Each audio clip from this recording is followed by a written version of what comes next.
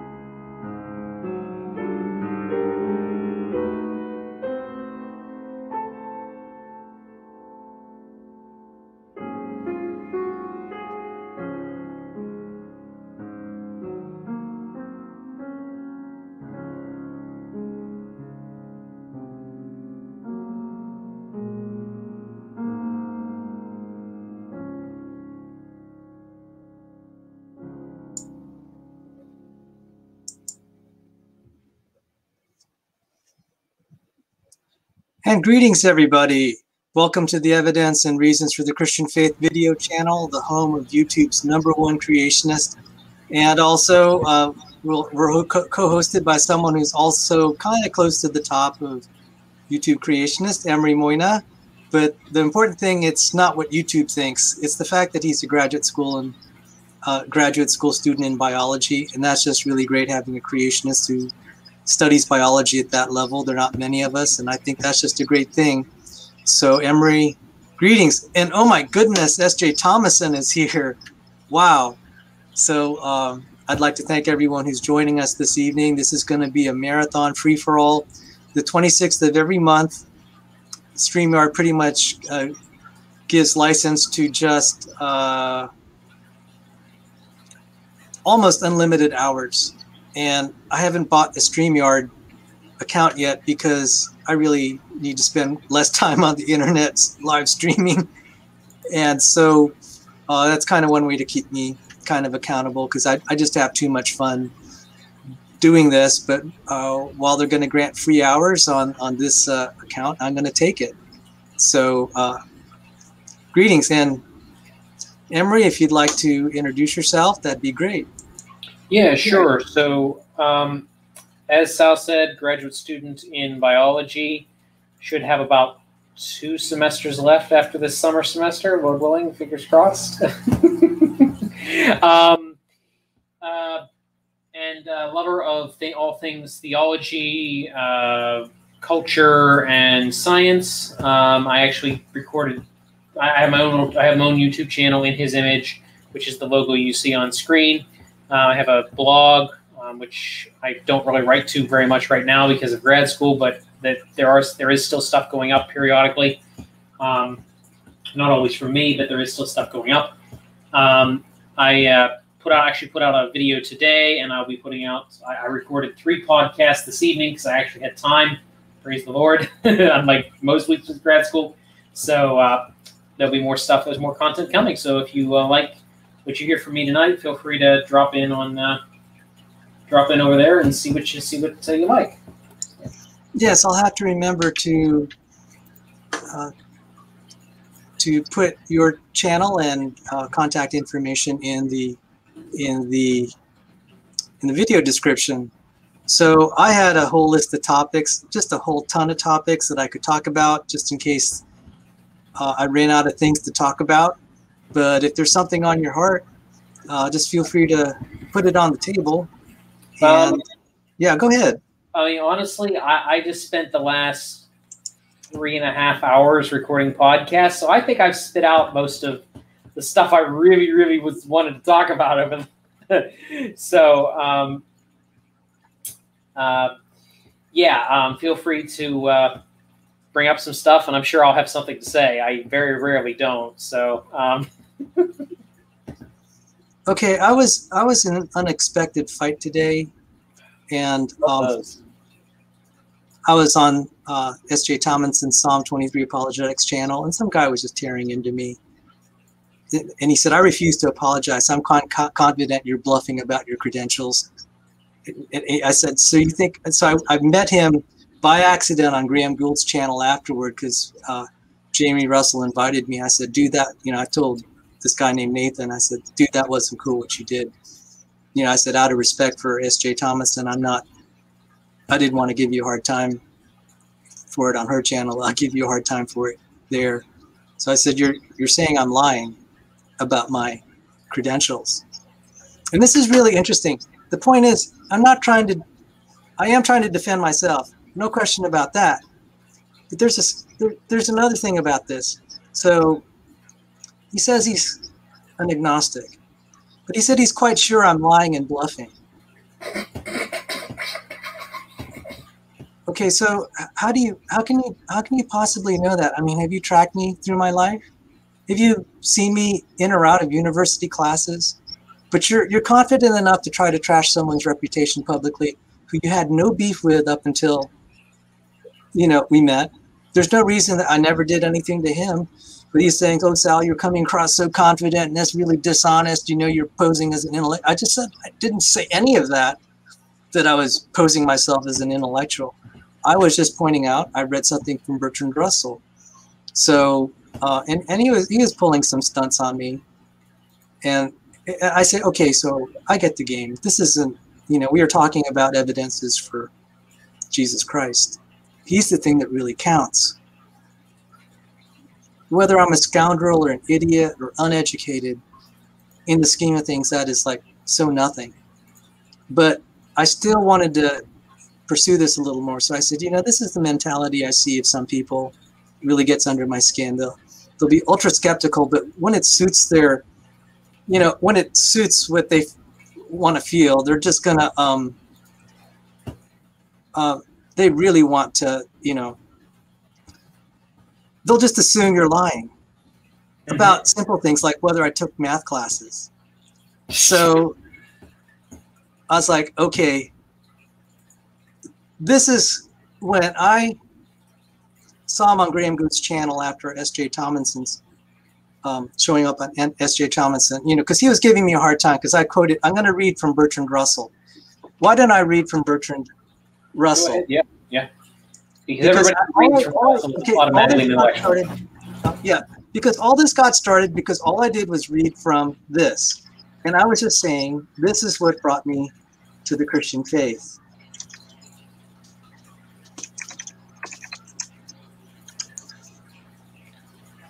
By Bertrand, who's an atheist, by the way.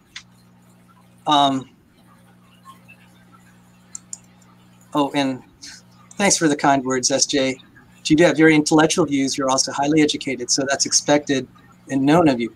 So This is all I read, and I didn't know it would start getting accusations of me like not being this or that. I'm just like, what does that have to do with anything? Isn't this true? So let me just throw this on.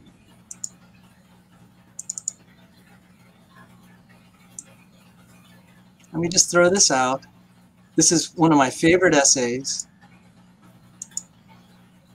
Let me get it bigger here.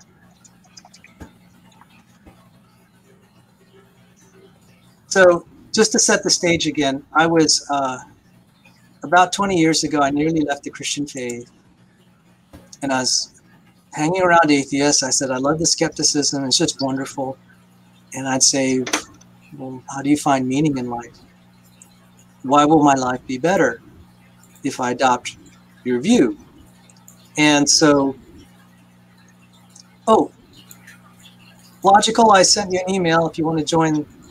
But anyway, oh, by the way, I found out this is the same Nathan who's Digital Gnosis, and there was a debate that we had tried to put together between me, Rob Stadler, and this Nathan guy and James Fodor. And I said once they found out Rob Stadler was on the first team, they backed out. And so we had Rob Stadler and I basically did kind of the equivalent of the debate, you know, our side of the presentation on this channel. We had 3 other PhDs, professors of organic chemistry, professors of nanomolecular organic chemistry, professor of biochemistry, retired professor of biochemistry, to see what they had to think about our case. So let me put that in the side chat, and you could see the debate that Nathan and I were going to have, but then he didn't show up. So I know that sounds kind of uncharitable, but I'm just like, dude, you had your chance. You had the chance to face someone that actually studied Origin of Life and wrote a book on it, and you had a chance to debate it, and you backed down. And after my interaction with him today, I was like, no dice, guy. You know, he said, oh, I'd be interested in that. I'd still be interested. You know, I thought about it. I said, no, I'm not going to waste my time on this. But the debate was debate that never happened. And I just dumped the link there. It's on my channel. And oh, also tomorrow, we're going to have a rebroadcast that Dr. Dan and I should have put that in the title. This is a rebroadcast of us talking about phylogenetics. That was very educational. And I get flack from creationists for being friendly with Dr. Dan, but I want to point out, I want to make sure that when I characterize evolutionary theory, I'm characterizing it accurately. I may not agree, but I don't want to be accused of taking down straw man. I will take it the way it's stated in their own terms. And that is kind of hard to pin down because depending on which guy you ask or the era that you've been trying to criticize, you could get a slightly different answer. But I really wanted to understand, and he did teach me a lot. I think it'd be very informative to creationists. Now, Orge343 asked, what are the topics du jour? Oh, goodness. I probably will be going through my various books. I'll talk about fitness follies, mathematical finance, insulin receptors, A.N. Wilson, Elaine de Bottom,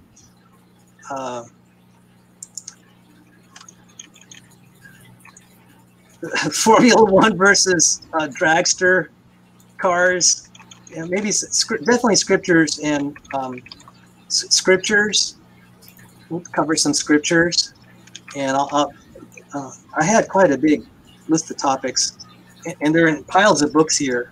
So as I was just going through the library and saying, hey, that looks interesting. This looks like interesting, and there's a free-for-all on S.J. Thomas's channel tomorrow. I know not all the young Earth creationists agree with her, but she is just wonderful when she talks on business. I had a conversation with her today, and I said, hey, can you come and talk about Hayek and Friedman and Sowell? Because she's a professor of business, and I wanted to hear perspective on this because I want to learn, I want to learn a little bit more about this because it contrasts with socialism and communism. And there's philosophies in socialism and communism that I don't think are wholesome and actually there are elements of it that I think are actually anti-Christian. So I just, you know, with all that's happening recently, I thought that'd be very interesting, and I've been actually interested in mathematical finance. So since Jorge asked what's on the topics, this is one of my favorite books, When Genius Failed by Roger Lowenstein. And it talks about 2 Nobel laureates and long-term capital management and how they almost destroyed the entire world with one of their derivatives trade. I just thought it was just a fascinating story. So that's a little bit on what's going on. And SJ said she'd love to talk about socialism, communism sometime. And thank you, SJ. SJ is a professor and also former dean at her school in business, which I think is just marvelous. And like myself, I was telling SJ, I said, how did I ever get into defending apologetics? It was so out of my field. And she had a parallel story that she was became a Christian late in life, and now she's very passionate about defending the Christian faith. So that's what I have to say on that. Oh, I probably will talk about the Big Bang. I got questions. God bless her, someone on SJ's channel. We're otherwise on good terms, but when I said there's problems with the Big Bang, she said, that's pure BS, Sal. And I'm like, okay, I think I need to cover that too. So I hope you have a fun night. But anyway, let's cover Bertrand Russell first. One thing at a time, right? So Bertrand Russell. And so this is what made me a return to the Christian faith. This was the spark.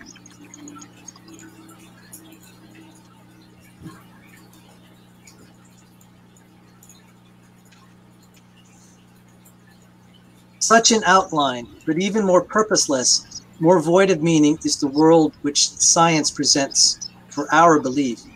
Amid such a world, if anywhere, our ideals henceforward must find a home.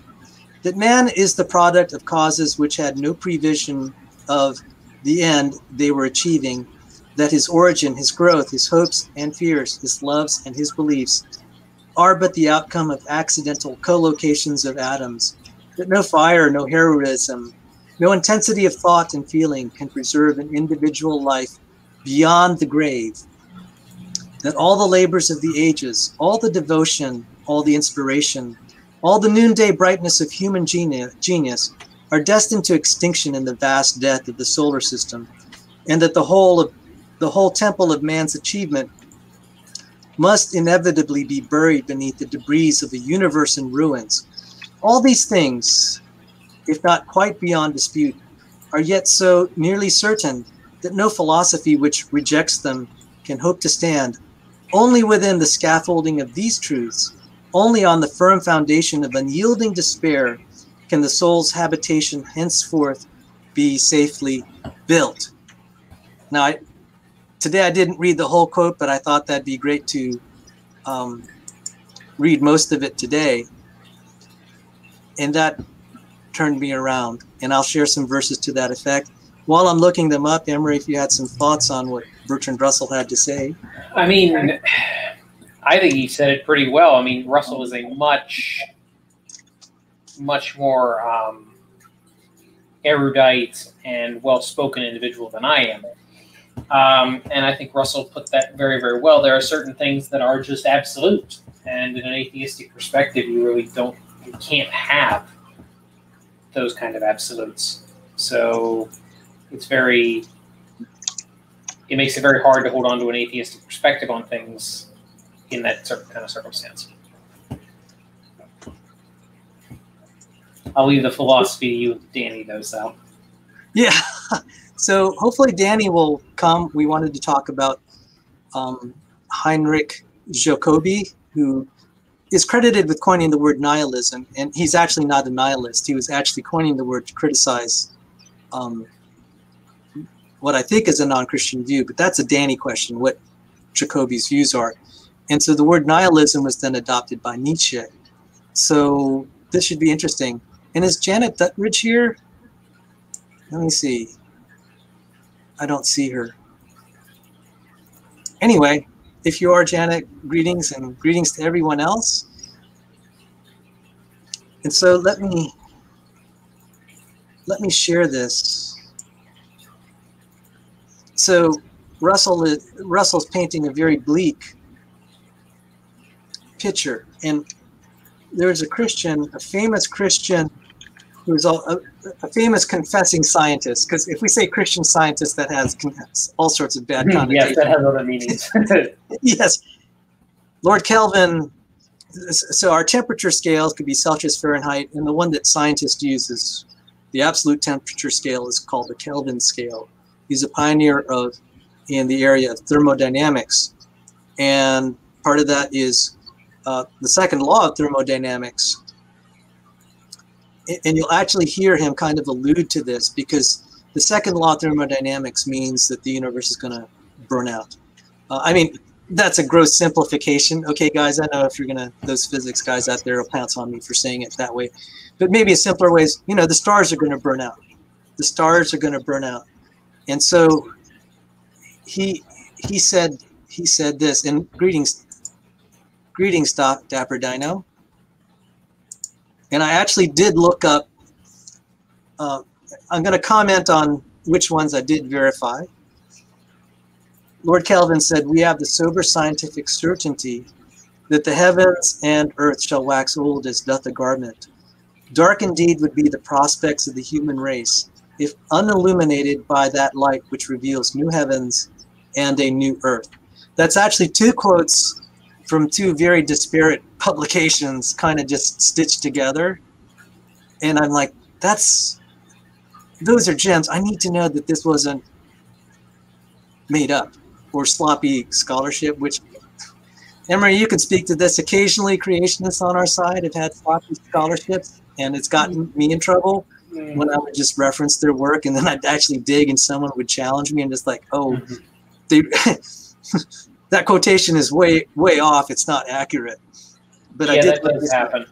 That does happen. I tend not to use citations that somebody else provides unless I can confirm them myself, just because I don't want to. I look up my own citations pretty much. I don't want to use anybody else. Yeah.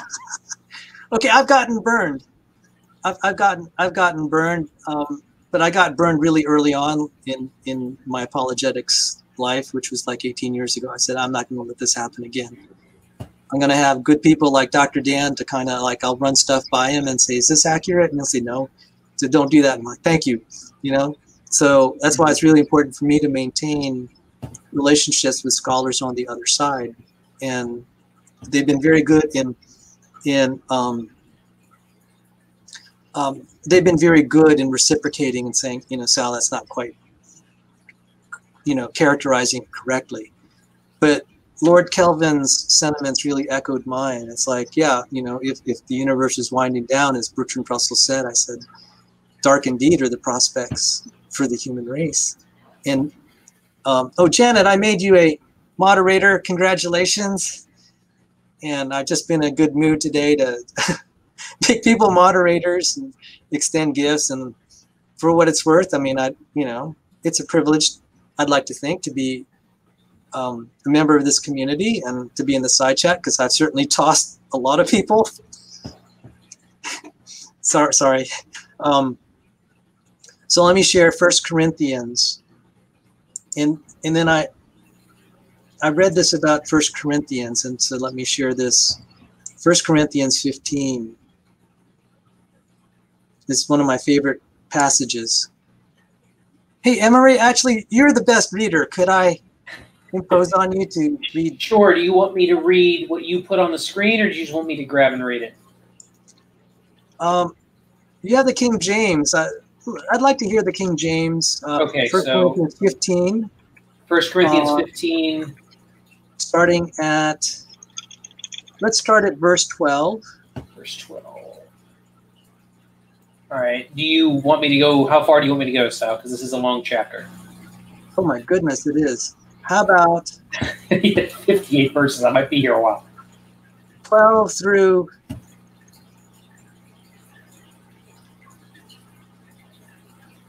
How about 12 through 20? We'll start there, and if 12 through 20? you want to Okay. go on. We will start with 12 and work till 20. Now, if Christ be preached that he rose from the dead, how say some among you that there is no resurrection of the dead? But if there be no resurrection of the dead, then is Christ not risen. And if Christ be not risen, then is our preaching vain, and your faith is also vain.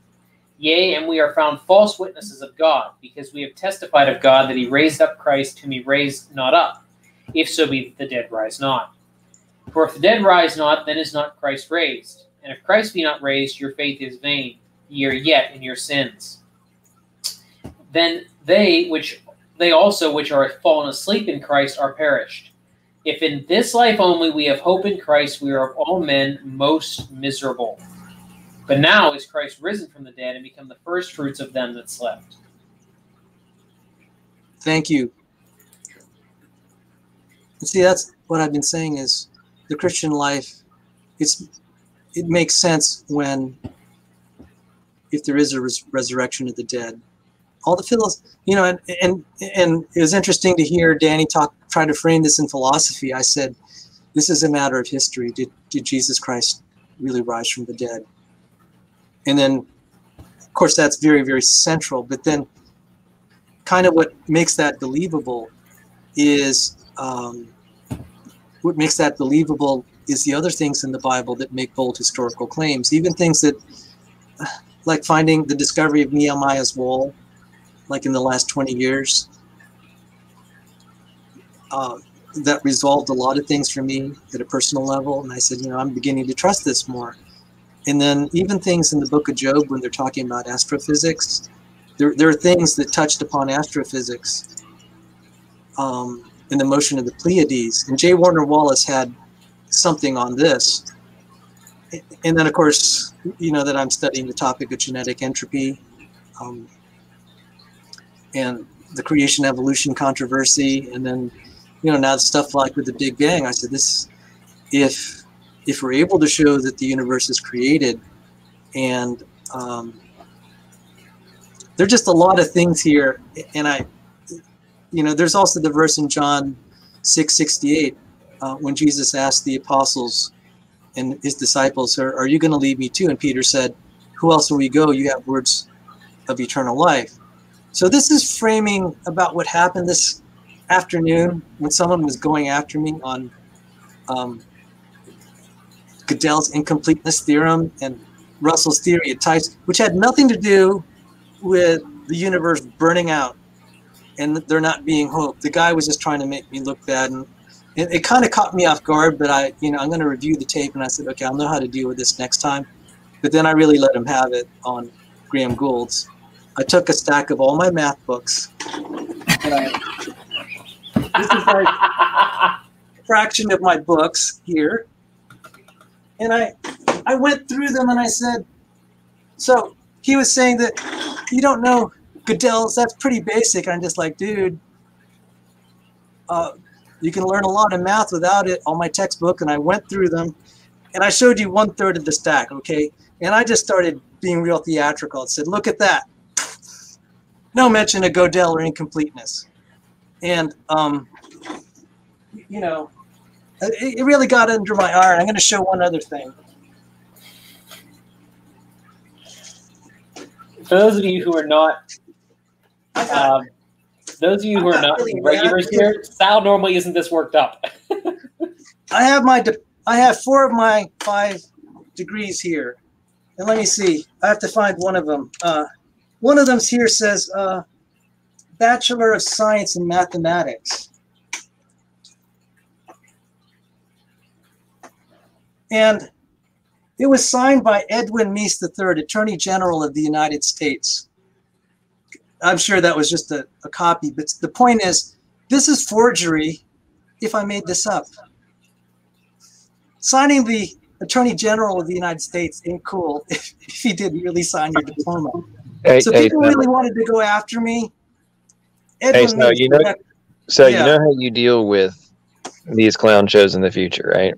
You say, tell you what, 1,000, 5,000, 10,000, whatever you want, boy. I have a degree in mathematics. and I can prove it beyond doubt. And if I am lying, I will write you a check for whatever dollar value you're willing to accept. There's this thing called escrow. Let's put our money in, and then we'll see which one of us is correct. Yeah. And they will immediately run away.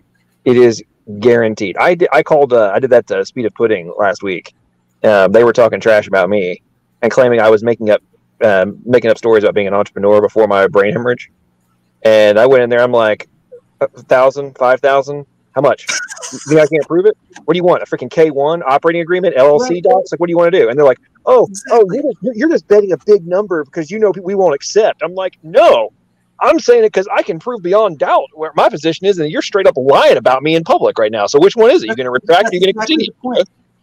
That's exactly the point. And what I wanted to say is, first of all, do you guys not have a conscience that you could be trying to trash someone's reputation publicly like that, and you don't have proof? If you're going to claim and try to trash me, and I had nothing to do with this guy up until, well, actually, I found out later that that's Digital Gnosis who backed out of the debate, so maybe he did have an axe to grind. But the point is, I never picked a fight with him, and then he's picking a fight with me, and he's saying, I'm not going to retract because you've proven to me that, that he said, I don't. Well, he said, I couldn't answer a question. So he's an all-in bluffer. So the only other like direct interaction I've had with that little clown was also on SJ's channel a couple months ago, and he accused me of gaslighting him when he made a direct contradiction of a position he made. I left the stream, rewound, went back and watched it again, confirmed that what I was accusing him of and what he was denying was correct. Came back in, and he continued to double down and claimed that I was making things up and was gaslighting. He tries to act like a hyper intellectual, and that he is just so intellectually superior, so on and so forth, and then just goes all in, like trying to play poker and gamble that he won't get called out for being a little punk. Is what it is. And that's all it is with him, and that's why I was so irritated when I don't know if you were paying attention, Sal. It might have been before you came in. Like, he's making the claim that he's kind of returning to Christianity, and he's going to be going to church and doing all this kind of stuff. Okay, a month ago, I've watched him have conversations about being a snarky little bastard. Number one. Number two, he's been running a crowdfunding campaign for equipment to go, because he wants to do all these like street epistemology deals. And I'm like, let's think about this. A guy who partners up with James Fodor, and they do all this little sneaky crap. And 8 weeks ago, was trying to get you and I to debate him, and then backing out, and then the whole thing with Dr. Statler. And then now he's somehow claiming that he's like doing this whole paradigm shift. I'm like, call me suspicious, but I'm just based on my gut instinct. I think you're actually trying to pull one over on people and get them to be more open with you, to give you meat to work with. And I could be wrong. But I think within an hour of him talking about this on SA's channel today, he did what he tried to do against you. I'm like, that's part of the reason I came in and did it, because I'm like, no, bro, you're not going to get away with being a two-faced little bastard. And I took it to him. He was saying, "Oh, you haven't looked at Cornell realism," and I said, "Do you believe it?" I called him on it, because I said there's no answers in atheism. And he said, "You haven't studied this enough. And you looked at Cornell realism, because they try to make the case if you're an atheist, you can believe in something." I don't know where it was, but I had a suspicion. I said, all I have to do is call him on it. And I said, do you believe it's true? And he said, no. I'm just like, yeah, there you go. Why should I waste my time with this? Even you don't believe it, and you're trying to push it down my throat. But I'll give a little theater, and Patrick's here because Patrick's here. I'll give you the theater show I gave on Graham Gould's channel. As I'm running into dinner, I was going to say I'll be listening. Have fun, guys. I'll try and come back later, but I'll be listening. Oh, thank you. Thanks for dropping in. No problem. Bye, bro. So I said, okay, so I was saying, Nathan, dude, You're going to be skeptical about all things, and then you'll just be so insistent and dogmatic that I never took a math class. One that's just a stupid bet to make publicly because you don't know who I am. And you're just going to make all these assumptions. So I said, that's pretty, that's pretty inconsistent with his claim of, his attitude of conducting himself like a skeptic. Because even I would never question someone's credentials. What's the point? That's not even the issue. But he was making this whole issue about me. I said, we're talking about evidences for the Christian faith. What is this attacking me personally? So what I said, okay, so you're claiming that I should know this because it's basic math. And so I went through all my math books. Linear algebra, no mention of Gödel. Differential geometry, non-Euclidean in relativity, no mention of Gödel. Elementary numerical analysis, no mention of Gödel's incompleteness. Introduction to probability theory, no mention of Gödel's incompleteness. Stokowski's calculus, no mention of Gödel. Signals and systems analysis using Laplace transforms to solve the differential equations presented by circuits. No mention of Gödel. Mathematical analysis, foundational math class. No mention of Gödel. Mathematics of options trading. No mention of Gödel. Statistical mechanics and thermodynamics. There's lots of math in this. No mention of Gödel. Introduction to electrodynamics, Maxwellian. Mathematical things like D'Alembert. No mention of Gödel. Let's see some more. The other pile. Contemporary abstract algebra. No mention of Gödel. Variational calculus and classical mechanics. No mention of Gödel. Mathematical methods for physicists. No mention of Gödel. Operator calculus in quantum mechanics. No mention of Gödel. Signals and systems. Electrical engineering math. Lots of complex exponentials. No mention of Gödel. Abrahamowitz and Stegen, Handbook of Mathematical Functions. No mention of Gödel. If anyone's doubting, these were books that I had to study, okay? Digital communications, principles of communications. No mention of Gödel. Well, there's one cosmology. There's elementary differential equations and boundary value problems. No mention of Gödel. And, oh boy, gambling math. Discrete mathematics. No mention of Gödel. Mathematical structures. No mention of Gödel. And I already mentioned abstract algebra. Introduction to linear algebra. And I found one book in my collection that mentioned Gödel. And here is Gödel's theorem. In 1931, Gödel proved the Gödel's incompleteness theorem. This states that in any logical system complex enough to contain arithmetic, it will always be possible to find a true result which is not formally provable using predicate logic. This result was especially startling because the notion of truth and provability had been often identified with each other. So something can be true but not provable. And that was very important. And all I was doing was saying that something can be true and not provable. You can accept it by faith. You can accept it by faith. And he was just saying, you don't know what this is. And I was just like, I don't know the exact statement of it. And he's like, oh, if you're in the STEM field, you should know it. I said, okay, how do you explain that I had the piles of math books that I just listed and one measly paragraph in the CRC standard mathematical tables and formula mentioned it?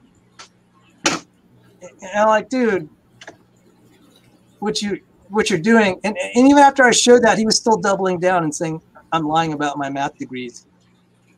Like, okay. But the point I was making is, here's someone who's claiming to be a skeptic. But when it starts to suit something he wants, he's just going to accept it by faith because he just wants to believe I'm not this or that. Because there's no basis. He wasn't, you know, he wasn't around me when I'm going through school. He doesn't know where I lived, what I did with my daily activities. How's he going to claim that I never had a math degree? And, you know, anyway, so I just provided a little theater for everyone. And, you know, he's asking me all these little questions. I'm just like, did you see how big that pile of books are? He asked me a question about something I studied 28 years ago, and I'm like, yeah, I think I'm having a Joe Biden moment here. I don't think I can remember that. And gee, and you know, I think if he tries to do this, if someone tries to do that again and ask me, I'm just like, well, I'm sorry, I don't know the answer to that question. I'm having a Joe Biden moment, which would be true. I can't remember. You see the piles of books? You expect me to remember every definition that's there? And he said, well, that's, you know, that's matrix algebra 101. It's like, you know, I'm a lot more careful with my words. I could really mess this up. And he pulled another stunt on me. Let's see if I could find my linear algebra book.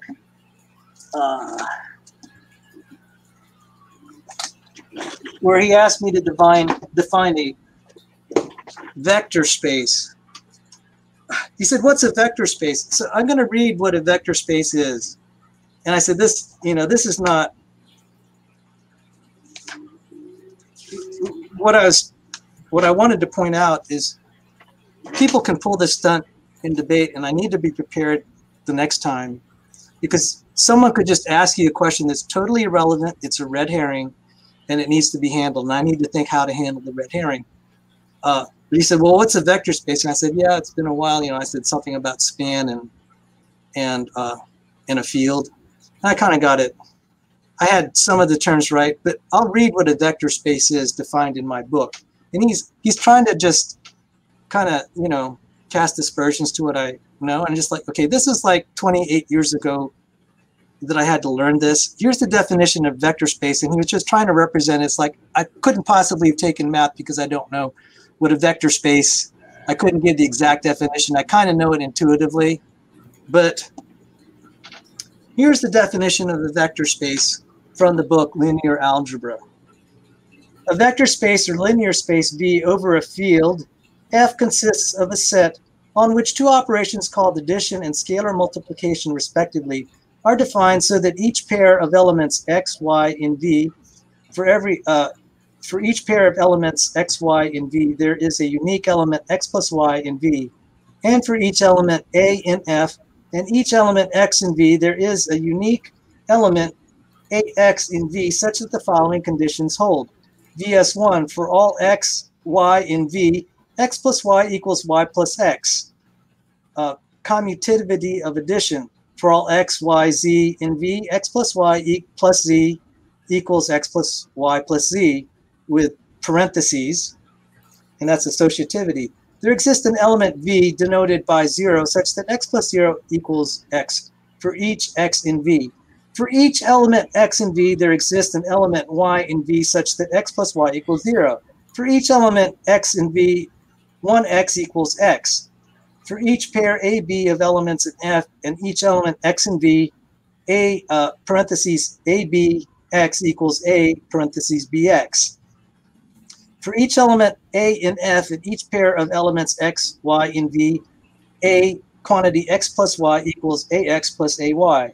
And finally, for each pair AB of elements in F and each element x in V, quantity A plus BX equals AX plus BX. And he was trying to say, oh, you don't know that off the top of your head when you're just confronted right in the middle of a debate? Therefore, you didn't take a math class. And he said, I'm going to stand by that you're lying. And I was just saying, okay, I know what's going on here. You know, you're representing yourself as a skeptic. And you're just going to be confirmation bias. You have no data, and you're just going to rush to conclusions. That just doesn't look good. So, Patrick, welcome. I've given my say here. Are you there, Patrick? Oh boy, I scared off my co-host. Unless you're muted. Emory, do you have any thoughts? I must say, I for someone who's so ignorant of math, you have a lot of math books, Sal. What do you do with all those books? Use them as doorstops? Now I'm glad I actually sold a few, and I really regret them. I sold only a couple, but now I really cherish them. And what ends up happening is most of the time you only use a very small fraction. But even recently, we were on a project I was working with Joe DeWeese on protein structural biology. I actually had to grab this linear algebra book just to make sure. It's like, yeah, I think this is right, but when your buddies are relying on you to get it right, you better get it right. Yeah. And you don't see it off the top of your head. And I looked this up and I said, I think that construct is a transpose, and I'd feel better if. And a professor said, "Oh yeah, absolutely. I saw that 3 months ago." I said, "Okay, let's do that." So, I realized, okay, if the next time I try to get quizzed, I have to see, well, I should ask what's the relevance, or I should at least try to answer and say, I don't know it off the top of my head right now. It's been a long time, and I'm very forgetful. That's what I'll say, and that's irrelevant. If I'm wrong, I'm wrong. My level of knowledge or mental capability is not what's the issue here. And so you could just, what I did say today, I said, you could assume for the sake of argument, I'm uneducated, irrational, and I'm a scoundrel. That doesn't change the questions at hand or the arguments for and against. Nope, it doesn't. You need to deal with the arguments people make rather than the people. And this is something that I find that some people don't seem to want to deal with. Not everybody. Some people are more willing to sit down and have a discussion about arguments. And you know what? Those are the people I'm happy to have a conversation with. But if the only thing they want to do is, lampoon you because you don't, fit their particular mold for whatever it is they think should be the expert on this topic, I'm sorry, I got no time for you. Yeah, no, wait. I just read the definition of the vector space. I'm just like, yeah, I wouldn't expect that I would remember that after 28 years. Okay. Yeah, it sounds like I wouldn't have remembered that if I read it yesterday. Yeah. But I had to recognize that, but I wanted to be polite because this is not. I was appearing on SJ's channel, and we're supposed to be not fighting, and she doesn't like us fighting, and I wanted to respect that, but I could have, I really could have called him out and said, dude, that isn't cool. That's irrelevant. You're making an ad hom against me that has no relevance to the discussion. It derailed everything we were talking about. And what was really the topic? Which was probably the point, Sal, if we're being honest. Yeah. Yep. Deflect the problem. And the fundamental problem is, I said, there's no answers in atheism. If the universe is burning out, what do you live for? Because Bertrand Russell articulated it so well. He said, all the genius, all the achievements of man just going to go away. I'm just like, yeah. Isn't that telling it like it is? Everything that collectively or individually that we've lived for is going to burn away. Yep. And I just like, oh my goodness, so when we read 1 Corinthians, it said, if the dead are not raised, let us eat and drink, for tomorrow we die. And it's like, yeah, all we live for is just kind of comfort ourselves. So that if it amuses you to do math and do physics, then yeah, if it gives you some comfort, that's about it. Not that any of this knowledge is going to last, because all the books and all our discoveries is going to burn away. And I was like, yeah, for eat and drink, for tomorrow we die. And all my point was, I said, that was enough for me to take what little evidences I had of Christianity and go with that, because the alternative is a worldview that offers zero, except to eat and drink, for tomorrow we die. And I'm just like, well, even I could figure that out myself. So, Godzilla Freak, thank you for joining. Oh, hello. Hello. Yeah, it was interesting to see you pull out every single math book you had and reading it off. I will say that the Gödel incompleteness theorem is quite big in philosophy of math, which is something Danny would probably be familiar with. But in the case of what you do, which is physics, it's basically irrelevant. Almost totally. Now, so I've heard some physicists reference it. If I could point out also, it's just something historical. A lot of the math books you saw, the math was built before Gödel's incompleteness theorem. So in a sense, we didn't need to assume Gödel's incompleteness theorem to build all the math that I showed. And he was just trying to make an argument that I didn't know that. And it's something that's supposed to be so foundational. I think I proved my point that from a historical perspective and from an applied perspective, it's not that foundational. It's foundational maybe in the ultimate sense when we're trying to, try to work out what are the first principles of mathematics. It's foundational in that sense. But from an operational sense of students going through a math discipline, it's not. Yeah, I would argue it's even more of a philosophical idea than it is a mathematical one. Yeah. And so, I just it was fun to do a little theater and call them out that way, because and like what John Maddox said, if people are talking trash like that, I said, okay, we can call your bluff. Let's put all this money in escrow, because I'm gonna be several $1,000s richer if you guys really mean business. Mm-hmm. And by the way, I want to say that's a real bet, guys. Anyone out there want to take me up on it? You want to take me up on whether I got my degrees here? How about a $10,000 bet? Although you know what, that's probably illegal. You can't gamble on the internet, so I take that back. I'm just gonna leave it to your own conscience if you want to send the money my way if I decide to try to prove this. Okay, so it's not a formal bet in the gambling sense because I don't want to be accused of wire fraud or whatever. Okay, so we'll just just be on your honor there. You expect people who are slandering you to have honor, Sal?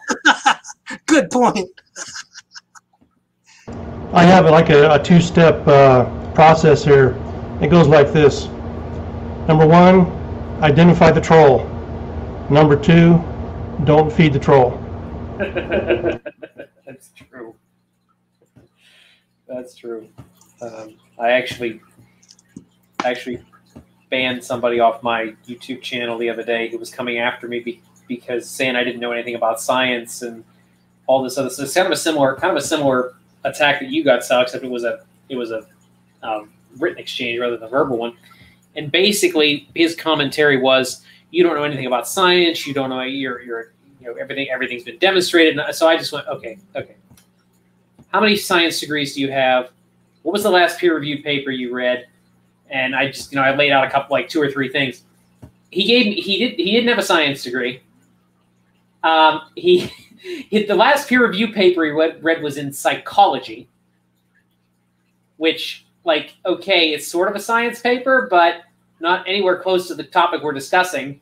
And I'm like, thank you for proving to me that you're a troll. Goodbye. You're out of here. I'm not dealing with you. I was like, you want to tell me? And I said, if you bother to read anything I've ever posted on my website, the vast majority of particularly the long form stuff, some of the shorter form stuff doesn't have it, but the long form research stuff is saturated with peer reviewed papers. I have been told that I cite excessively. Wow. And it's just you people just don't. Dapper. What did he say? He said, I'll bet you $10 that I can beat you at Total War Hammer 2. I won't bet you about your degrees though. Yeah, thank you, Dapper. I'm I'm going to go grab another book from my bookshelf because I might want to talk about the Big Bang, because someone this afternoon got upset that I was criticizing the Big Bang. And that would be like the next topic for me. If there's something on your guys' heart, go ahead, please. Because this is so much more fun not to do a monologue like I did last week for 4.5 hours. So it's hard to be a Christian sometimes because you don't really want to shut anybody down. But when you're dealing with the atheist types, a lot of them are just super trolls, you know, and a lot of them aren't very reasonable, and it gets old after a while. Yeah, I mean, it's kind of 6 of one, half dozen of the other, because you don't want to shut somebody down who might end up being reasonable, but at the same time, you don't want to waste your time with someone who is just not even remotely interested. And that's kind of like, you know, I can interact pretty comfortably with people like Danny or Dapper or so on, because I know that I can sit down with them and have a reasonable conversation. And I would presume that I could probably do that with some other people. I haven't done this yet on any major scale, like Dr. Dan or Gutsick Gibbon. I haven't really interacted with them on large scales. But the little bit I have, they've been very reasonable, and we can have a conversation. On the other hand, there are people like the guy Sal was dealing with tonight, where like, yeah, nah, I got no time for that. No time for that whatsoever. No, Dapper, you're one of the people I can actually have a conversation with, unlike certain other members of the community, which I'm sure if I named them, you'd know exactly who I was talking about. You probably do without me naming them. But yeah, there are just certain people I don't want to waste my time. Like, I'm fine with having a pleasant conversation, but that's where it stops. Like, I'm not going to get dragged into a troll fight. I'm just going to make it take. It's all about Brandolini's law. Exactly. Yep. There's only so much garbage I'm willing to clean up. So. Looks like Sal's really off to look for his book. Yeah. Whatever book he is looking for must be pretty important. But yeah, there's a reason that I don't spend a ton of time in certain other YouTube spaces, partially because I'm swamped with grad school all the time. I'll look that up, Dapper, at some point after grad school, not during. But you know, the reason there's certain spaces on the internet I just don't go, because I'm like, you know what? All I'm going to do is either A, raise my blood pressure, or B, just invite a half dozen trolls over to my YouTube channel, and I just don't want to deal with that. So, yeah, other people can deal with Brandolini's law. John Maddox is very, very good at dealing with those kind of people. That is not me. John, I know you're listening. You're good at this. You can deal with those people. I'll deal with the more reasonable types. Okay, we can make a deal on. But sometimes you got to be pretty aggressive, and I think you got to be fairly aggressive with atheists. You know, and you have to kind of got to shut them down pretty hard sometimes. Especially, say it's the same thing with Muslims. You know, they respect the aggressive type of person, right? You wouldn't think that. It seems counterintuitive, but they actually respond well to that kind of style. I don't have a ton of experience dealing with Muslims. I have a very low opinion of Islam as a religion for reasons that are even beyond its tenets. But yeah, I'm not. You have to pick your battles online. You just do, and that's true for everything. Because, and I'm sure that's true for everybody. Like it's just like you can only fight so many people, and you can only do fights so often, and you just kind of have to pick when you want to fight and who you want to discuss things with. And generally speaking, certain individuals on YouTube are a complete waste of time. So, yeah. Where did Sal bury that book?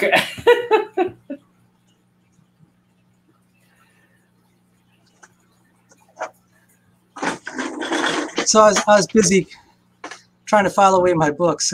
Okay, you put the books away. Okay. I was running out of things to say, Sal. Like I felt like I was repeating myself, so I was hoping you were coming back. So people were curious about I was on SJ's channel and I was explaining my journey to young Earth creationism. So just briefly, I was raised in a Catholic home. I learned evolution in public school. I became a Christian. I was probably still a theistic evolutionist for maybe a year and a half. I thought it was a beautiful theory because I saw these pictures of like microbe becoming like a fish kind of creature, and then becomes a land mammal, and the mammal becomes an ape-like creature. Then you have the human, and the human is like this Neanderthal, and then he becomes a little more civilized. And you have like the Roman Empire, and then you see like, you know, that the Neanderthal becomes like a philosopher, and then you have the Roman Empire, and then you have like the discovery of technology like the 19th century, and then men flying, and then a picture of a rocket ship. And so this eternal progress. I said, that's very appealing. I said, that's proof of God. You know, God's making all things for the good. So I was like, yeah, I accepted it. And it looked beautiful. But I had my doubts. I said, where does consciousness come from? Even at age 13 or so, I was like this, how do you, what point do you start to feel like, you know, when does a group of chemicals start to feel like it has a soul, and that it can feel, it can hurt, it could have joy? And that's still an outstanding question. But anyway, a year and a half after I became a Christian, I ran into an ICR tract on abiogenesis. And then in 1980, President Reagan was shot, that the guy who operated on him, Dr. Benjamin Aaron, a professor of surgery at George Washington Hospital, saved his life. He happened to be on the board of ICR. So again, it caught my attention. So as an old Earth creationist, I read the book by Robert Jastrow, God and the Astronomers. So that I'm like, okay, the universe looks old. And you saw the stuff with Einstein, and he's the one who had the book that said famously, all the scientists have been, you know, just as they're about to cross the pinnacle, when they do, they see a bunch of theologians who've been there for centuries. And it was Jastrow who said that. Jastrow was an agnostic, but that was my hold on Christianity for a long time, God and the Astronomers. And I was an older creationist, and I saw that, you know, everything that I studied was, this is the speed of light. This is how far the stars are. And it's a very straightforward calculation. If the stars are this far away, and this is the speed of light, you know, how old does the universe have to be? And this is almost like the first semester of physics, where you learn how to do calculations like that. So I said, you know, I didn't like, I liked the ICR as far as when they were saying this is abiogenesis, but I thought their critiques of the Big Bang were terrible. I kind of resented it because there was a lot of ridicule. It didn't try to address what Einstein found. It didn't try to address kind of the things I started to learn in my physics classes. And so, but then when I had my crisis of faith 20 years ago, I began to think, yeah, Lord, you know, it'd be really nice if we could find evidence for a young universe that would kind of settle it for Christianity. And so I began to be open. I said, okay, if there's any evidence of variable speed of light, then it makes it possible for me to believe. Because all of our experiments to date show that there's no variability. But, you know, I'm open. And there it was around that time, I heard about variable speed of light. And it turned out one of the professors at George Mason by the name of Trefl, and I ended up studying under him because I was so curious about his views about everything. He'd studied variable speed of light, but he also had mild critiques of the Big Bang. And so this is my autographed copy from Dr. Trefl. Now he's anti-ID, ironically, but he had some things that he said that were very pro-ID.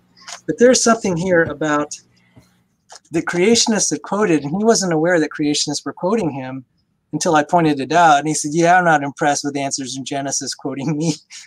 But I said, Dr. Treffel, don't you realize, I know you're anti-ID, but you're a hero in their eyes. He said, really? Yeah, so I approached him. This was like 3 years after I got an A in his course. So I was able to be open, because he gave this big talk about why he doesn't, agree with intelligent design. And during the question and answers, I said, hey, Dr. Treffel, it's nice to see you. I was one of your students, and I'm a creationist. And he said, oh, hey, by the way, nice to see you again, Sal. I don't think he remembered my name. He said, nice to see you again. And he told everyone, the whole crowd, he said, well, he's a creationist, but he got an A in my class. Everyone laughed. Okay, so this is one thing. That's why I wanted to say, Emory, I'm really pulling for you to get great grades in your grad school. Because if you're a creationist and you're a science student, you have to be a cut above. That'll help protect you a little bit. People will pull for you. And I've heard that story, that if you're a cut above, some people have enough conscience and say, hey, this is a great guy. He's a great scholar. It's just unethical to just try to destroy his career because he happens to disbelieve evolution. And you just never know who might be your supervisor or whatever. So I made a point, since I really started being involved in creationism, I try to be a very good student. I'm not as good as you, though, Emory. You're like on the ball doing homework on a Saturday night, as opposed to like 1 hour before class, like I would try to do. So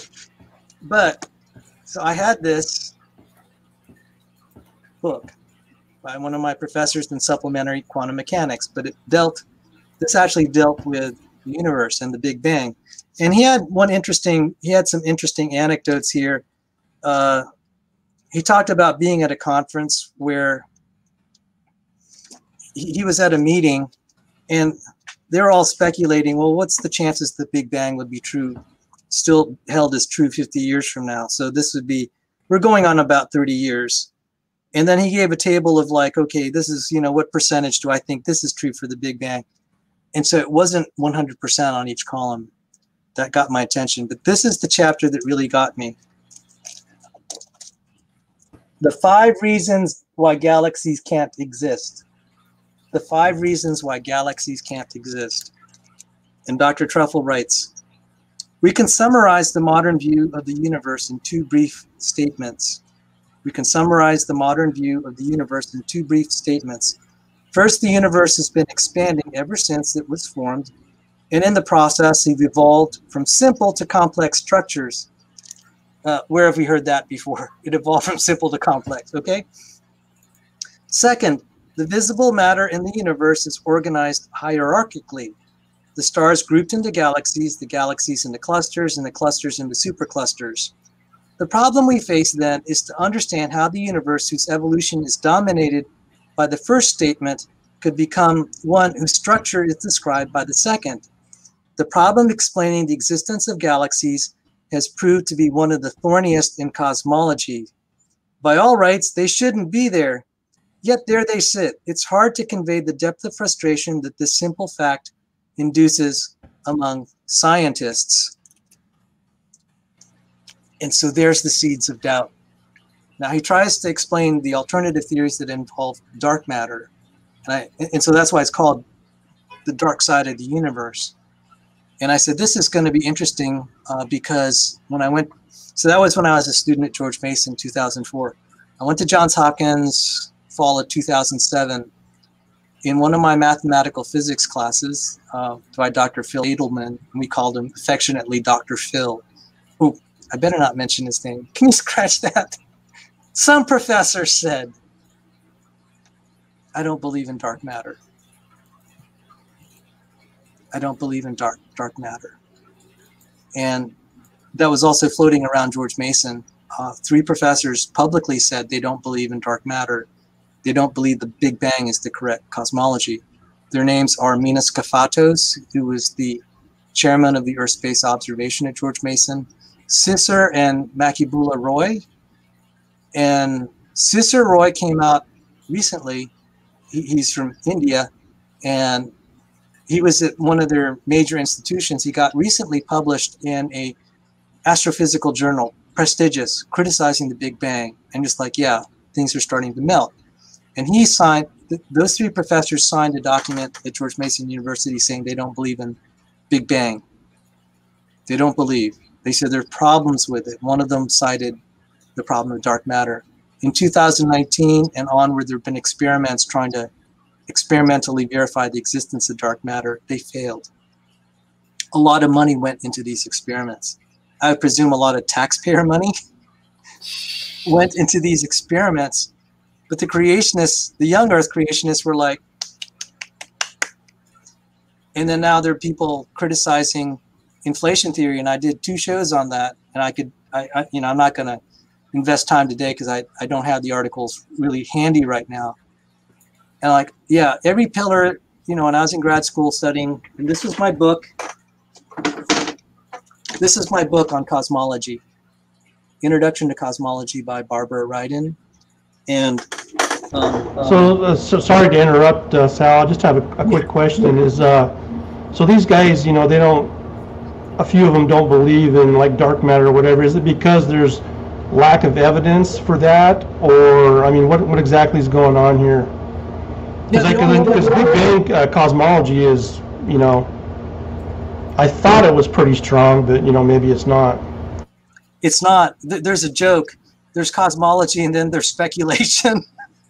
Meaning cosmology is worse than speculation. It's so, because we don't have a lot of data. That's the fundamental problem. If we could get space probes at the end of the universe and it could transmit information all the way back, we could know a lot. So we just have telescopes and we're guessing. But so your question was they don't believe in dark matter. What they said is there's nothing in physics that says there should be dark matter.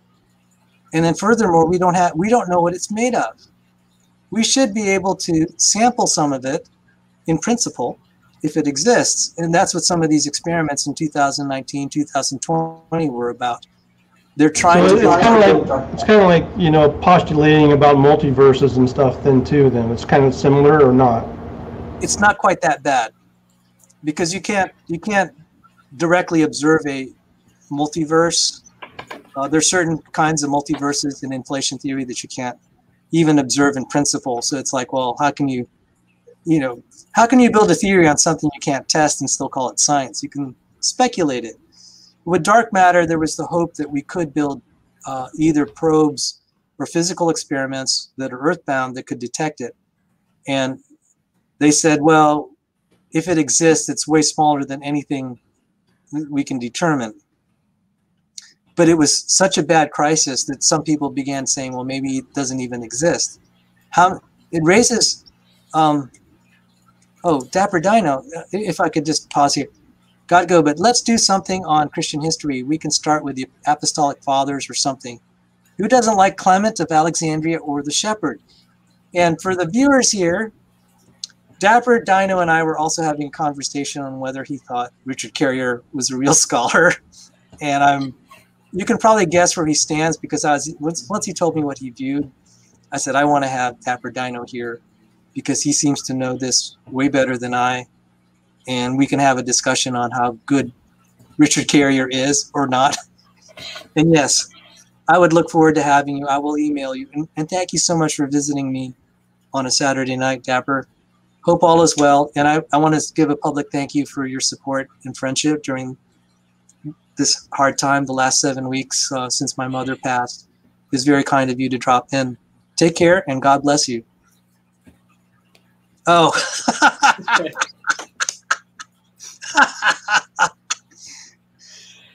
That was okay. Right, you thought. All right, and just to sum up the point on dark matter, the way I would say it, it's like dark matter is more of a testable prediction rather than an observed substance, and the multiverse is an untestable prediction. Yes. So dark matter. Yeah, but the deeper question here is, why are we getting scientists that either believe in this kind of stuff or posit it as a good theory? What's going on here? It seems really strange to me. I'll tell you why. Is they want to prop up the Big Bang. It's not. It was at the time when it was founded. It wasn't that terrible of a theory. it looked promising, and a lot of the Christians were enthusiastic, like people like you, Ross, and even myself. And not that I was a scientist at the time, but it's like, yeah, that inspired the books like God and the Astronomer. So the Christians were on board. The secular scientists were by and large on board. They said, this is earth-shattering. We should pursue it. And so the Big Bang Theory, there was one observation there were two big observations. One was this microwave background radiation, which they said the Big Bang predicted, which maybe it didn't.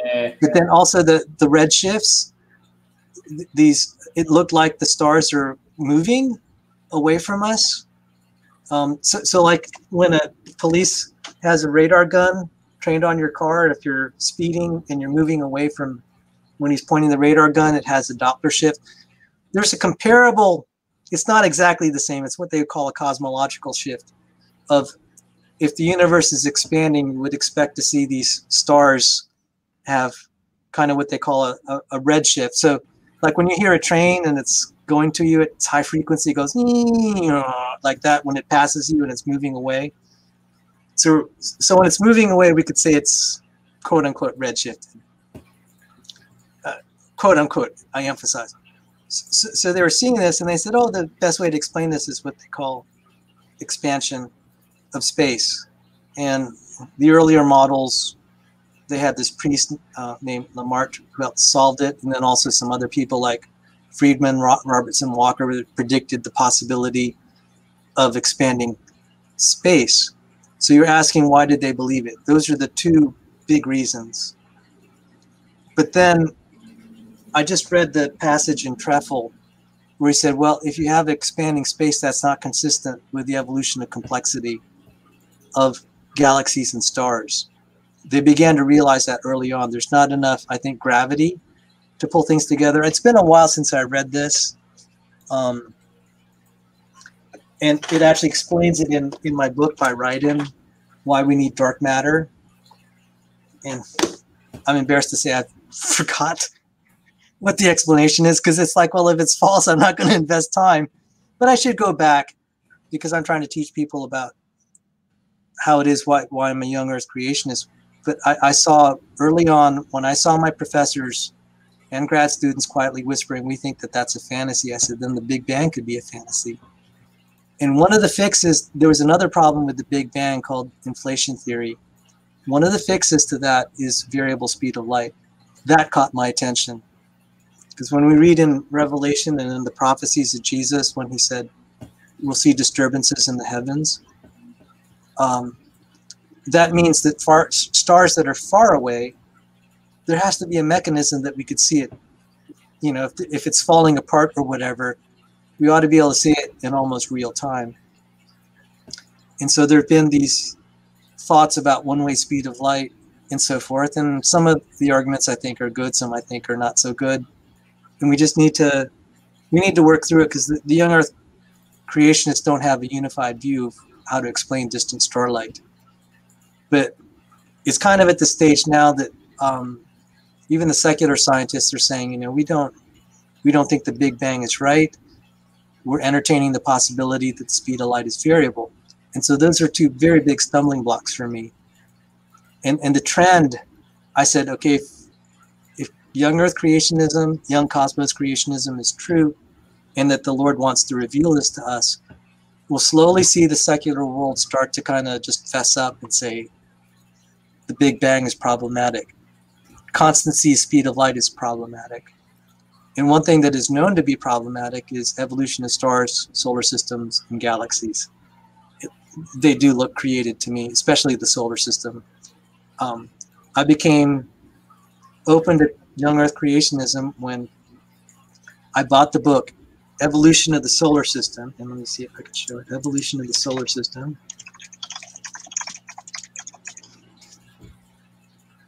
And book. I'm just going to show this book.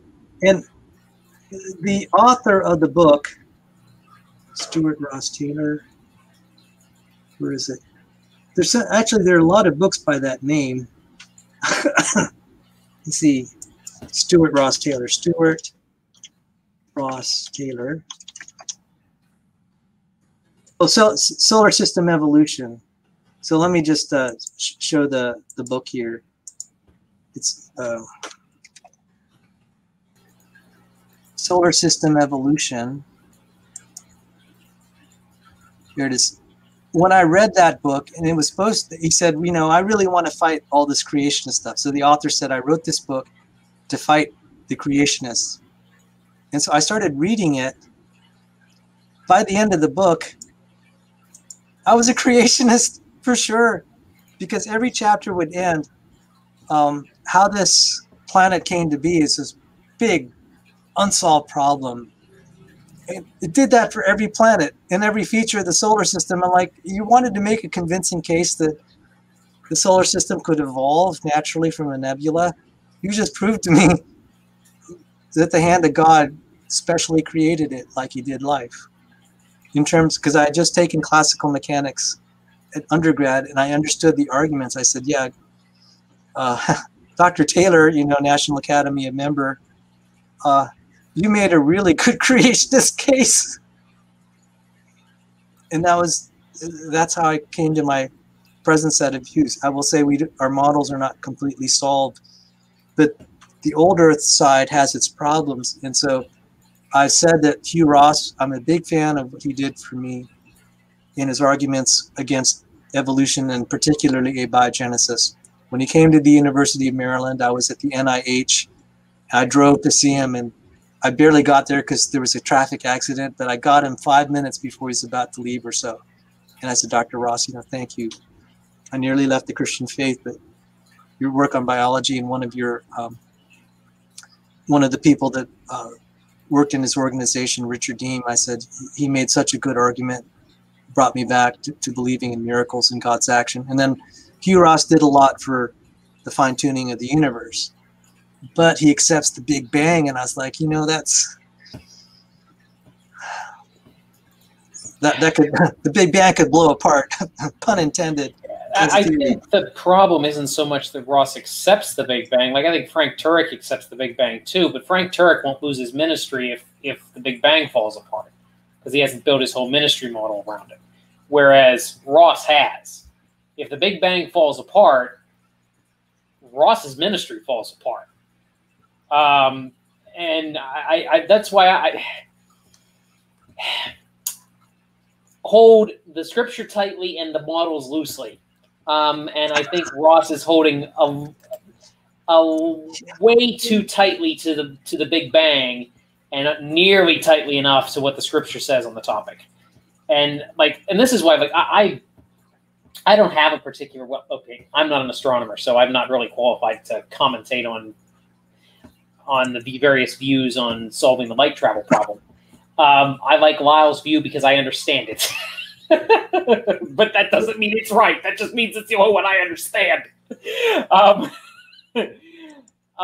that said, my biggest issue with Ross isn't so much like he's old Earth, although that is an issue, and I've made some comments about him publicly that are not favorable. But it's that he basically put all his eggs for his apologetic into the basket of a secular fallible model. And that's a terrible idea. Like that's a terrible idea because there's a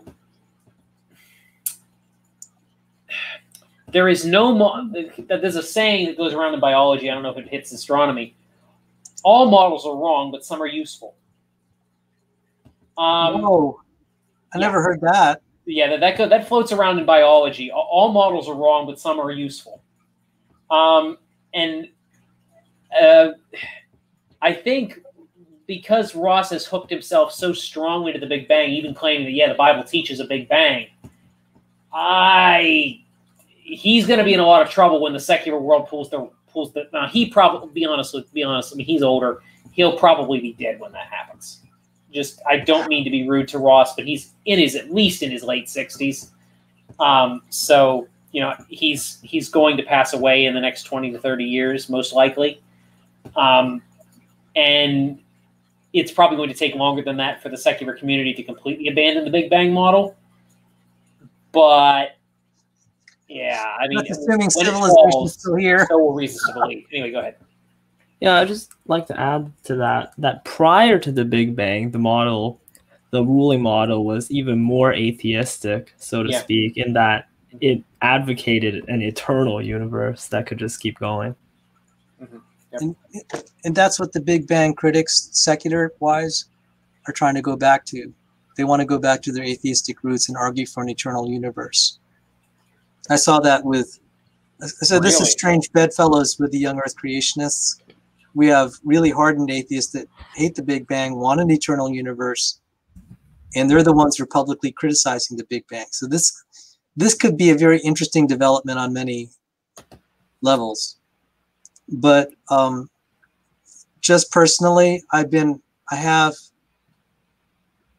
probably going to do some shows on Roland DeWitt and some of the research that I've been doing. I've actually built an interferometer, a laser one, to reconstruct these interferometers that claim to have sensed variable speed of light.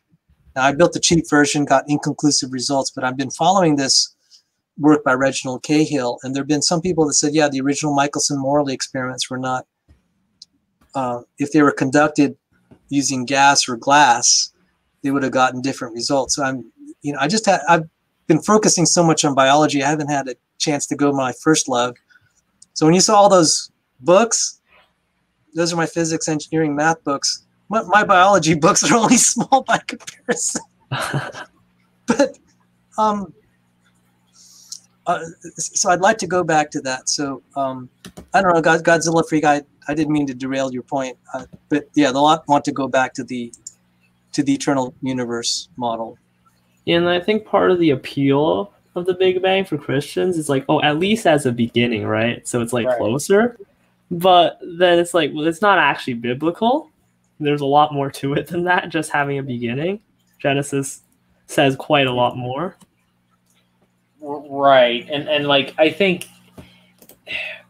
and honestly, I think this is what some people see in our favorite theistic evolutionist work, Sal, our good friend Strawmy Dots. Benedict Arnold. Well, okay. Oh, don't get started on that guy, please. Well, okay, but the thing is, he went and talked to Eric Metaxas, who's an ID guy, and all of a sudden, Metaxas was singing his praises. And the only way that made any sense to me is if Metaxas said, "Oh, he's okay. He says there was an Adam and Eve. That's great," and doesn't realize that there's a bunch of other stuff smuggled in along with his Adam and Eve in that model. So, and I think we tend to do that. We jump, see something that looks, oh, yes, this is evidence for the Bible. And then don't take a step back and realize, wait a minute, they're smuggling in a bunch of stuff with this. This isn't actually what's going on. They don't mean it the same way we think they mean it. I think that's the Big Bang too. So that's a good point, though. Godzilla for bringing that up. And I got to say, in the time I was in graduate school and shortly thereafter, I had to get very special permission from the board of directors from the Creation Research Society. Oh, by the way, just as a public service announcement, you get a $5 discount for joining the Creation Research Society if you're a YEC. I call that the YEC discount. So please cash in on your YEC discount if you haven't yet. It's like $30, $35, $40 to be a member of the Creation Research Society. It's more than just getting their publications. It's just to support creationism. And you can be a member, and there's student memberships. And if you're a young Earth creationist, you get a $5 discount. So when I first joined the Creation Research Society, I wasn't a full-blown young Earth creationist. I was kind of in between. When I started professing YEC, I got a $5 discount. So if I could encourage you. See, I wish I'd known about that, Sal, because like I've been paying the full price. I feel so dumb now. Like, I think that I'm not a member. I'm not a member at the level where but I get their publications and I get So I've been paying the full price for that. I didn't realize that was a thing. Okay. Yeah, there's something where you get a $5 I don't even remember anymore. We'll look into that. But I had to get special approval to join like their inner circle where you get into their mail server. And I said, I got to be honest with you. I have real problems with the distant starlight problem and radiometric dating. Other than that, I'd like to be a yak, but can I at least talk to people like who are on the, a lot of the people that are part of the Creation Research Society, like Russell Humphreys, Danny Faulkner, etc. And they actually have public meetings, so everyone knows who these guys are. Okay, it's not a big secret. Right. This is nowhere close to a big secret. Yeah. So, but to have the privilege of, being able to email them and stuff, because they're busy people, you had to be a young Earth creationist or get approval from the board of directors. I had to get special permission for this because it's like you don't want some of these Hugh Ross advocates right here in the inner circle unless you think Sal's a good guy, and they thought I was a good guy. So they let me in. But I just wanted to say, you could take the laws of physics and chemistry and just devastate Darwinian evolution in abiogenesis. Michael Denton did that. But I tried to tell the young Earth creationists, if you're a physics student, you'll know what Hugh Ross is going through. You'll know what I was going through when I was going through school. And I was sharing it when I was showing Maxwell's equations and the difficulty in assuming variable speed of light. I said, these are not, someone who's a physics student like I was, it's like very easy to see that life couldn't spontaneously arise. It's a different story to try to resolve how light from far away could reach us so quickly, because that's a problem we're solving all the time when we're communicating to space probes in the solar system. Like when we're trying to communicate to Mars, you expect like a 3-hour delay or so, and that's hard to run away from. You actually, unlike evolutionary theory and abiogenesis theory, you actually have very powerful experiments that kind of put a wrinkle in the young Earth part of creationism. Very easy to believe in the creationist part of young Earth creationism, but the young Earth, the young cosmos, very difficult. And so where I was headed with this, I actually was not an inerrantist at the time too. I said, I think it's evident there's a God, and the archaeology said Jesus is real, but I don't know what to do about Genesis. It was tough. And so like we were saying, hold to the Bible carefully. It's like, Lord, I really do want to hold to it carefully, but you got to help me out here, because this, what I'm learning is, because that was my field, electrical engineering. We're dealing with electromagnetic waves in the speed of light all the time. And like, you got to really help me here, Lord. So well, you can also suspend judgment too, right? Yeah. Each individual can just suspend their judgment. They may not have all the facts, and it doesn't mean you're not a Christian or anything. You just, you're maybe a logical thinker, and you just don't know yet. And that's kind of what I've done to an extent. Yeah, and then, I guess what happened to me is like, okay, what's more outrageous, the world being young or believing you have eternal life? Like, believing you have eternal life in Jesus, that's a huge step of faith. There's no experiment that's going to prove that. I said, if I can believe in eternal life, I can believe in the other things that the Bible has to say. And so when I came to that point, I said, there's a solution. The Lord can help us with this. And the trend has been favorable to a young cosmology. We're not there yet, but it has encouraged me. And I just want to say, Christians, if you believe you're going to have eternal life, believing a young Earth is a smaller step of faith. And that's where that's when I had a change of heart. I said, I'm going to trust the Lord for all sorts of things now. So, yeah, and I'll just kind of add on to that. Like, as a Christian, you have to believe some things that are a little bit nuts. You have to believe that Jesus turned water into wine. You have to believe that a virgin gave birth. You have to believe that a dead man came back to life out of a sealed grave and then ascended up into heaven on his, like, you're believing stuff that's scientifically impossible anyway. So, like, I don't really understand what the hang up is with Origins, because, like, you're believing stuff that's nuts anyway. Why don't you just believe? I'll tell you why. Go ahead. It took me a while to think, because that's actually a good question. We should talk about it. So for us, we criticize abiogenesis and we conclude a miracle of God created it. And then we can say the miracle of God created human life. We didn't evolve from chimps. The difference with young Earth and young cosmos, like geology and cosmology, we're trying to find naturalistic explanations. Yep. That's the difference. If we could just say this was a miracle of God, it's different. But if you look at all of the yet cosmologies, they're trying to formulate naturalistic theories. And I said, that's totally appropriate. I totally get why. Because if you could show that nature points to the world being young, and the natural science is pointing to it, then you've got a really powerful case. You don't even need to invoke miracles. So that's the irony of irony. At this point, the young Earth case is relying on a naturalistic answer. The two thorns, radiometric dating and distant starlight. And the Yeks are scrambling for a naturalistic answer. That's the reason. I think that's trying to articulate why it's hard. That's the reason. I mean, I guess that would make sense in the Yek community, but like I just don't understand like why people in certain other areas of the people. I'll just pick on theistic evolutionists because I can. Like, why on earth do you struggle to believe what the Bible says in its clear historical grammatical context in Genesis when you will believe what it says about dead men coming back to life, virgins giving birth, and all the miracles that happen in the Old Testament? I mean, although I've seen some of them start throwing those out too. So, which always terrifies me. Like, the more they start throwing away, the more I go, oh boy, where are you going? I know I get a feeling I don't like the end result of where you're going. But it's always kind of like mind-boggled me, because if you're going to believe that Jesus came out of a sealed grave, and you're going to believe that he was born of a virgin, you're going to believe that he was turned water into wine, he healed the sick and raised the dead, then how come you can't believe he created the world in 6 24-hour days? Like, how hard is this?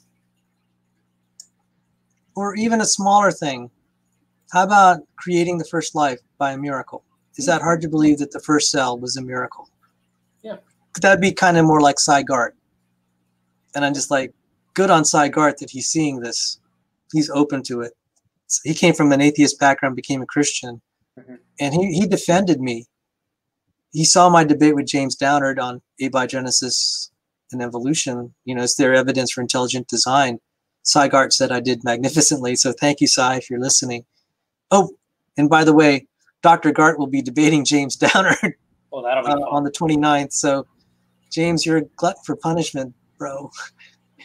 I mean, I like debating James. I thought that was a clean fight, and he interrupted me a few times, but he backed down when the moderator called him on it, and it was a nice interchange. But the theistic evolutionists, it's like, okay, so you're not going to be like a Cy Gart. What's the problem? And that's how I feel. Yeah. There's like no give. It's like no matter how many things you see, how many things that they see that life cannot emerge spontaneously, they're going to advertise that as good science. And if you don't believe that, you have people like Swami Das who want to label you. And that's when kind of the nice salve to Swami Das kind of melted away. That was way over the line. Yeah, that was... well, we've gone over that. I'm not going to go back down that rabbit hole. Yeah, I wonder how many streams and videos we have on Swami Das, at least in passing. He comes up frequently because, well, he's a great example of someone who has, like, he's a great example of a bad theistic evolutionist. I'm sorry, but he is. Someone asked a good question. Sorry to derail it. This is a topic close to my heart. I think these are audiobooks or something. How can you, how effective can you learn through listening? I don't think you can. It's like trying to learn how to ride a bicycle by listening. or there's something about manipulating the symbols and actually redrawing. You actually learn a lot of organic chemistry by drawing the molecules. I found that was very helpful. Yeah, that was very helpful to me too. Yeah, even though, thank you, Emory.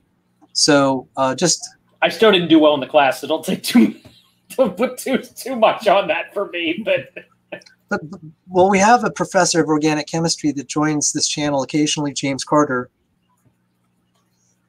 professor, and we could ask him questions like that.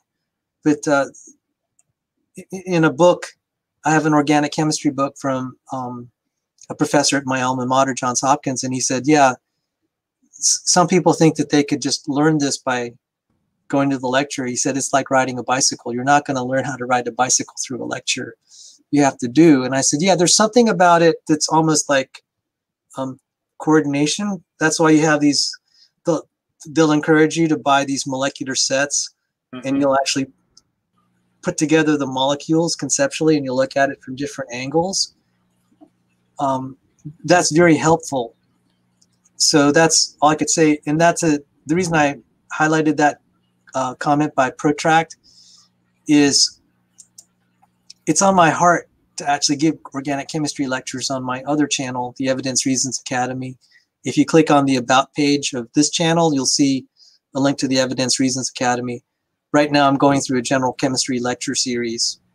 So, God willing, it's in the works. Thank you, One Cow.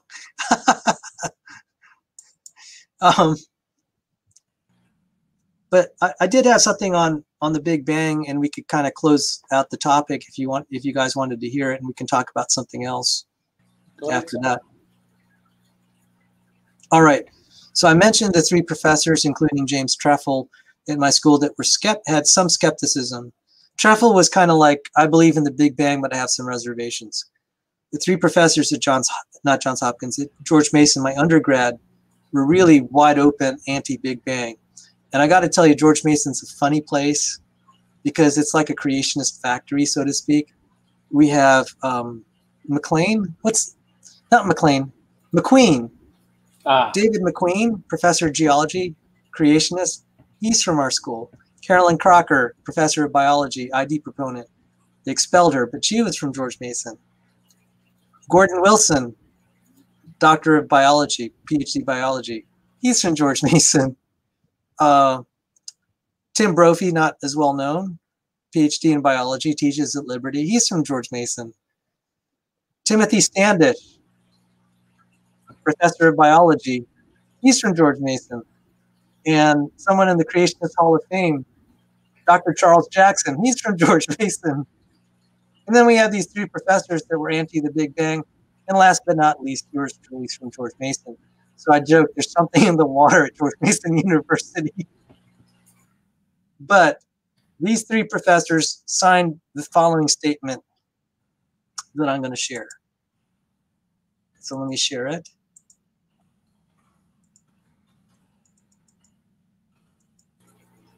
This is published in New Scientist.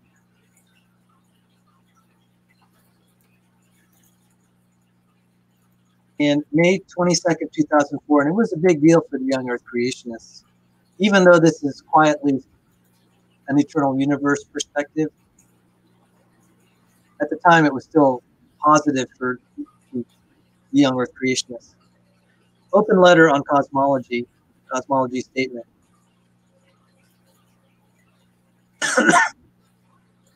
Published by Eric Lerner, New Scientist, May 22nd, 2004. The Big Bang today relies on a growing number of hypothetical entities, things that we have never observed. Inflation, dark matter, dark energy are the most prominent examples. Without them, there would be a fatal contradiction between the observations made by astronomers and the predictions of the Big Bang theory. In no other field of physics would this continual recourse to new hypothetical objects be accepted as a way of bridging the gap between theory and observation. It would at least raise serious questions about the validity of the underlying theory. But the Big Bang theory can't survive without these fudge factors. Without the hypothetical inflation field, the Big Bang does not predict the smooth isotropic cosmic background radiation that is observed, because there would be no way for parts of the universe that are now more than a few degrees away in the sky to come to the same temperature and thus emit the same amount of microwave radiation. Without some kind of dark matter, unlike any we have observed on Earth despite 20 years of experiments, Big Bang theory makes contradictory predictions for the density of matter in the universe. Inflation requires a density of 20 times larger than that implied by the Big Bang nucleosynthesis. The theory's explanation of origin of the light elements, and without dark energy, the theory predicts that the universe is only about 8 billion years old, which is billions of years younger than the age of many stars in our galaxy. What is more, the Big Bang theory can boast of no quantitative predictions that have been subsequently established, that have subsequently been validated by observation. The successes claimed by the theory's supporters consist of its ability to retrospectively fit observations with a steady increasing array of adjustable parameters. Just as the old Earth-centered cosmology of Ptolemy needed layer upon layer of epicycles. Yet the Big Bang is not the only framework available for understanding the history of the universe. Plasma cosmology and the steady-state model both hypothesize an evolving universe without beginning or end. These and other alternative approaches can also explain the basic phenomenon of the cosmos, including the abundances of light elements, the generation of large-scale structure, the cosmic background radiation, and how the redshift of faraway galaxies increases with distance. They have even predicted new phenomena that were subsequently observed, something the Big Bang has failed to do.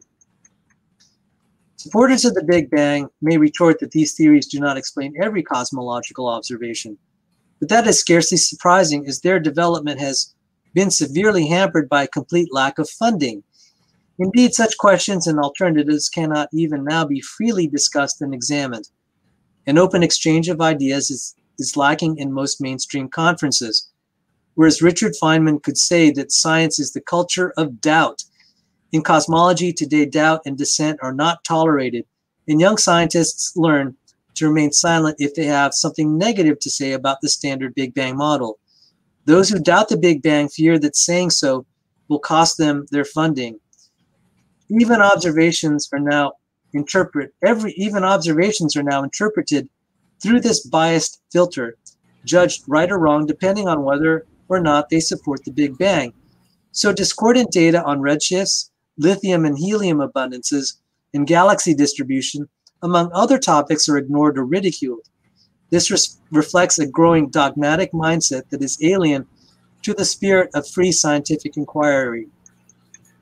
Today, virtually all financial and experimental resources in cosmology are devoted to Big Bang studies. Funding comes from only a few sources, and all peer review committees that control them are dominated by supporters of the Big Bang. As a result, the dominance of the Big Bang within the field has become self-sustaining, irrespective of the scientific validity of the theory. Giving support only to projects within the Big Bang framework undermines a fundamental element of the scientific method, the constant testing of the theory against observation. Such a restriction makes unbiased discussion and research impossible. To redress this, we urge those agencies that fund work in cosmology to set aside a significant fraction of their funding for investigations into alternative theories and observational contradictions of the Big Bang. To avoid bias, the peer review committee that allocates such funds could be composed of astronomers and physicists from outside the field of cosmology. Allocating funding to investigation into the Big Bang's validity and its alternatives would allow the scientific process to determine our most accurate model of the history of the universe. And it's signed by Institutions for Identification Only and Country. So somewhere there is Minas Kafatos at George Mason and the Roy brothers at George Mason University. And there's an extended list. So here's one name here, Minas Kafatos, right there.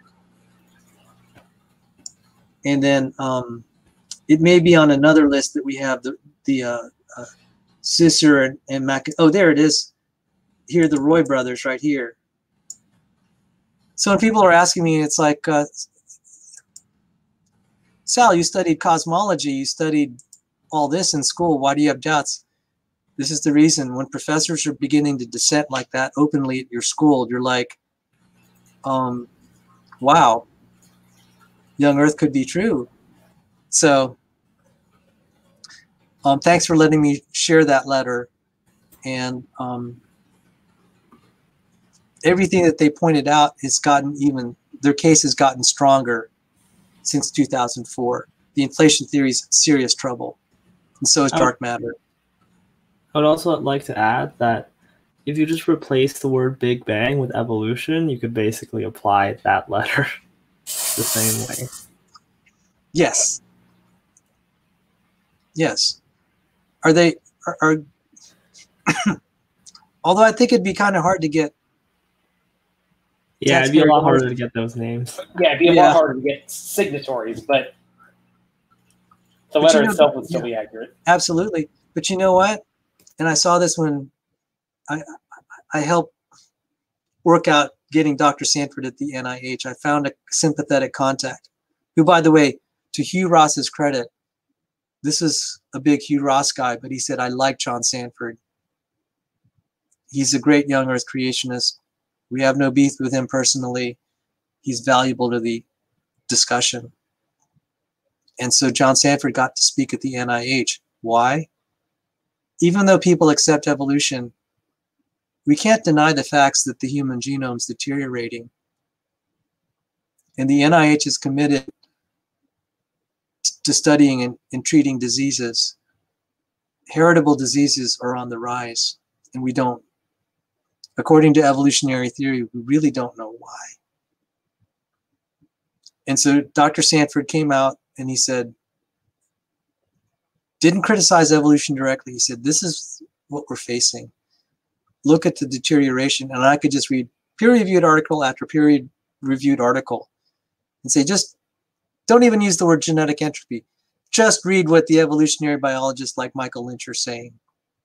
Uniformly, they're saying we're very concerned that there's going to be irreversible damage to the human genome.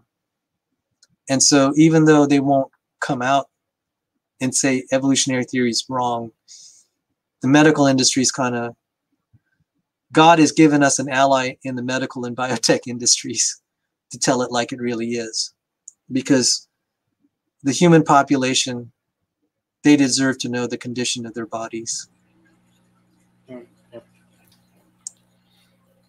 And I mean, I'm part of one of the classes I'm taking right now shows that this doesn't just apply to humans, because we're talking about things like inbreeding depression, and things like that. And I'm just watching this and going, yeah, guys, there's a reason that inbreeding is so bad.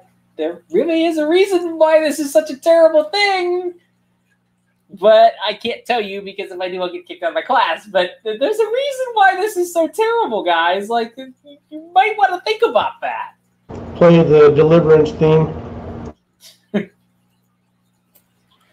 Yeah, an important point to mention is that Hugh Ross really isn't an evolutionist. He's an old Earth creationist. So it would make sense that he would endorse sort of the biological side of the young Earth.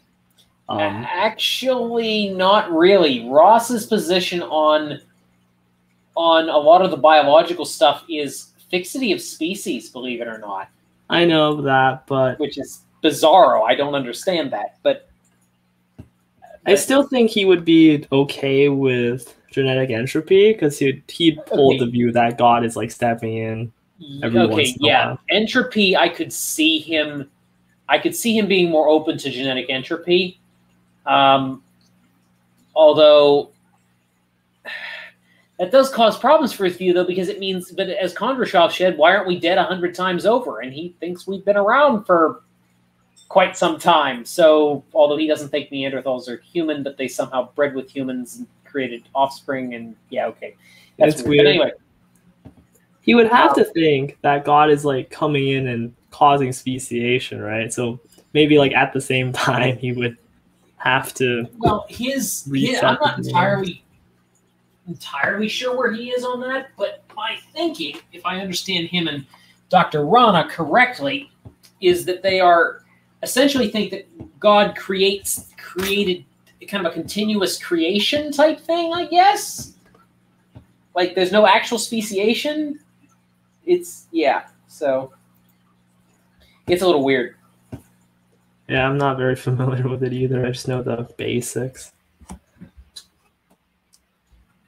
But I could see him being a little more okay with genetic entropy than with certain other aspects of the creation model. So, yeah, Ross's views.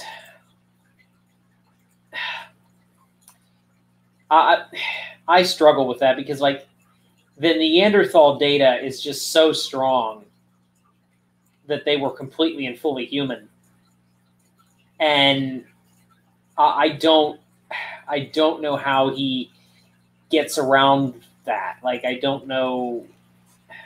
I know what his argument is. I just think it's garbage. Well, he basically backed himself into a corner with that one. Yeah, he did. Because he openly was like, yeah, with more data, we'll find that they weren't actually human. And then the data came out, and they were more and more human with every find. Yeah. And then it started coming out that, oh, wait a minute, everybody carries Neanderthal DNA. That's a problem. I mean, I think I've heard Dr. Carter in some of his talks basically say, hey, if I have 5 people in this room, I can probably assemble an entire Neanderthal genome. 4 if they're from, I think he says, Iceland. So, like, that's nuts. And then for Ross to tell me that exists at the level of bestiality, I'm sorry, like, I don't know what you're smoking, but it should be used as a painkiller because it clearly completely disorients you. Like, I don't know how you can make that argument. I really, with a straight face, I don't. But I mean, I guess when you're committed to that position, you kind of have to hold it no matter what. And see, that's hard when you commit. Yeah, I try not to, especially once you start a war with someone in a certain side, you dig your heels in automatically when, maybe that if it were less heated, you'd be like open. It'd be more like, well, I shouldn't say this because it's not right. And I'll explain where I was going with that. So I'm not going to hold you all on the cliff here. I'll explain. But if it were just less heated, people just have a tendency to just try to save face, and that's not good. And people have to be a little bit freer to say, hey, I've made a big mistake. So what I was saying is, I was about to say, well, look at the young Earth creationists in cosmology. They're all very friendly. And like, no, that's not true. They're somewhat friendly. Huh?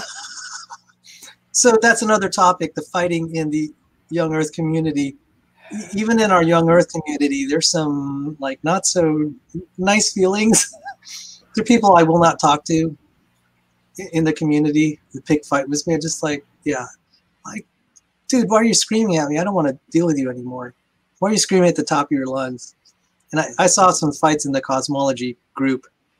Now I hear that there's some fights in the biology group there. You said, Emory, you might be talking about infighting sometime. I'll leave that for the podcast that's coming. I'll leave that for the podcast. But yeah, no, I do not make friends because I don't just roll along and play the game. But anybody who's watched my channel for more than 5 seconds knows that I don't just sit and play the game. But I mean, some people get along okay. Like, the thing is, it's not so much that Ross has a kind of antiquated view that he just wants to kind of shove under the rug and pretend never happened. He goes out and keeps pushing it. I'm just like, let it go, man. Like, the data's in. Yeah, it's going to be painful because the observations are not, someone was upset with me saying that, Sal, what you just said is BS. That, like, the Big Bang, that the Big Bang's about to go down in flames. I didn't say that, but there are problems with it. It's starting to break at the seams, and it's starting to be welcome now to criticize it outside of the U.S. And that actually may be very healthy. Yeah. But it's like, Hugh, I like you, but it ain't looking good for you. I just read that letter from secular scientists saying how problematic. I said, I'm not going to embrace a theory that has that many problems and build a ministry around it. That's, Yeah.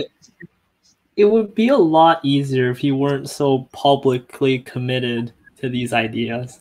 Mm-hmm. And that was his, like, not to be rude to Dr. Ross, but that was his mistake. Is he held more tightly to his theories than he did to the original text. What he should probably, if he wanted to do this, he should have said, well, okay, this is what the Big Bang cosmology teaches. I think it's compatible maybe with Scripture. By the way, I don't believe that. Okay, but if Ross wanted to argue this, the way to argue it would have been, I think this is compatible with Scripture. It fits with the beginning. It fits with this. Not the Big Bang is explicitly taught in Scripture. Because now you've got a problem. Because now you've completely wed the Big Bang to the Bible, which means if you have abandoned the Big Bang, you're abandoning what you claim the Bible said, which is, I mean, obviously Ross doesn't want to do that, but I mean, there's, I mean, he's so committed to that, and then he's committed to Neanderthals not being human. I'm sorry, like there is so much evidence that they were both fully human and they bred with modern humans. Tools, genetics, I mean, the whole 9 yards, it's all human. And to answer Protract's question, yes, Ross does adhere to biblical inerrancy. At least he says he does. I've never seen him go off on any other positions other than Origins where he's not an inerrantist. I probably butchered that pronunciation, but other than Origins, I don't have any reason to doubt him on that question. Well, I would say that he believes he's also being an inerrantist about Origins. Right? It's just that he thinks he is anyway. He thinks that's what the Bible is teaching. I think you're right the way you framed it, because I would have said, this is what the model states. It's hard to find it compatible with Scripture, and I would have just left it at that. Mm-hmm. Right. That's what I would, because you could be wrong. Because as I found, the theories about cosmologies are shifting so fast. It's not like stable theories, what I call operational theories that make our radios and cell phones work. You want a stable theory for those, and they are. They're so strong, you can kind of, for practical purposes, assume that the operation's immutable. Maybe some exceptions, which I'm looking for. But man, there's just like, he put him, this whole thing about saving face and admitting you misled people, that's tough. Yeah. And, that's why you see me kind of be really, people are like, Sal, why aren't you arguing more about the geological record and distant starlight? I'm just like, guys, you don't know how unstable this stuff is. I can feel with confidence that origin of life is not going to be solved because you don't see spontaneous generation. And even in my biology textbook, a cell comes from a pre-existing cell, no exceptions. And it's like, yeah, so where did the first cell come from? Well, maybe a miracle would be the best answer. But some of the stuff in cosmology and even geology and radiometric dating, it's like, even the young Earth creationists don't agree on solutions. There's uniform agreement that a miracle caused the first life or life. Mm-hmm. If you're a young Earth creationist, very easy to say God made Adam and Eve from dust. But very, many levels that's defensible. But some of the models on geology and cosmology, I've been to these conferences. I heard that there were some shouting matches in the geology group too. Oh, I'm sure. There are some very large personalities in the geology room. Yeah. Okay, any room that has Kurt Wise, Andrew Snelling, Steve Austin in it, that's 3 pretty large personalities right there. And there are other individuals who would be involved in that discussion. If you add Walt Brown in there, you have a complete Oh my battle. goodness, that way. That's probably the only thing. Wise, Austin, and Snelling. I mean, other than some of the rate stuff, that's probably about the only thing they all agree on is Walt Brown's wrong. Yeah. Now, did you ever go to any of the ICCs? Did I just? I miss have you? not been to an ICC yet. I will be going to the next one, provided that it is, provided they actually have one. At the end, they actually allow us to open up with COVID and whatnot. Because a lot of the guys running it are kind of reaching retirement age or sadly passing away. And there's been some discussion that they just might discontinue it because there hasn't been a younger generation to, even though they're younger generation X, there hasn't been a younger generation of ICC, like people that are going to champion it. And a forgotten name that actually started it is Paul Nelson, who's with the Discovery Institute. Right, yeah. It was his father, he and Paul Nelson. So God bless him for that. And interestingly, I talked to Paul Nelson, his father and grandfather. His grandfather, Byron Nelson, really started it. But he was like saying the earth could be 100,000 years old. I don't know how he got that. But then his son, who's Paul Nelson's dad, was having a conversation. He said, oh, yeah, that's great. But I wish they wouldn't be insisting on 6,000 years. You know, it could be a little longer than that. Just a very casual conversation.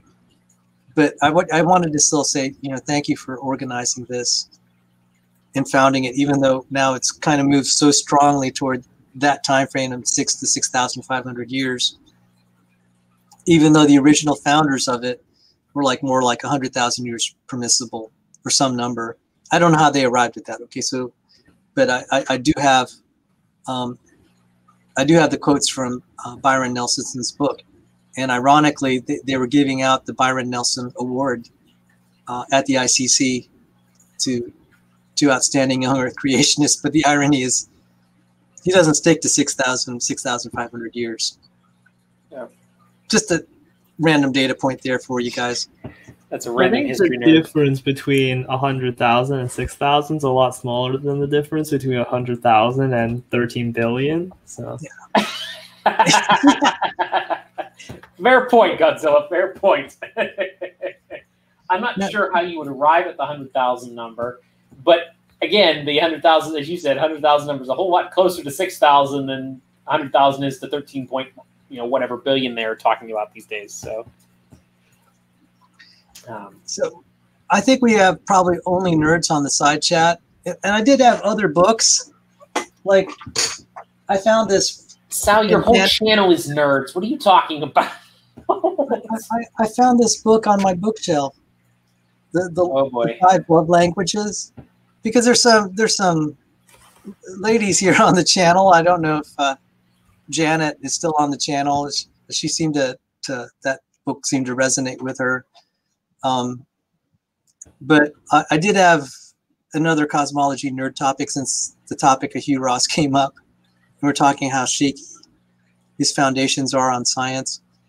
I'm not gonna go into detail. This is a brutal read that I'm gonna share right here. I might go over it in my channel. The reason this is interesting, the author is John G. Hartnett. He's a young Earth creationist, but he's a recognized secular scientist. 200 peer-reviewed publications, 200, which is a large number. I mean, that was at the time that I remember. It's probably risen since then. In physics, his lab has like $7 million in grants, many PhD students. He invited me to be his PhD student. It's really funny because electrical engineering and computer science, I got invited by Bill Dembski and Robert Marks to be a grad student there.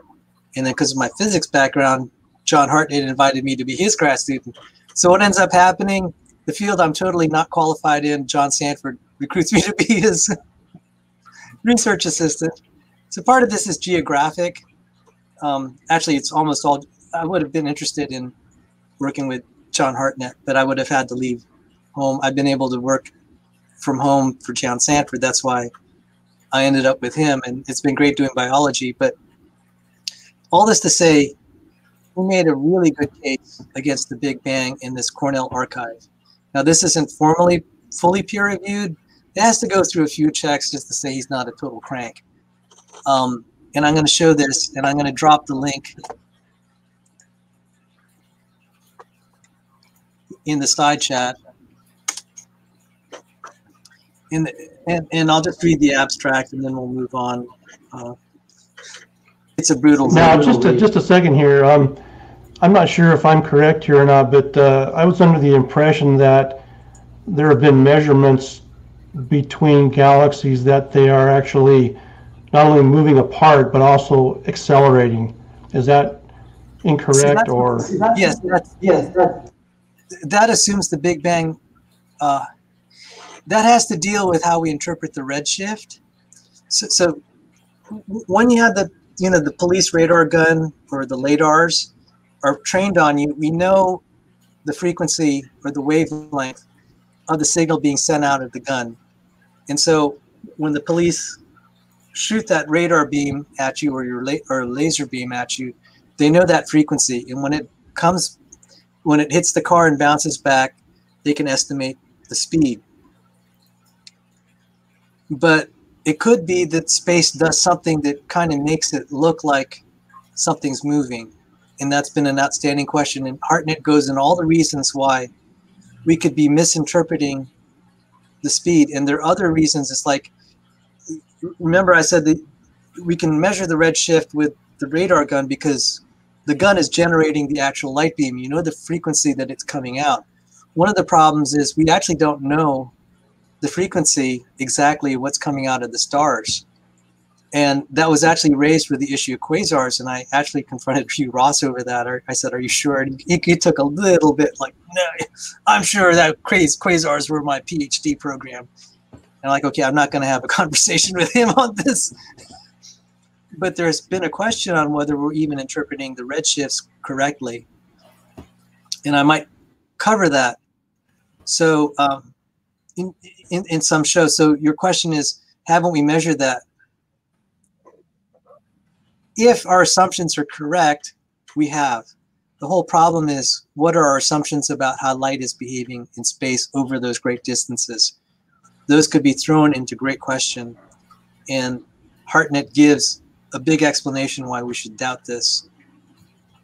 And even I began to see some of it because I'd studied cosmology in school. I was just like, yeah, I think these are problematic issues that are questioning whether the assumptions are correct about our measurements.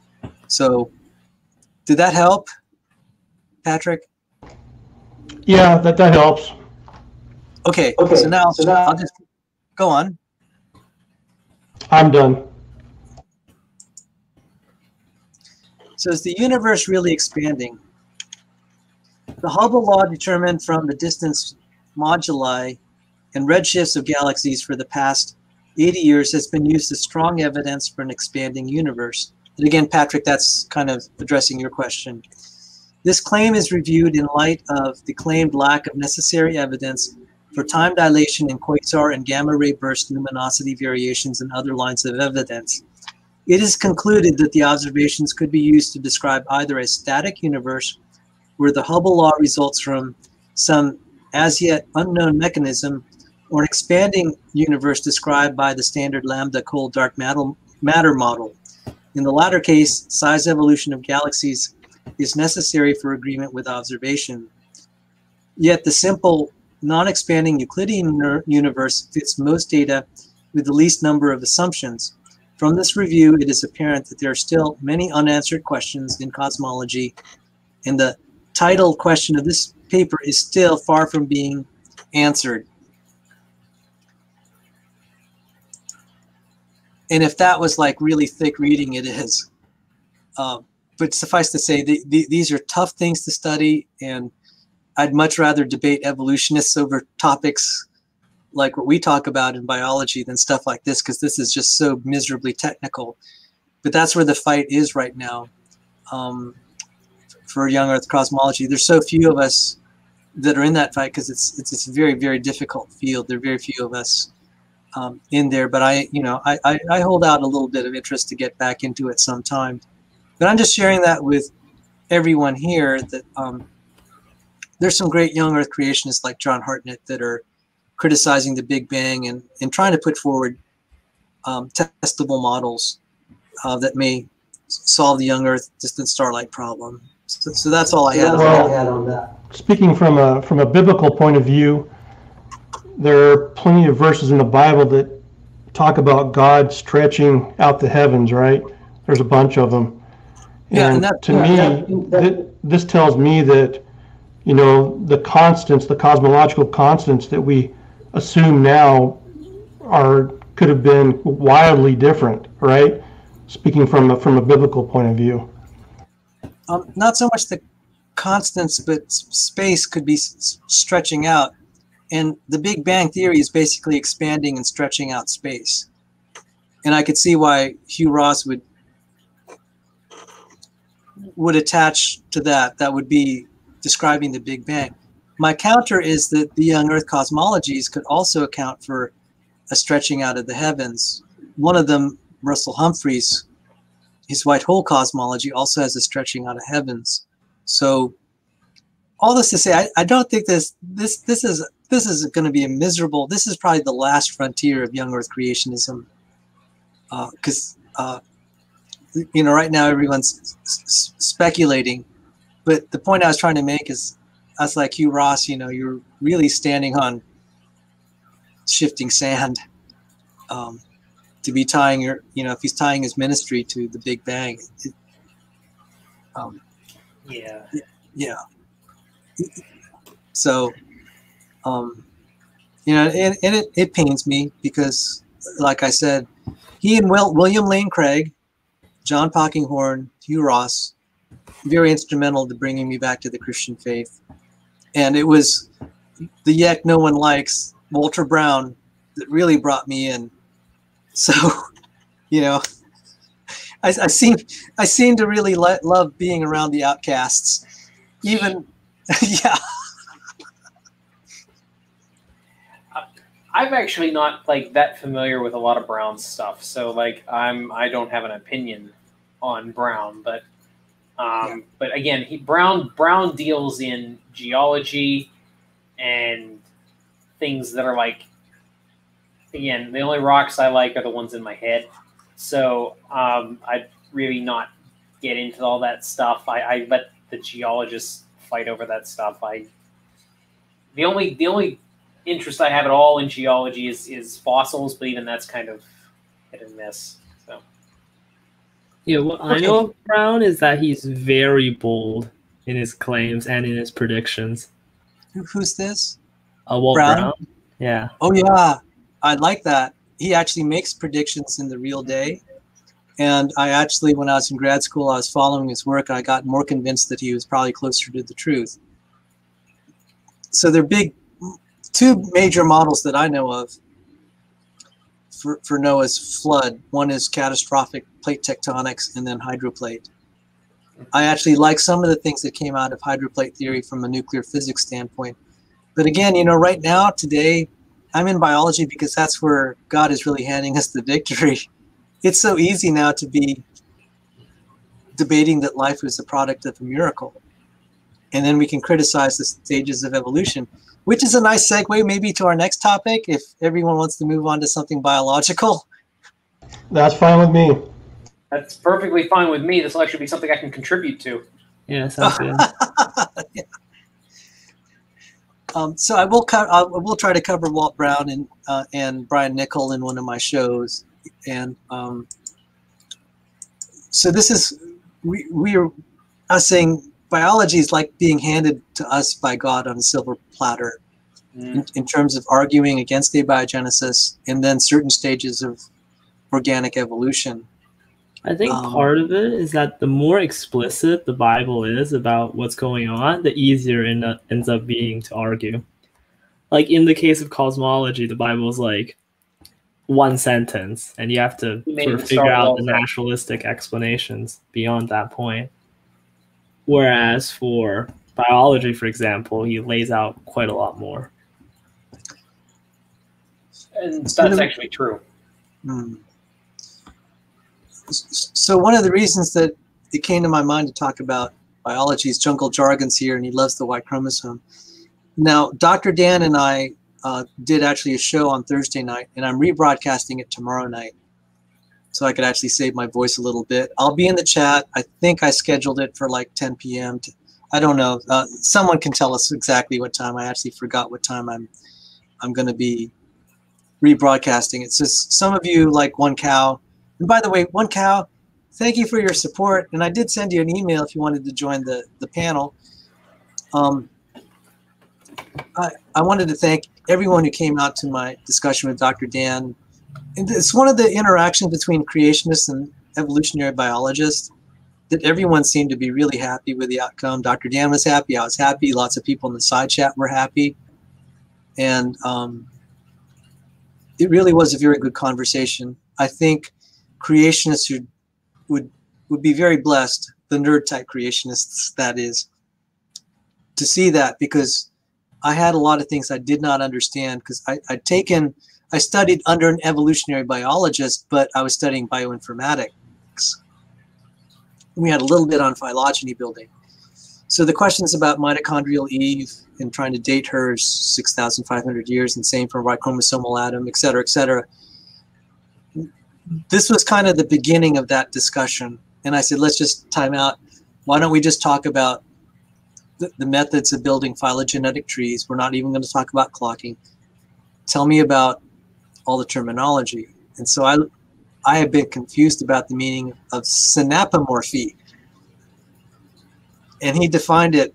I don't know if you saw that. You saw about half of it. Was that right, Emory? Or did you see the one? I have not seen any of that. I saw the archaeology show you did with Dr. Pigeon last night.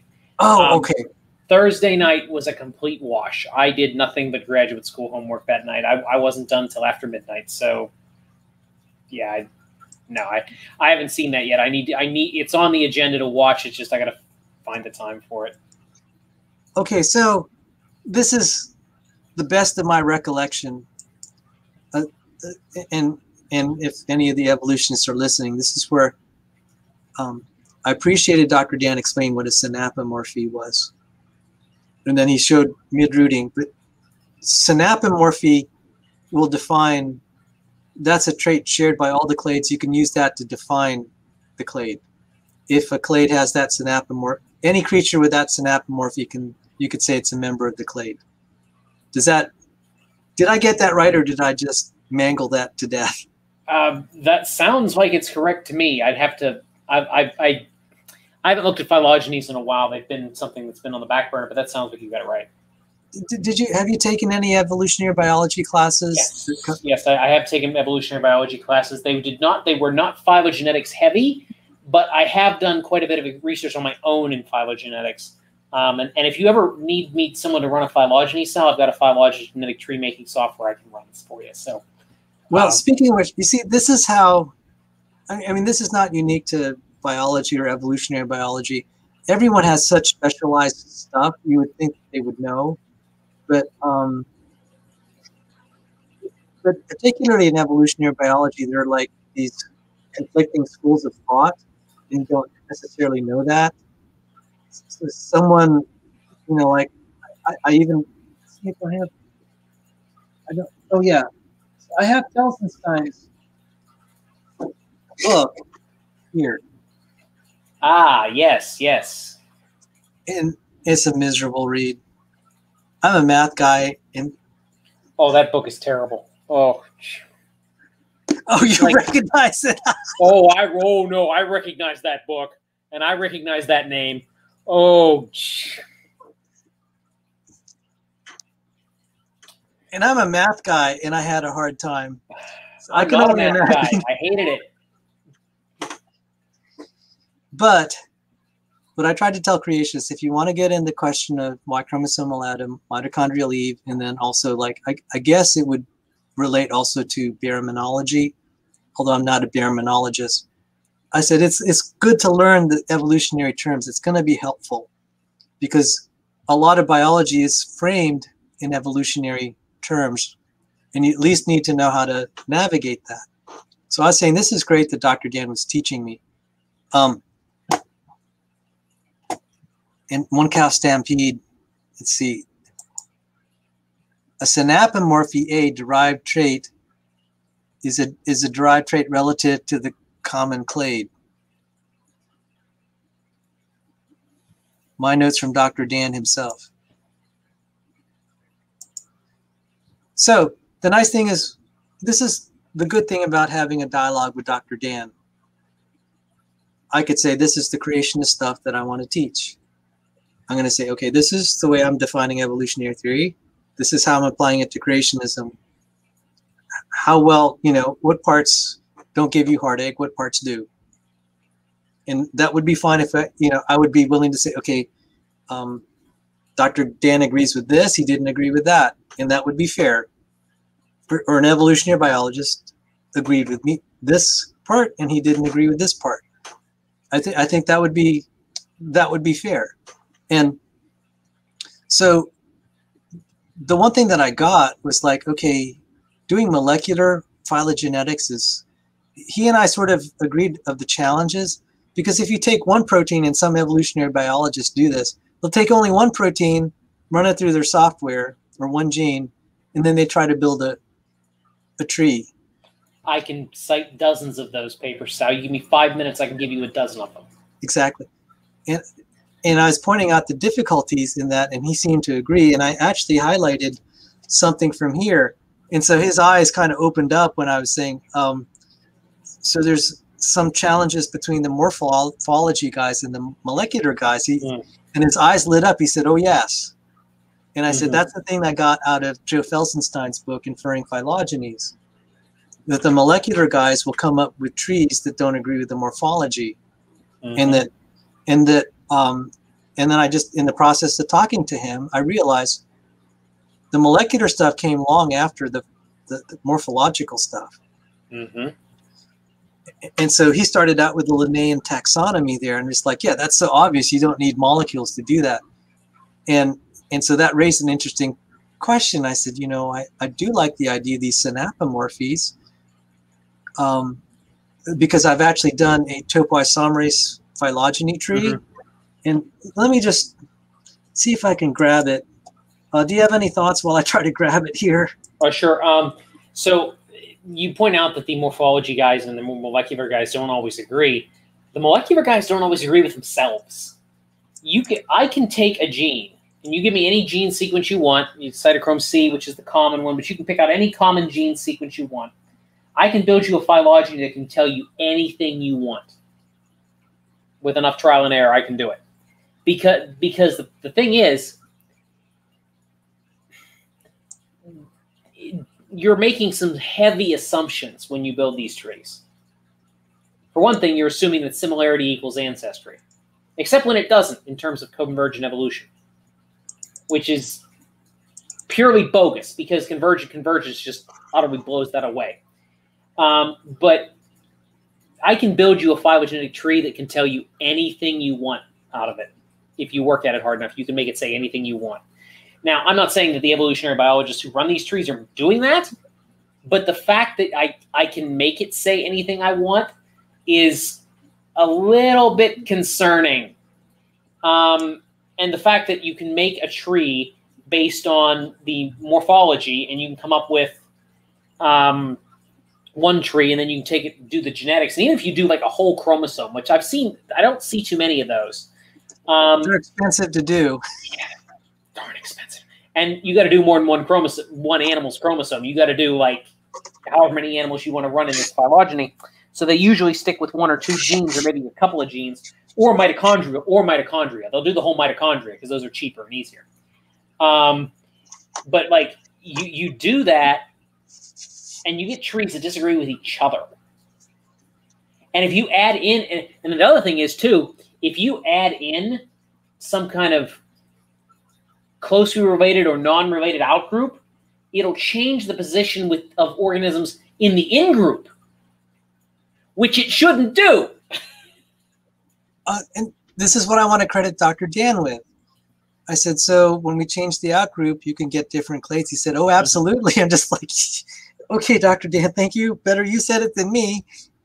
Yeah. And he said, that's just an accepted problem. We just try to build our consensus. And I did totally respect him for being upfront about that. Yeah, I mean, I appreciate that, him being upfront about that. Again, I haven't watched it yet, but like I know this because I've played with it, and like I know if I go in there and I stick a different outgroup in, I can completely, not only will I change the outgroup, but I can get the different tree. I'll get like shuffle the in groups all over the place, and sometimes I can even put an outgroup in that'll nest in the in group.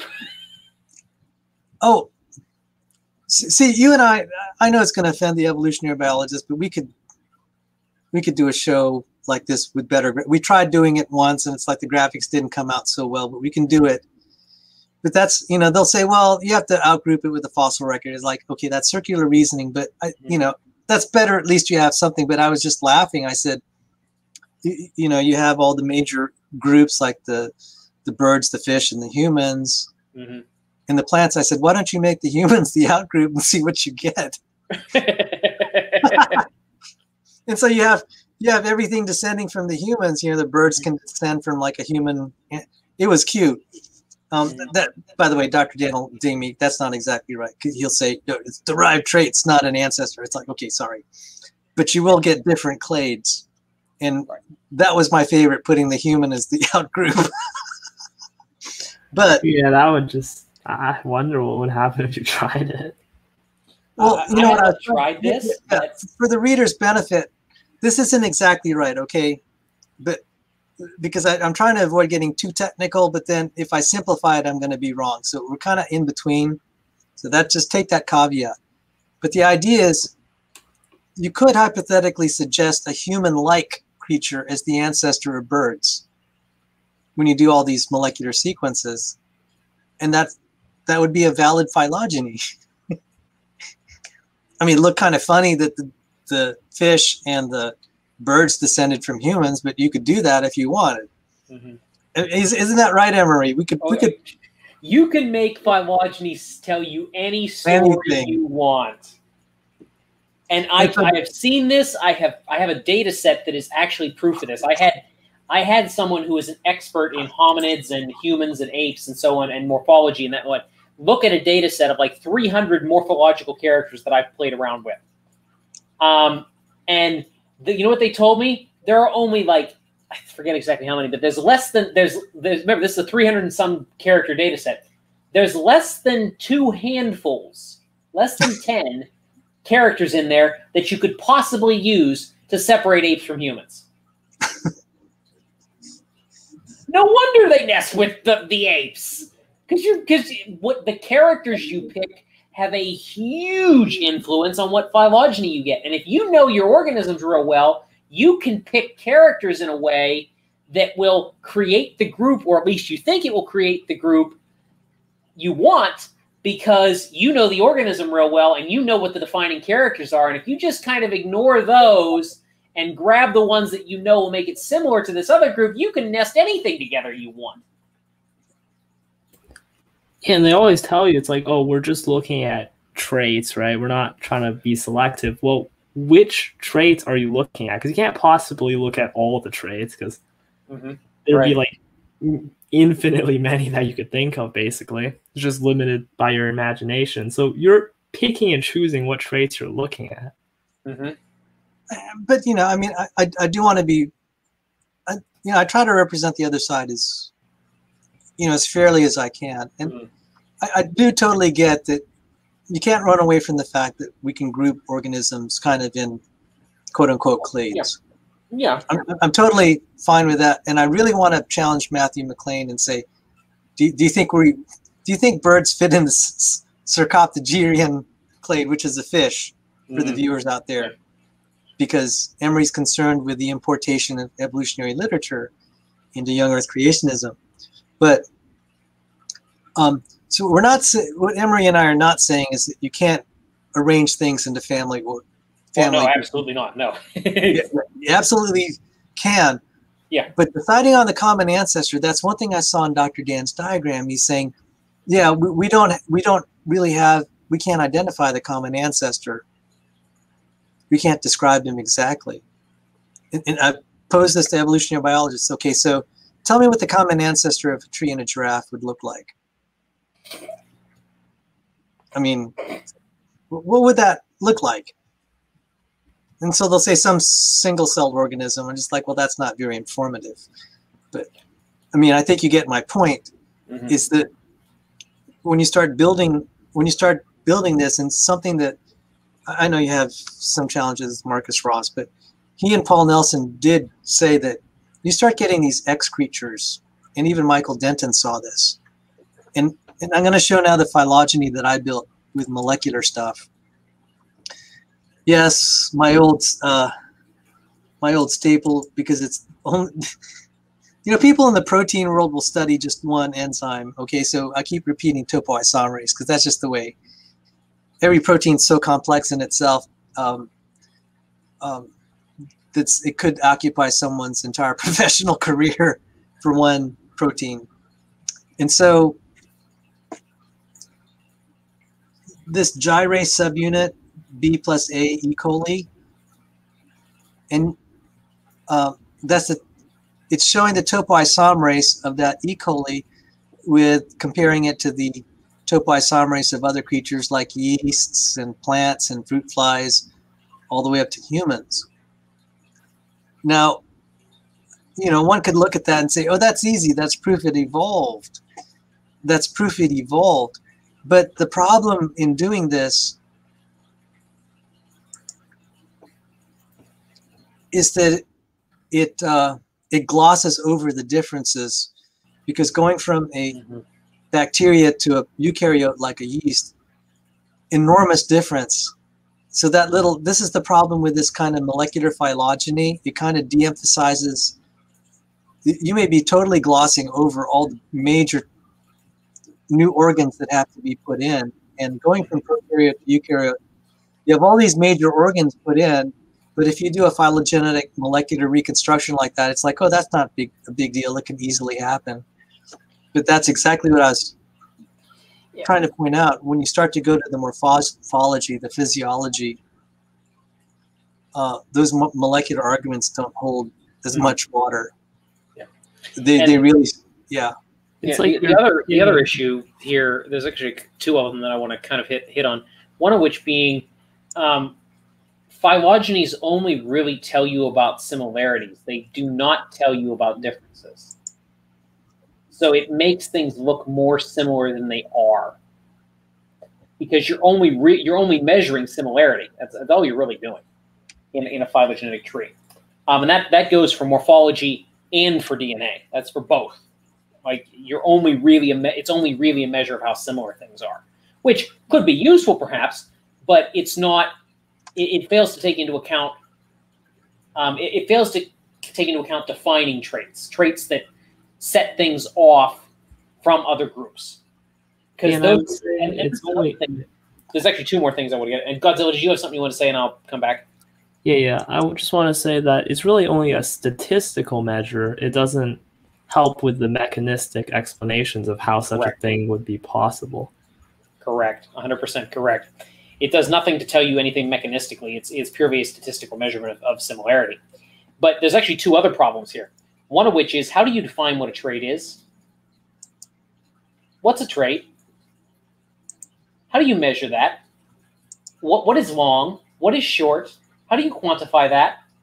And see, when you read the description, like I've wanted to shoot myself, but I've done, when you sit through and you read the descriptions of these various traits, long, short, and they'll quantify it, says if it's this long, if it's 0.1 centimeter to 0.3 centimeters, it's long. If it's 0.05 to 0.1, it's medium. How did you come up with that? Where's the empirical data that says this category is long, this category is short, this category is medium?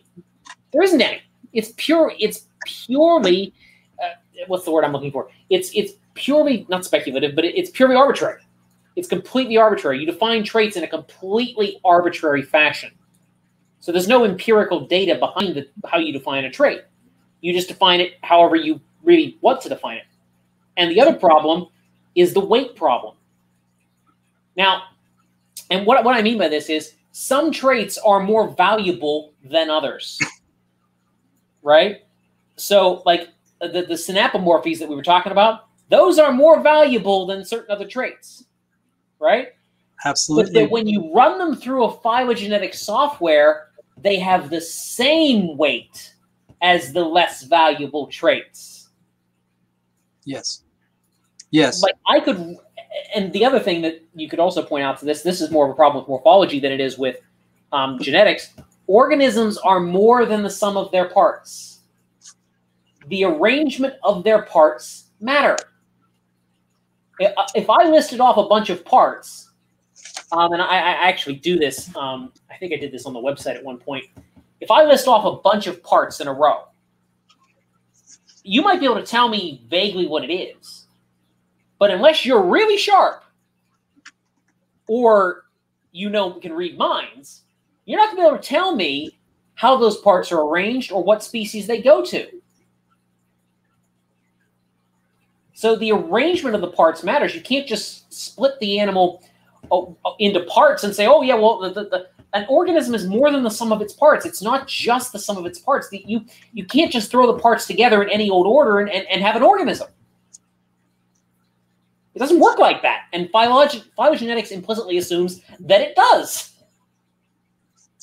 And this is, by the way, the same problem I have with statistical baraminology, because it does the same bloody thing. And it drives me insane. Because organisms are more than just lumps of parts that you can take apart and put back together however you want. They're complex structures. You can't just take this apart and say, well, we're going to examine all the parts separately. That's not the same. That's not the same thing. And Sal, we have someone backstage that might be one cow. I'm not entirely sure. No, that is a picture. Oh. Oh, it is one cow. I'm sorry. Oh, it's one LPP. cow. I'm okay. sorry. Who said phylogeny? Nah, it's LPP. That's LPP. He changes his name every once in a while. Oh, that's okay. He's killing me. Hey. Man. He's killing me. All right, and I was just rereading some parts of Replacing Darwin earlier. Not like earlier today, but like a month ago.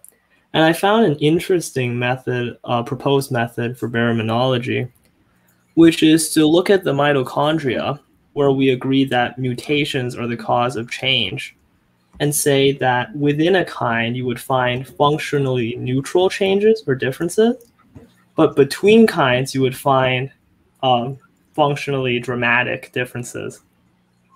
Mm-hmm. I don't necessarily agree with that, because I looked at one mitochondrial gene that's identical between chimps and humans. So this is actually a good conversation to have as we explore this. But because I am interested in the question of clocking. So welcome. Who said now, I know that I sent out the link to only specific people, so only unless people are forwarding this to bad guys. I know who said phylogeny is a good guy. Welcome. What's up, guys? I'm trying out a new headset. Can you hear me? Yeah. Yep, I can hear you. Okay. Is there like feedback or anything? Or like background audio? Your volume's a little low, but otherwise no feedback. Okay. Yeah, sounds fine. I'm being lazy. I didn't want to set up everything. How's the microphone now? Is that better? Yep. Okay. So interesting thing you were talking about there on some like the similarities, differences, and such. Sal, you and I have talked about this before in relation to all the supposed similarities between humans and chimps, and them not really taking into account we got the same sequences in XYZ chromosome that are similar, but where are they physically located in the overall structure? And last week I came across a lecture around like late 2018, I think, and the professor was talking about this exact topic. And it turns out that they had done a study on chromosome 18, I believe it was, and they had found dramatic differences in the structural arrangement, like big time changes. And very long story short, they did do a whole paper on the deal, and they compared bonobos, orangutans, chimps, and everything, and we just were having their minds blown at how different the three-dimensional structure was, and its significance in a variety of factors, most of them cognitive in this particular context. But there was relevance in relation to transchromosomal transcription factories, obviously, and that's effect on expression and whatnot. But then they've gone a step further and gone into even more detail. And there's actually, basically, long story short, they're able to identify like massive issues in relation to known cognitive issues that are directly correlated with the physical arrangement differences in the chromosome 18. And they're now going to be expanding into other chromosomes to look into, see if the same thing is there. And it's like, yeah, no kidding. Of course it's going to be there. You guys have been ignoring the obvious for quite some time. Well, great find. And great find. One thing in me researching this, it was so heavy in evolutionary literature, just like, I can't tell it was very hard to make heads or tails, so I just gave up. I went to the eukaryotic, prokaryotic divide. It's so much easier. But thanks for looking into that. Well, it really sprang from, I'd come across another paper on just like new things they've been discovering on transcription factories in general, especially specifically in relation to transchromosomal. And last summer you had introduced that concept to me, so I occasionally like Google it and see if there's anything new. And sure enough, there was a new review paper from the end of 2020, and I'm reading through it. And then I Googled some other stuff, and I came across this video lecture, and sitting there watching it and listening to this professor just being like, "We couldn't believe what we found," and then going into the significance of it. Well, I don't know if I'm sorry if you waited in there for a long time. It was Emory who noticed that there was someone waiting. I really apologize to you, John, if you were waiting to get in for a long time. Oh, it was like 2 minutes. No worries. Okay, I'm glad. I hope I didn't miss anyone else. Don't mean to offend anyone if I missed you. I'm just about to talk about synapomorphies. And I said there's one that defines mammalians. Can you guess what that is? Anybody? There's a couple of things that could be used to define mammals. I would suspect that mammary glands might be one. You got it. And this is where I was trying to point out. I said, you wouldn't necessarily find this like in the gene trees, like the one I was showing with topoisomerase. Right. You wouldn't think that was a big deal. And I've confronted evolutionary biologists. I said, okay, so tell me what's the evolution of mammary glands. And they do there's some really sketchy things that's in the literature. Like they'll say, these are mammary glands that were sweat glands, and they weren't. And they go back, but they'll say it evolved from a sweat gland. And I've looked into this, and there's some deliberate mislabeling. So I said, okay, how does the mammary gland evolve? And I had this picture of some guy sucking on Princess Sarah Ann Ferguson's toes.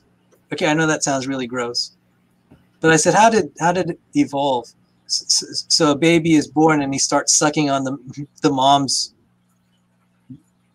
area and trying to lick up the sweat, and then it evolves into a milk-bearing breast. I said, there's a problem with that. How does the baby not starve to death or quicker dehydrate? And of course, well, we have a phylogenetic reconstruction. I said, that's not adequate. How does it not die in the process? Yeah. And that's just, why would the baby be wanting to suck up the mother's sweat if he had a different means? It could be electrolytes. Yeah, but electrolytes aren't going to keep him alive. They'll keep him alive longer. Step one in that process. But I was just saying, in a sense, this whole thing is synapomorphies defining a clade. You can identify things that are going to be tough transitionals. That was one I looked into it, and I said, okay, you might be able to kind of eke out some explanation. It won't hold, but it really does look kind of suspicious. And then I was showing I had the picture of the fish that were backward. I don't know if you ever remember that, where the homologue to the vagina and the anus, they're reversed in a fish. I remember you talking about that. Yep. The anus comes before the vagina. One guy got really upset over that, and he said, you got that all wrong. And it's like, and then he tried to explain. He said, well, fish don't have vaginas. And I'm like, well, you know, I was referring to the homologous organ. And he said, you know, that's something that popped up in later creatures. I said, well, that's exactly the problem. It just popped up out of nowhere. Don't you see that there's a problem with all this? Those are synapomorphies. So, and I'm fine identifying groups of created kinds with synapomorphies. I don't know how you feel about that, Emory. I mean, I have no problem with grouping things like mammals, grouping things like reptiles, which birds are not, by the way. I have no problem grouping, you know, amphibians. Like, I don't have a problem with that, defining organisms by their traits. I think the Linnaean system does an excellent job doing that. The issue comes in is when you try to make a phylogenetic or baraminological reconstruction, it annoys me to no end that they only look at similarities. They don't take into account differences. They don't take into account arrangement of parts, and they don't take into account that some traits are more valuable for identification than others.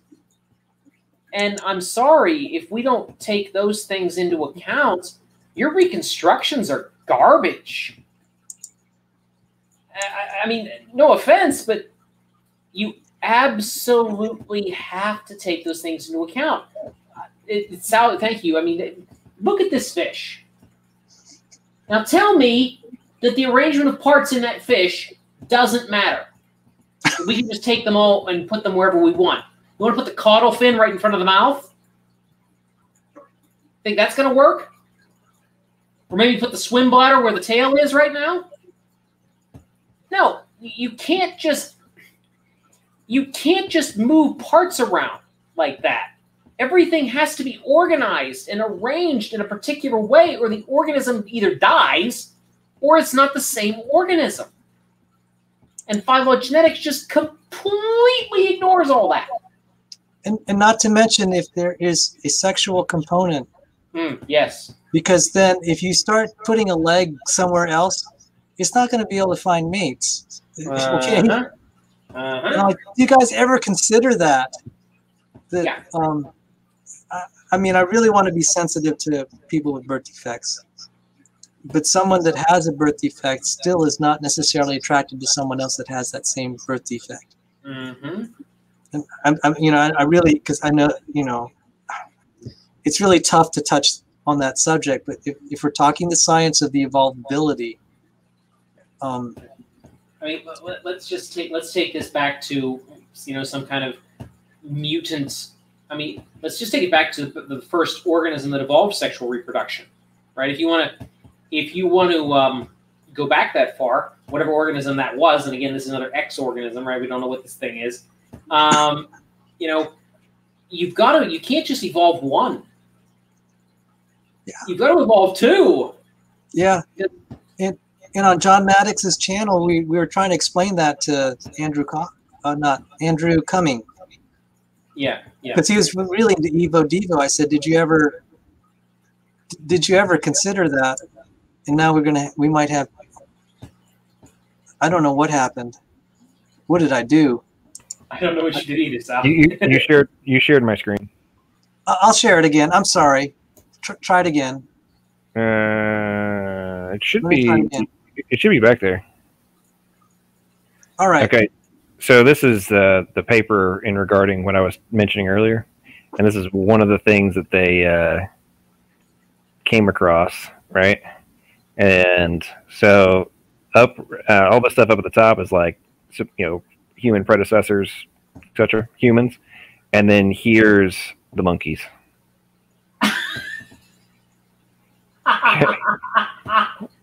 Okay. All right. And then here is another section. Okay. So they're looking at, so let's see, where's the so humans right here. Okay. And then you got chimps, orangutans, etc. And they're just like, if you read the paper and like watch the lecture, their like minds are being blown at the structural differences and layout differences. And this is just a couple of the things that they go into, but anyway, I put a link in the private chat for you guys to the paper. Thank you, John. Okay, I'll try to put it in the.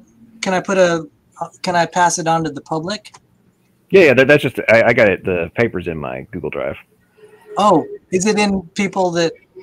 What was the name of your folder? No, you can post that link. It'll take them. I've got a public folder for it. There was a public folder. You had a really nice name for it. It was cute. Oh, it's for the annoying people. The ones that don't have the ability to use Google for themselves. You'd be surprised how many of those people are graduate students. Yeah, so it's so funny. Over there's this guy talking trash. You'd be surprised how many are professors. Well, that's true. So I was having some fun with a guy a little while ago in comments who was making all these dumb comments about like how we have bigger brains, stronger bones, etc., than human predecessors. And I respond like, dude, please just stop. Like you're literally in reverse here. Like brains were bigger, bones were stronger, etc. He goes on this whole tangent. And I'm like, okay, step 1, go to Google. Step 2, type in Neanderthal had bigger brain. Step 3, click enter. Like, let me dumb this down for you. I cannot imagine there's no way that I'm going to sit here and talk trash without having at least Googled it for a second to make sure I'm not completely 100% wrong. And it's like these guys just don't even bother to fact check their own talking points. Yeah, you don't have any papers until you share like 10 links, and then you're misreading them or something, even though they haven't read them.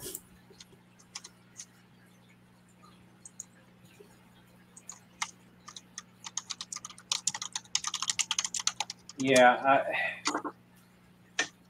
I think a lot of these guys just spew stuff out there and hope it sticks.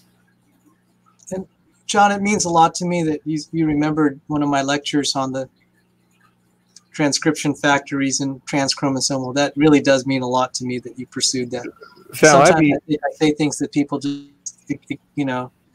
So a lot of the things that you mentioned, even in passing,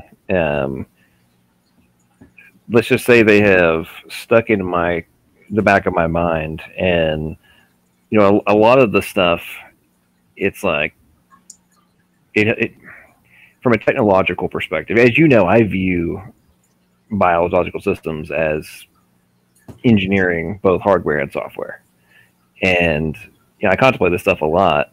And I'm just like, I wonder if, like, I was driving around the other day and was thinking about transcription factories and decided to Google it. Sure enough, there they were. And it just seems like we're finding more and more pieces of the puzzle that have to work in synchronicity, both from the hardware and software side of the equation.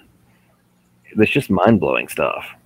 I really, to be honest, I pity a lot of these people that we interact with, who have absolutely no knowledge of the incredible necessities for our existence. I mean, they're so mind-blowing. Like earlier today, I was reading up, there was a 2021 review of the Titan protein. And I was like reviewing like their latest discoveries in it and such. That thing has so many different functions. It's nuts. And we're just now barely starting to scratch the surface of like all these different functions for it, and like people just gloss it over. Like, oh yeah, it exists, no big deal. This thing is mind blowing, and you're just like, oh, it just exists. Like, yeah, how? Like, just the sheer number of isomers for it, and like alternative splicing sites. I mean, they're like, we're not currently sure how many different variations of it there are. Anyway, and it's like, they'll say, oh, we can build a phylogenetic tree of how it evolved, therefore it's easy. I'm just like, no. So sidebar on that, I actually was looking at some of that stuff a while back, and they were doing a comparison of Titan in different organism types. And let's just say, when I remember looking at it, I'll have to see if I can find that chart again. But the way it was structured in like the variations, the more similar sequence portions of it like different exons, the similarities did not match up with the supposed timelines of like when those organisms are supposed to have been, coming down the pike. The similarities at regions were really skewed from a logic flow of time. And I remember seeing that and being like, this is really weird. Not that they don't have similar function, obviously a very similar function at the end of the day, but if you're claiming that one came from the other, the organization of the sequence similarities do not make sense. I guess was the point I was trying to make. And this, since you meant transchromosomal, this is an example of transchromosomal regulation. You have chromosome 17 here, you have chromosome 2, and then you have chromosome X. The link RNA, which they used to call junk RNA, junk DNA and junk RNA. So you see the junk RNA here. This coordinates the regulation. So you have chromosome X co-regulating chromosome 17 and chromosome 2. The important thing, and I'm really appreciative that John mentioned this, is this region of chromosome 2 is very precise. It has to be geometrically positioned with another part of chromosome 2 and specific part of chromosome 17 and the specific part of the X chromosome. And there's a link RNA that shepherds this process. And there's, as you can see here, like these small little dots, those are the histones. And there's interaction with the histones on top of all that to make this feasible. This took brutal amounts of research to figure this out. It was not easy to see that relationship.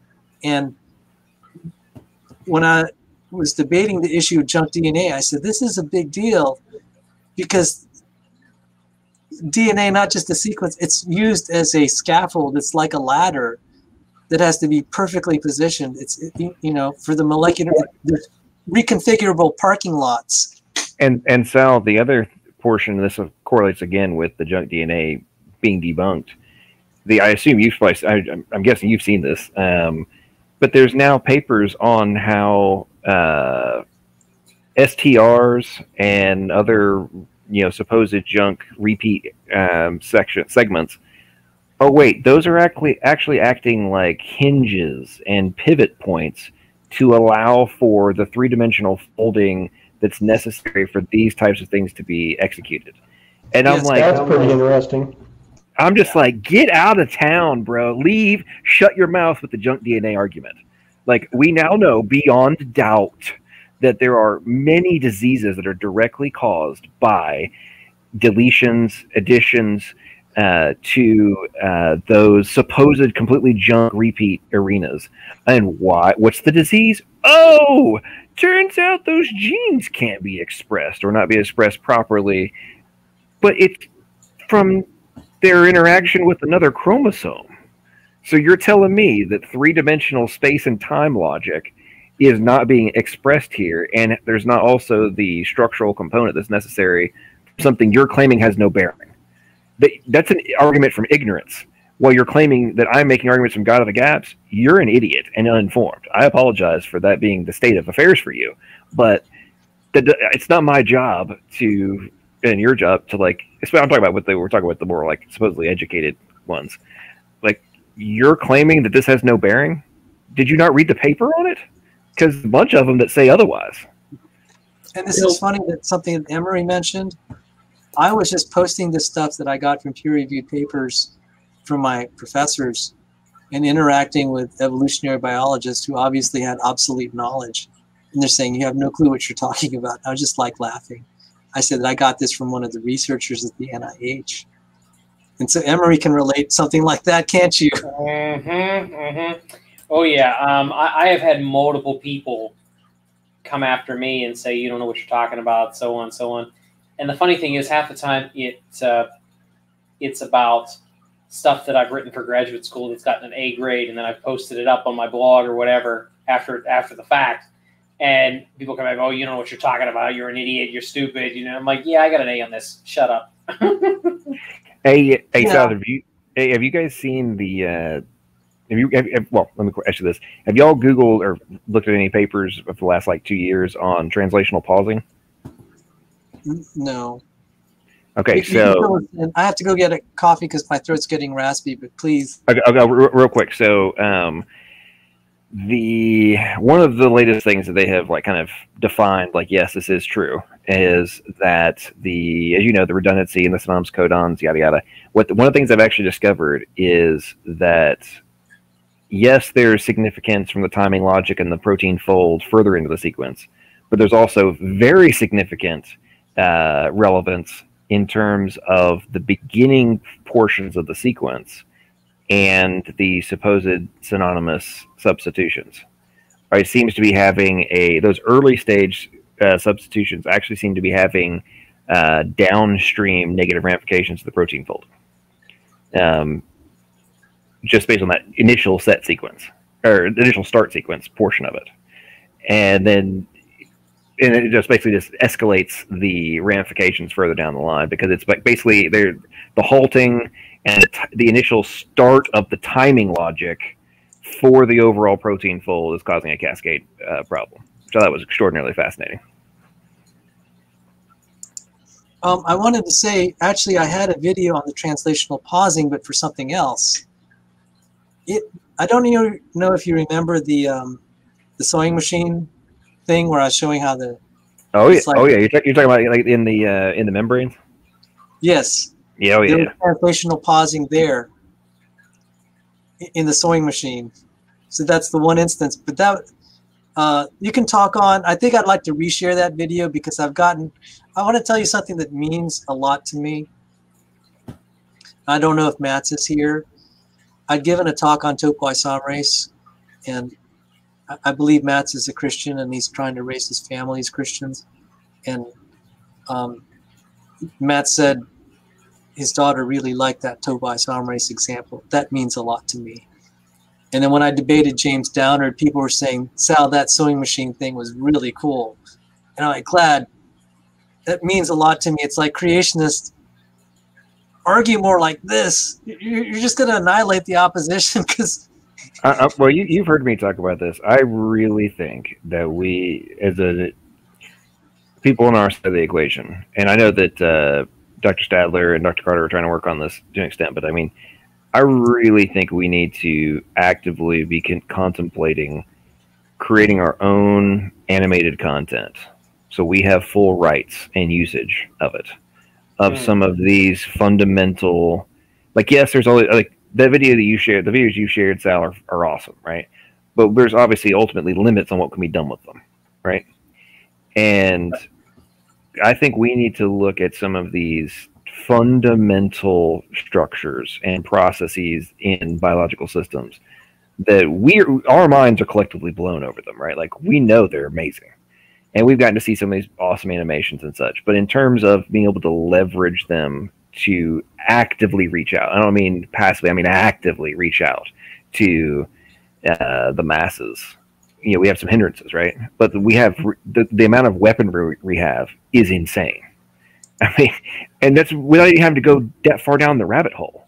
I mean, most people don't even understand like tRNA, codon, anti-codon. They don't even know what the heck that means, right? I mean, just that in and of itself is kind of a mind bender, right?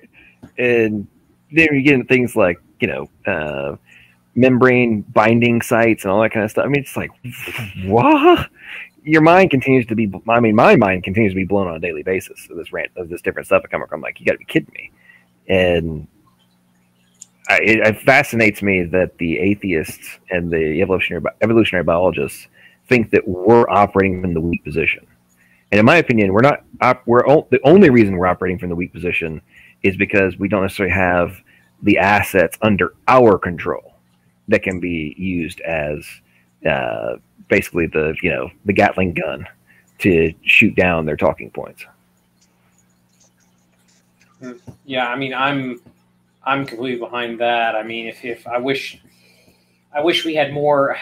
Thing is, we operate at a massive disadvantage, and this is not an excuse, but it is an explanation, because we don't have the money, we don't have the talent pool, we don't have the people really who are willing to do that. Now, if that presents itself in any way, shape, or form, I'll be on board. I'll even help. I'll give money to make that happen. But and this is coming from a poor college student, but you know, whatever we need to do to make this happen, we need to do something, because like at this point we need to show that kind of animation for people. I think that would help a lot.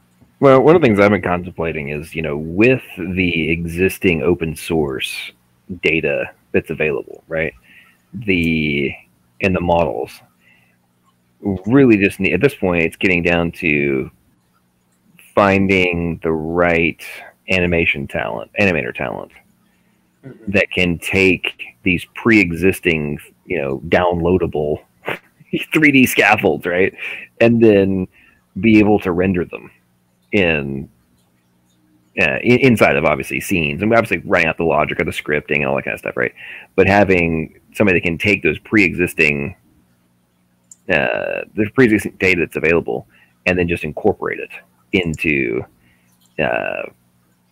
new videos, right? And yeah, the videos where we're taking this, like I can't animate, but in terms of editing videos together, I feel like just in this community, there's a lot of talent with that. Yeah, well, absolutely there is. That's what I'm saying. Like it's something that's been in my head. I've been kind of looking into trying to find some more, you know, what would be the easiest ways to go down these rabbit holes, because there's so many different pieces of it that, in my opinion, if we can start and get a few notches in the belt, if you will, that's something that could easily be cascaded. I'm talking about reaching out to gain more funding and such to be able to expand it. Like, here, the proof's in the pudding, right? Like, hey, here's what we pulled off. Here's what we did. People's minds will be blown. I mean, let's just be honest. Yeah, like imagine no, go ahead. Imagine some guy on the street here is like, oh yeah, the grass growing at your feet is actually far more complex than any of the technology we've ever made combined. Mm-hmm. Well, absolutely. That's one of the things that, like, I think I told some of y'all that one of the things I want to do is kind of do some change, like Steven Crowder type, change my mind stuff, but in the context of evolution and just biological systems in general. And in my opinion, having those kinds of what's in my mind, right? You have the table set up. You're having the interaction with the person who's all hardcore. Evolution is true. It's proven. Yada yada. And then you start showing them this kind of stuff. Like, let me show you a video real quick.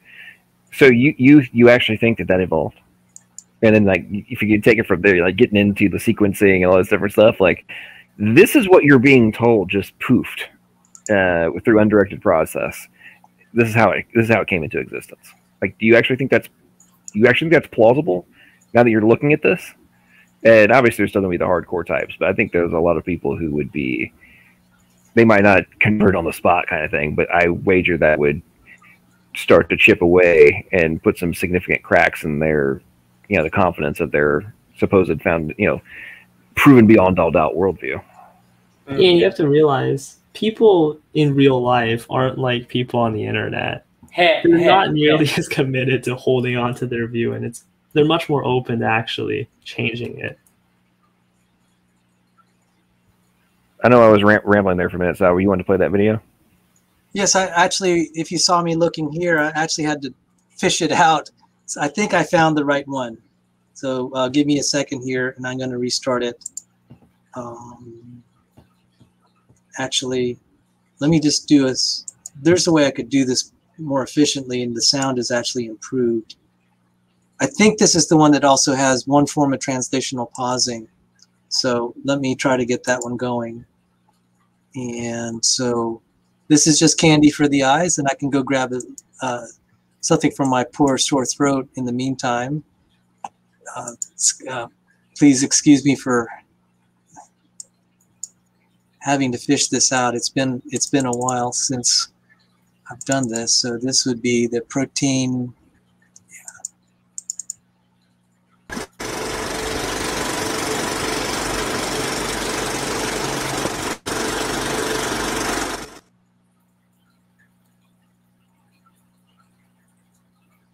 The term secretion is used to describe the movement of a protein out of the cytoplasm.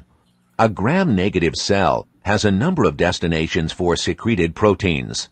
Secretion systems move proteins into the inner membrane, the periplasm, the outer membrane, or outside the cell into the surrounding environment. Special export systems are required to move hydrophilic proteins through the hydrophobic membrane barriers. Let's examine how proteins are delivered to the inner membrane. As a ribosome translates a protein destined for the inner membrane, the first part of the protein to emerge from the ribosome tunnel is a very hydrophobic region called a signal sequence. A cytoplasmic structure called a signal recognition particle, or SRP, quickly binds to the signal sequence. SRP, which is a complex of RNA and protein, essentially paralyzes the ribosome. SRP delivers the stalled ribosome and its nascent protein to the cell membrane, where SRP binds to a membrane protein called FTSY. Although some proteins spontaneously insert into the membrane, most use a general secretion complex composed of 3 proteins, collectively called the SEC-YEG translocon, embedded in the cell membrane. In this process, SRP dissociates from the complex, prompting FTSY to deliver the signal sequence to the translocon. The newly made membrane protein may have many membrane-spanning regions. These hydrophobic regions, 20 to 25 amino acids in length, are important because they're compatible with the hydrophobicity of the membrane itself. The hydrophobic regions move laterally out of the complex and into the membrane. The looping may occur many times, considering that many transmembrane proteins have as many as 12 such membrane-spanning regions, which weave back and forth across the membrane.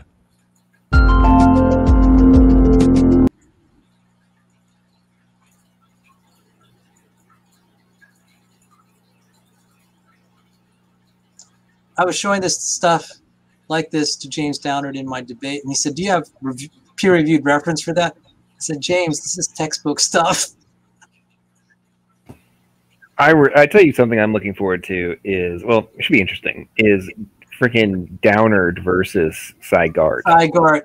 Everyone, May 29th, I think it's a modern day debate. I'm just like, James, RJ, I think you're a glutton for punishment because, I mean, we had a civil debate with him, but I think he got run over. It's like, I don't think he actually even knew what hit him in that debate. Sygart wrote me and he said, "You did magnificently, Sal," which meant a lot to me. What I think is going to be so funny is he's going to be like, "Have you read the literature?" And Sai's going to be like, I wrote "Yeah, I'm literally published on the topic. So, what's your point, little man? I mean, I'm retired, but I'm currently working on some abiogenesis research. So, what are you asking me exactly?" I mean, it's so funny. It I really seriously is. hope he responds the way I did and says, "Well, I wrote it." I mean, I seriously hope that's how he won't because he's too nice. But I wish he. All I have to say is some of the most entertainment I have had in any debate from just like a personal perspective was my debate against Sai, when I asked him to clarify whether or not the genetic code was actually a code. And he laughed and then talked for about a minute and a half straight about how annoyed he was with all the atheists on YouTube claiming it, while his partner is one of them, Erica. As if he was just having in the comments, like, "Good job, John, turning the opponent into your side." That I kid you not, when I was asked to do that debate, that was one of the primary reasons, because I had conversations with Sai before. I'd watched one of his videos on his stream talking about how annoyed he was about that. And since in my previous debate with Erica, she had denied it was a code, I'm just like, this is too good. I cannot pass this up. I must accept. Eric was trying to flex super hard. Well, like, there's these papers and these scientists and consensus or something. Man, it's like you can't make this stuff up, man. It blows me away. And today, this that little douche, J Mike. He's like thinks he's Mr. Philosophy badass.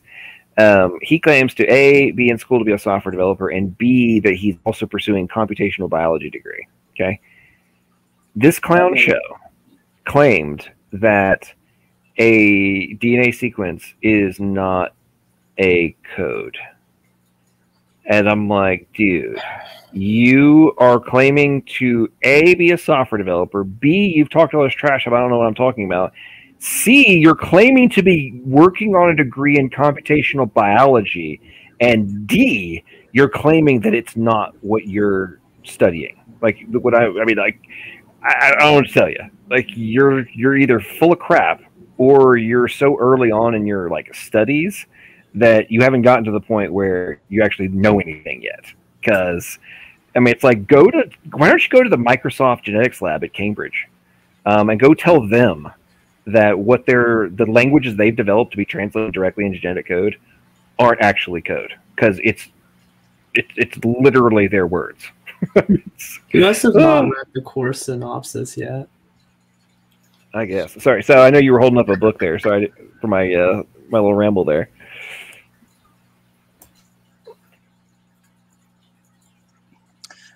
I thought of you when I saw this book because you've referenced it before.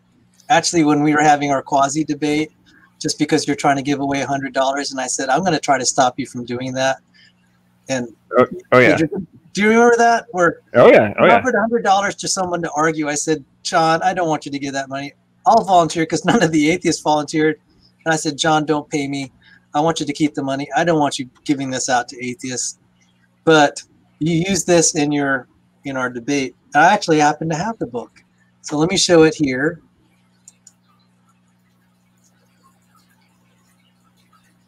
Oh yeah, that's oh crap, I'm brain freeze. Yep, Hubert Yaki's book. Yep. Yes, I know that name. Yep, 2005, I believe, Cambridge University Press, as I recall. So since you're coming on the show, and I was going through my bookshelves, I said, I got to show John this. It'll give a smile. And I think there might even be a diagram here that you may have used. Like, Yep. That diagram is actually, he used it. That's from Oxford, actually, is the where he got that from. But I believe that's been delineated since like 1989 and recognized as what's going on. And it's like, what are we even arguing about at this point, guys? Yeah, well, just to put a nuance on this, what I felt was important, and this is what Rob Stadler and Change Tan has done, and I tried to put my own perspective on this, is we're actually now able to put it in terms of probabilities. Rather than by analogy, we kind of knew that your code argument's right from an intuitive standpoint. We're able to put numbers on this. And so when I had my talk with the 4 PhDs and I was the dumb kid on the block, we were actually trying to show that actually this is the improbability of this code, the implementation of this code. It's even more improbable than what we presented, but we could actually put hard numbers to it. So when we had that first book by Yaki, that was the beginning of this whole information and code thing. And I said, it's headed the right direction, but I want to make it rigorous. And I think Change Tan and Rob Stadler did an excellent job. And really, James Tour really just bolstered all of us because he's a respected chemist. And hammering on Dave Farina was just fun. Oh man, it was great. But here's sidebar. So I assume you guys have heard some of the talking points from the YouTube folks of Jeremy England. Oh man, he's got the new thing with thermodynamics, right? Okay, so the other day, literally a couple days ago, he was on Unbelievable with oh man, I'm so tired. Who was he talking with?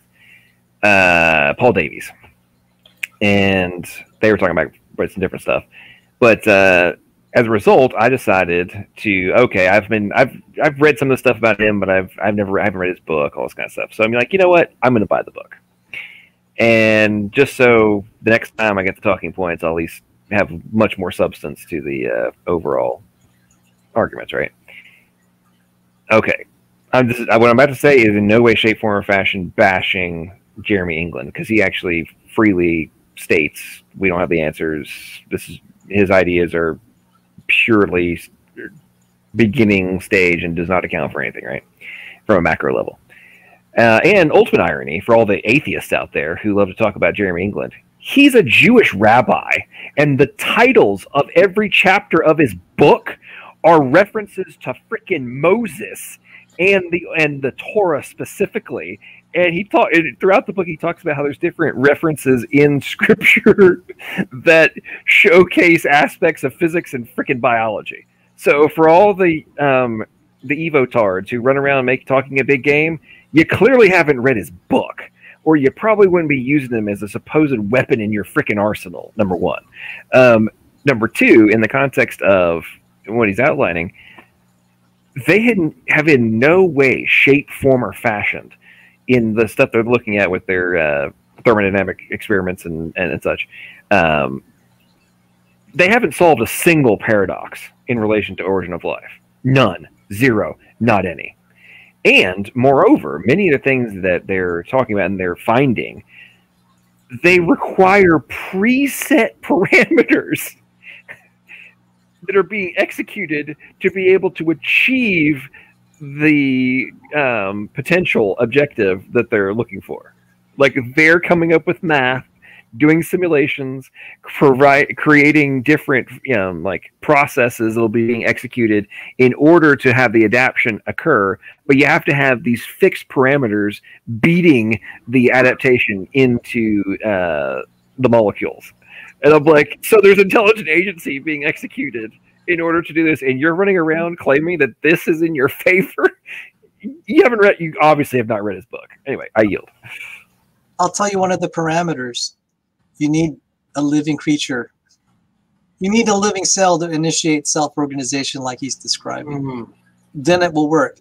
And I talked to Brian Miller. Brian Miller and I don't agree on everything, but that's one thing we agreed on. I said, yes, an open or a system in disequilibrium can self-organize. We call that like putting a bacteria in a petri dish, okay? It's going to organize all that material in the petri dish into new bacteria. It happens in a non-equilibrium system. So what Jeremy England said, he's only saying it's possible. It doesn't say that it's probable from a prebiotic soup. Although his theory does. Although he made some really dumb statement, and he's since been like no longer at MIT teaching. So if you just shine a light on a prebiotic soup, it's going to become a plant. And James Tour called him out on that. Well, I'd say one of the other things, which I'm very surprised he hasn't edited this. He actually references at the beginning of the book. He actually refers to who wrote that paper that got retracted in relation to self-replicating RNA. Anybody? Anyone? Joyce?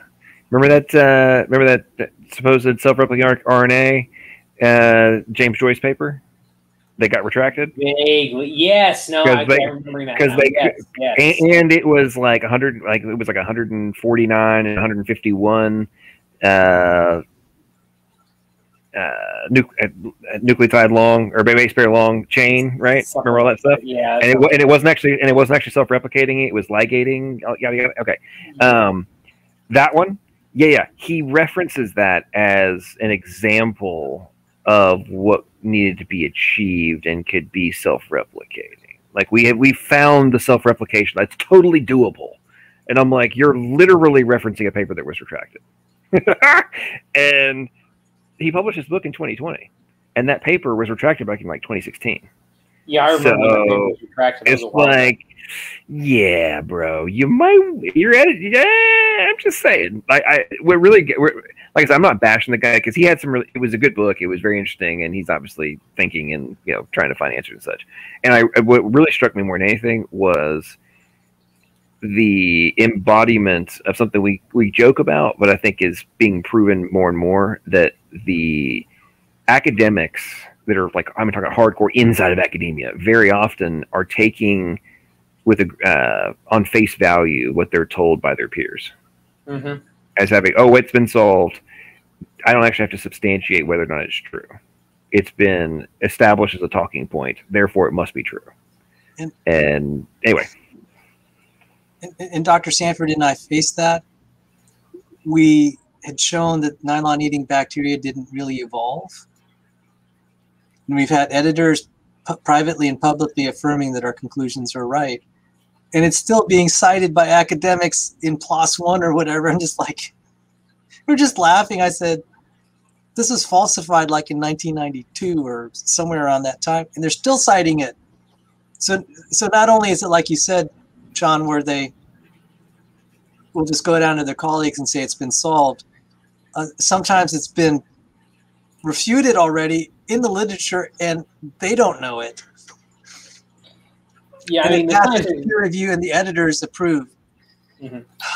And I don't completely fault people for not realizing that if a paper has been refuted but not retracted, that it's been refuted, because the scientific literature is voluminous. It's very hard to keep up with even if you're specialized, completely special, and I mean completely specialized. But still, if you're going to write a paper on a topic, you probably should figure out if the paper actually still is good or not.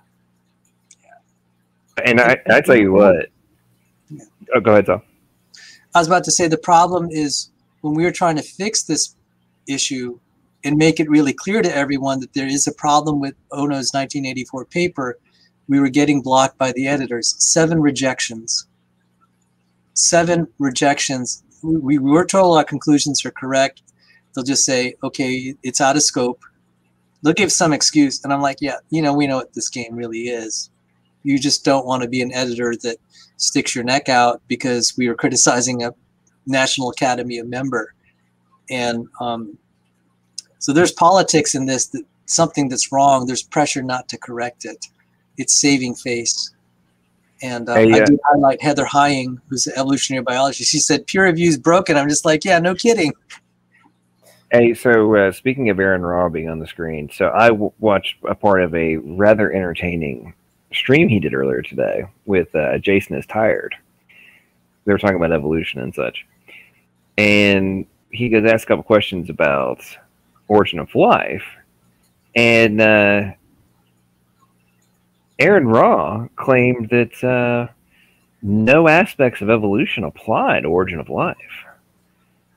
Selection isn't in play when it comes to abiogenesis. It's like that. He said that doesn't even come into, selection has no bearing. Evolution has no, Darwinism has no bearing until there's heredity to be passed down. I'm like, really? Well, clearly that shows beyond all doubt that you do not know a damn thing about origin of life research, because the papers I read, they're arguing ad nauseum that as soon as you have self-replication, you have natural selection. So apparently you don't know anything, and you're being at all about this. The thing is, Raw is actually right, and the papers are wrong. Oh, I agree. I agree completely. But that feels weird coming out of my mouth saying that nutcase is actually right. But the problem is, he's only right because he's ignorant. If he actually read the papers, he would believe them. Yeah, see, that's not Raw, like, trying to be academic. That's Raw just trying to use his common sense. And it's ending up being right.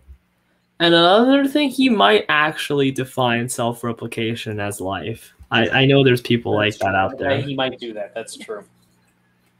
And if I could just take a little deviation here, there's one reason I wanted to highlight Matt's here, because he did mention Aaron Raw. And this connects to my talk with Dr. Dan about synapomorphies and phylogenetic methods.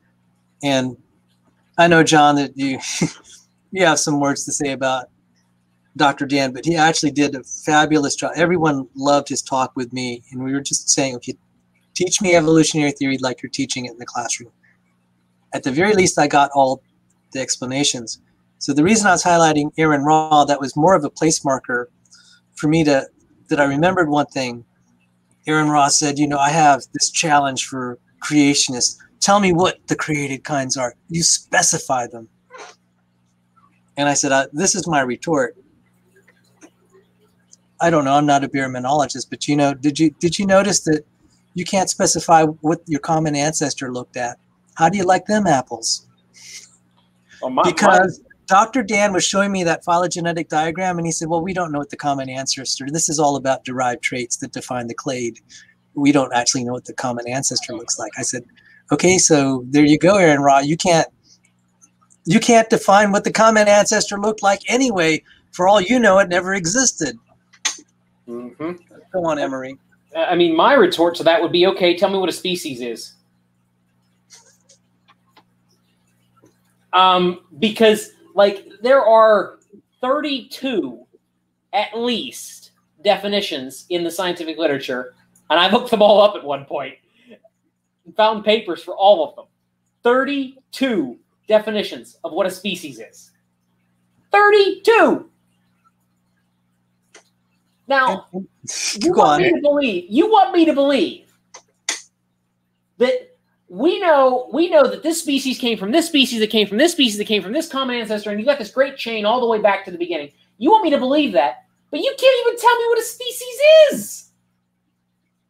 Well, and sidebar, I watched a very interesting lecture on, and this is known, and Aaron Raw actually talked about this as well. But I find it very interesting how it kind of glossed over. You know, all the like horizontal gene transfer and yeah. Okay, so it is now a formally recognized position that within a relatively short period of time, the codon bias shifts, and they can't actually, with any semblance of accuracy, actually track heredity of bacteria. Period. And say that again. Okay, so I watched a lecture that was from like I think it was last year, and it was one of the points that was made was that because they have now realized that the codon bias, ultimately the codon bias shifts, and you can't, and due to that. You can't actually accurately track horizontal gene transfer. Or because of this, it basically blinds them to what the actual lineage was in relation to horizontal gene transfer. Therefore, they can't actually accurately track the real heredity of bacteria. And because basically the codon bias shift basically blurs it out. They can't actually know what came from where. And I remember I was watching this lecture. This is probably 2 months ago. I'm sitting there watching this lecture, and I'm like, did I just freaking hear that? And I rewound it, listened to it again, and he's like, yeah, we didn't even know this was but it's beyond doubt. Like, we just can't deny this anymore. And the thing that's like, Emory and I had this, we were covering like eukaryotic evolution, and I was like, Emory, that's news to me. So now it's like, yeah, there's universal common ancestry, but the ancestor is a population of organisms, not a single organism. I like, that's an interesting way of putting a spin on it, that there's no universal common ancestor when you're going to just say it's a population of organisms. Yeah, that sounds like separate ancestries, but spoken in a slightly different way. Here is my personal prediction. And you know that I don't take the position that you can't derive information from phylogeny. That's not my position. My position is that I think you're a freaking idiot to think that is the when you're looking at these like the tools or like the nuts and bolts and the different like little widgets, you're claiming that is what is providing the most profound and significant data in relation to the similarities, while saying we don't have to account for the other 99 or 98.5% of the genome. And what are those matches? And I'm just going to go ahead and predict that, and this case in point, the chromosome 18 that I was referring to, and the structural differences inside the chromosome versus, I'm just going to go out on a limb and guess that same logic is going to apply dramatically in terms of the regulatory networks, the long non-coding RNAs, et cetera, et cetera. I'm going to wager that when they start doing those comparisons, they're going to find mind-blowing differences. And it's going to create a whole new lens with which to actually analyze the similarities of the coding genes. That's my prediction. I mean, it's like, okay, cool. So you guys, I use like website stuff a lot, but like, okay, cool, folks. So I got that contact form widget and a couple of little things in here, but the rest of the freaking website's 100% different.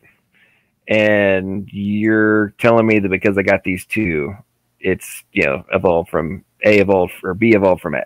Like, no. No. Sorry, yeah. I yield.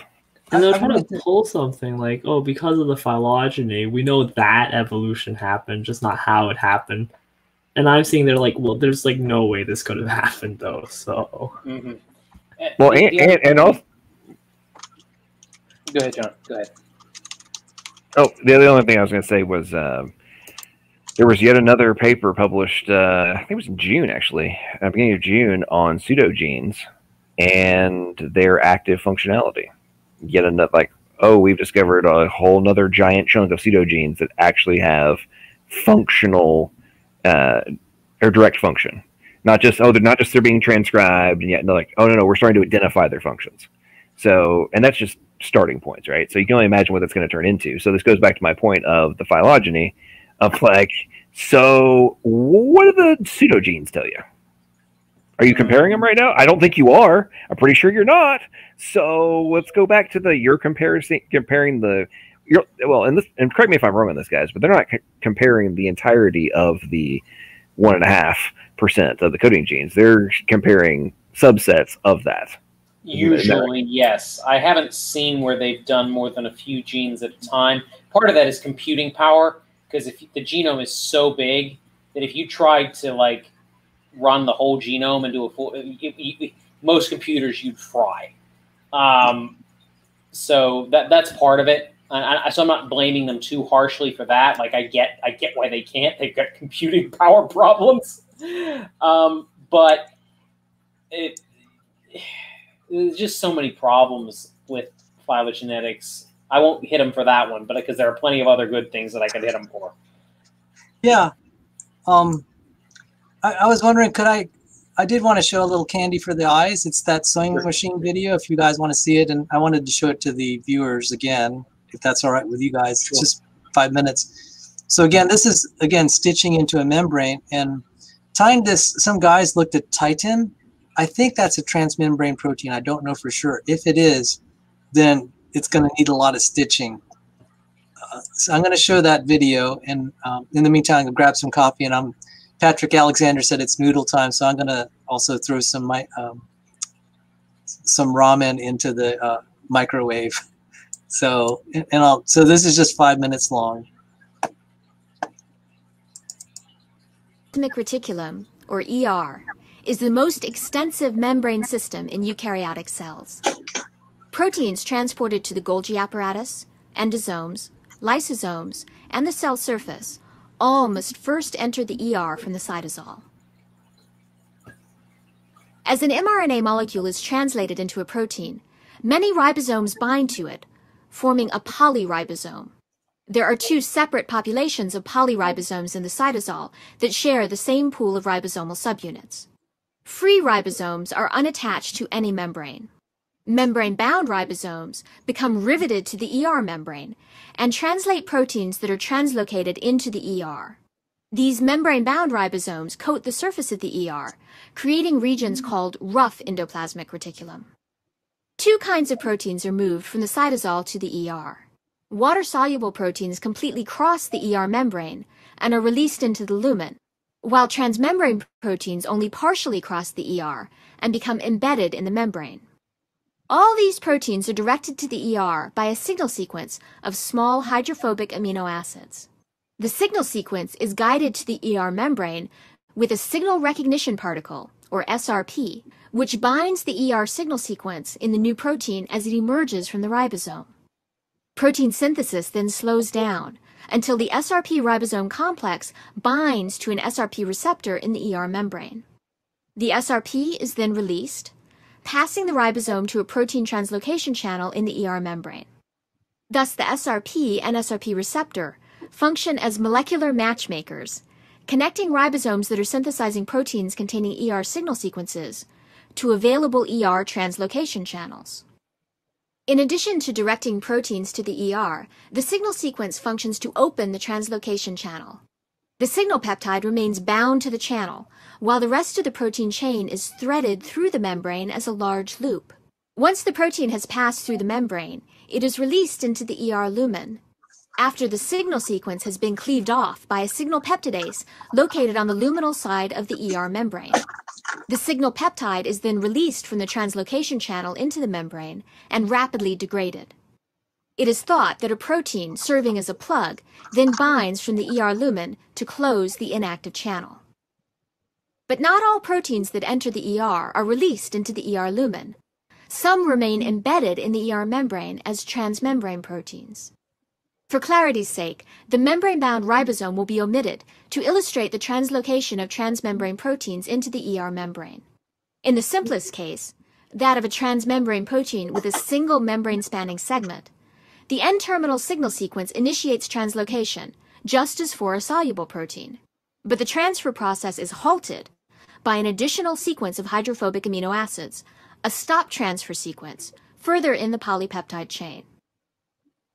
The stop transfer sequence is released laterally from the translocation channel and drifts into the plane of the lipid bilayer, where it forms a membrane-spanning segment that anchors the protein in the membrane. As a result, the translocated protein ends up as a transmembrane protein inserted in the membrane with a defined orientation.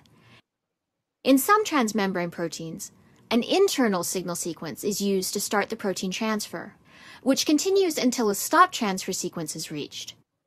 The two hydrophobic sequences are then released into the bilayer, where they remain anchored.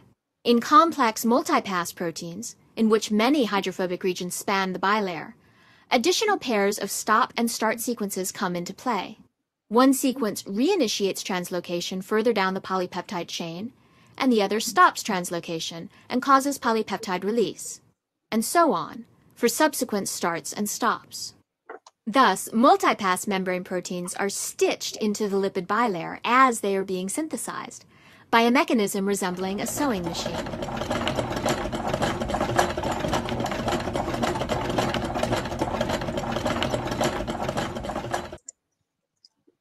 I'm going to make a comment here. This is where some obvious codes. You see the orange and red alternating? That has to be pretty precise, because those are codes right there. This isn't going to work if they're not located in the right place. You're just not going to make the right protein. And I was trying to show that one example of this I've shown a lot is the potassium ion channel.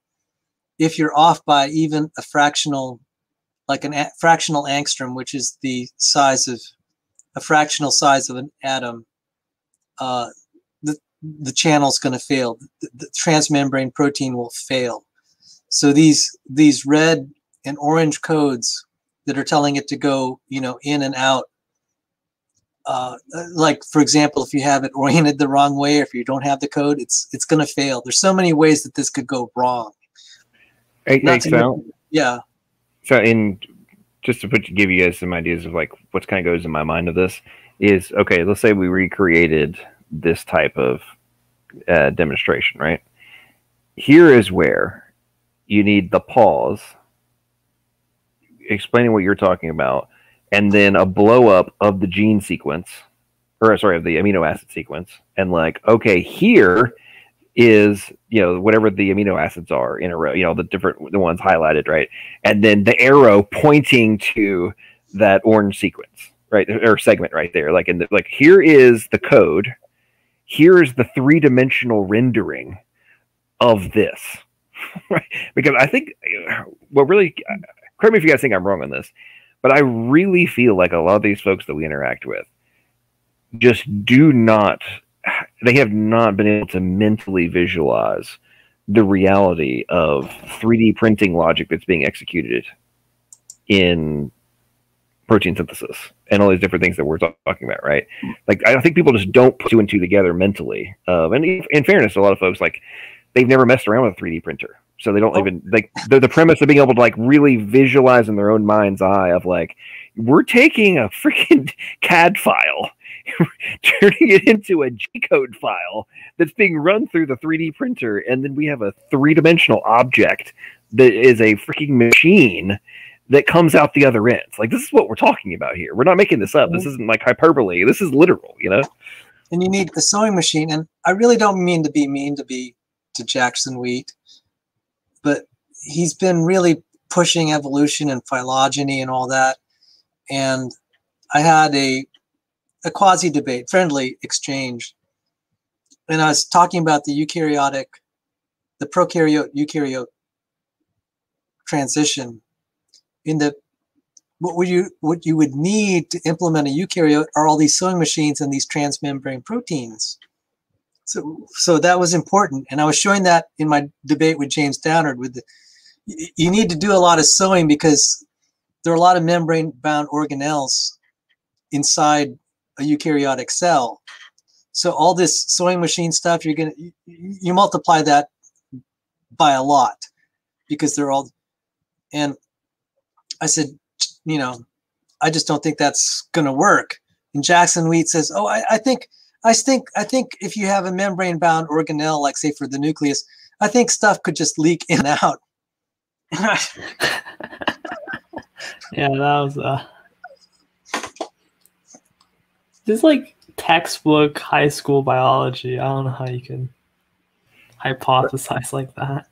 Here's well, you have to think about it. Like, they're pretty mean and said, "Dude, you need to go study some cell biology again. It doesn't work that way." But you guys also have to remember that the hardcore evos are operating from the perspective that just because that's how it is now, it used to be leaky and be okay. I mean, like, I know we get a chuckle out of it, given the point you were making about, like, oh, if it's 1 angstrom off, you're dead, right? Like oh no, but it's okay. It leaked. If it's off 20, if you're off 20 angstroms, you're good. 1, you're dead. 20, it's a leaky faucet. No worries. It's okay. Like I tell you, a sidebar. So I've been you guys some of y'all may have heard this. I came across this this outlet they do classes specifically for med students. And they're basically like crash courses on different topics. And the one I'm doing right now is on neuroscience. And when they're breaking down like the processes and the potential actions, all these different things, and the charge reading and gradients and all these different things in terms of neurons and such, that stuff is some mind-blowing engineering. And I'm sitting here just listening to all these different parts that are necessary. And just to be honest, I really do not understand why anybody is still arguing bacterial flagellum in relation to irreducible complexity. I'm not arguing that it's not. But to me, I'm just like, who cares? Like, this is the stuff that we're talking about? Get out of town, man. There's a pump. There's like a little reserve pouch. There's balancing factors. You've got voltage meters. And look, you just go away. Just leave.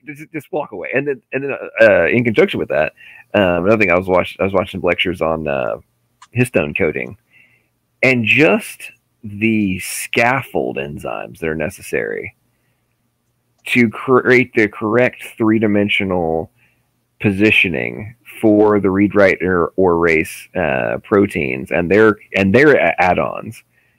And then you have the block proteins and the other ones to do the uncurling and recurling of the genome for expression and whatnot. I'm like, how is this not the irreducible complex argument? Like, if you don't have this, like just getting down to things like the blocking protein, to keep them from going too far and like uncurling the entirety of a chromosome, right? Like, if you don't have all of these parts, you literally cannot execute gene expression. This is literally what's being taught. Like, you can't, if you don't have these things, you can't execute it. Okay. To me, that's like, if it's being recognized, if you don't have all these, you're toast. Why would that not be the irreducible complexity argument? Does that make sense?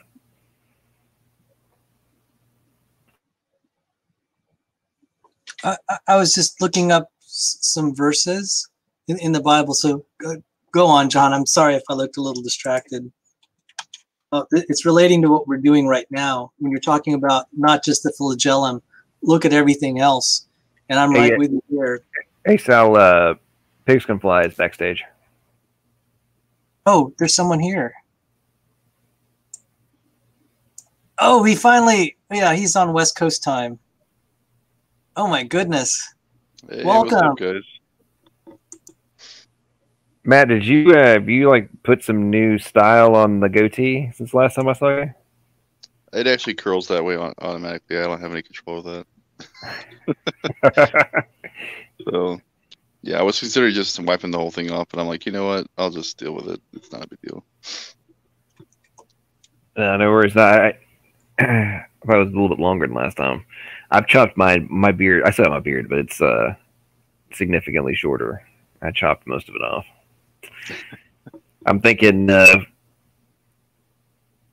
I turn 37 in a month and a half here, I may just start growing it again. Let it go into the winter. Go back to be a mountain man come December. My wife was wondering why I didn't just try to keep it like an Amish style or something. And I was like, not really me, but. As you're describing, John, all of those systems, it says in Psalm 104, verse 24, O Lord, how manifold are your works. In wisdom you have made them all. The earth is full of your creatures. And there are other passages in the Bible say, I will declare your works and I will memorialize them. And that's what we're doing here. These are the works of God. And so I'm glad we're getting beyond the bacterial flagellum, because there is so much unbelievable stuff. Although I do have to say, I don't know if Sal, have you seen the most recent Behi Swamidas interaction? No. Oh man. Okay. So if you want some entertainment, let's just say that Behi came as close to pissed off as I've ever seen him with Swamidas, and because of course, as usual, he was just dismissing everything and whatnot. And Behi's like, you obviously have not been looking at the latest research, because we have since found that there's, I forget what the exact number, like there's 12 additional, or I forget the exact number. And it was like, basically, long story short, as the imaging technology has increased, they've been able to get further and further inside of the flagellum itself, and they found a whole bunch of additional parts that are necessary and different proteins that are in play that hadn't been being accounted for in the supposed knockout experiments and whatnot. Oh, hey, turns out there's a whole bunch of extra stuff we didn't even know was there that you guys didn't account for when you completely dismissed everything and said that there was, all of my arguments were nothing. Talking about the secretion system or whatever. Well, that's one of the secretion. Yeah, that's one of the. And basically what he was saying is there's a whole bunch of stuff that we found that you didn't know was there. So apparently you haven't been paying attention. You're spewing talking points from 2008 or whatever. It was pretty funny. There's so much flooding down so fast, I can't keep track of it all. And having watched ID kind of grow over the years, I remember like around the year 2000, 2001, 2002, it was so hard to get any debates or discussions, but now it's just flooding in that we can't, I used to know all the big debates that have happened in big papers, but now I just can't keep track. Everything's flooding in, and it's been an embarrassment of riches. So was this what you're talking about, John, the bacterial flagellum? And you could see the proteins color coded here, and and the individual protein domains, the segments that are critical. This is provided by Joe DeWeese. It's rendered on PyMol. And that's why it's great hanging out with Joe, because he has all this cool software that can help us do stuff like this. That's beautiful. That's incredible. I'm almost this slightly is what engineering looks like. That's like something out of a sci-fi movie of like the space station that's orbiting the XYZ planet. Like that's incredible. That is. And you notice like how it's almost like an artistic design just from the way it looks, and like at every single angle you can see multiple mathematical concepts that are at work. Fractal. It's fractal. Oh my goodness, that's another. See, that's what I was about to say. Every level of organization is design. So just like when you're talking about the ISO levels there in communication, but also with a lot of machines, you have all the levels of design, like from the basic materials. Like if you're building, like say, an airplane or a submarine, you start off with, first the organization is getting quality materials. That's not trivial to build the parts. And then you have all the individual parts, and the parts make systems. Then you have these boxes and things, and then they integrate.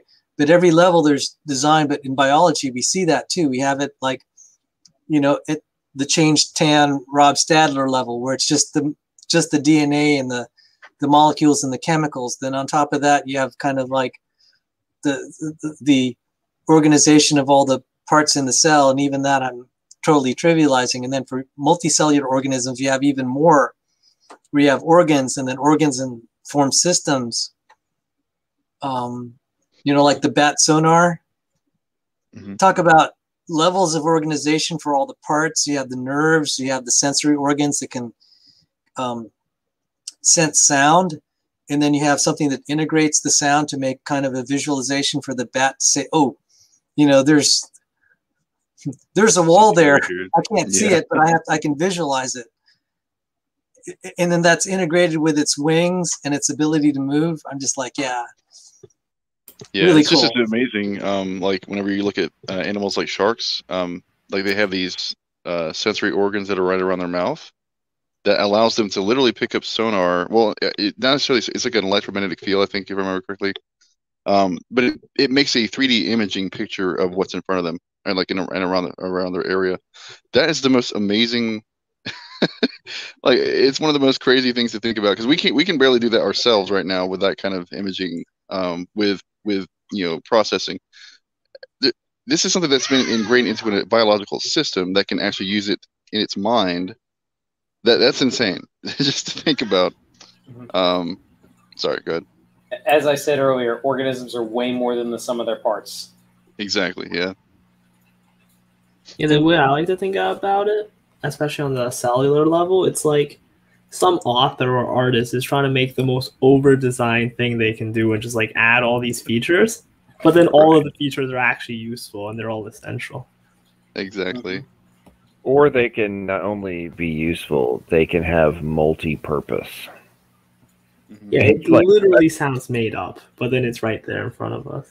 Oh, let's see. I think the current number is like 99,000 and some change unique proteins that are currently documented.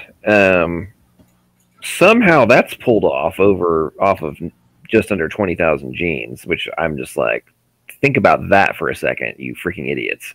Because you're making your arguments like, so that alternative splicing enables 20,000 coding sequences to turn into 100,000 proteins and enzymes. You're telling me that doesn't just smack you in the face, your entire concept of undirected process in the face? Like, are you kidding me? Nobody would ever make that argument in any other scenario. You'd be like, who was the genius that came up with this? Because I know I sure as heck couldn't pull that off. And I would wager there's not a single individual. Heck, let's put all the geniuses together collectively, and they won't be able to pull that off. Right. I mean, we know this. We know this. It's like on purpose we can't pull it off.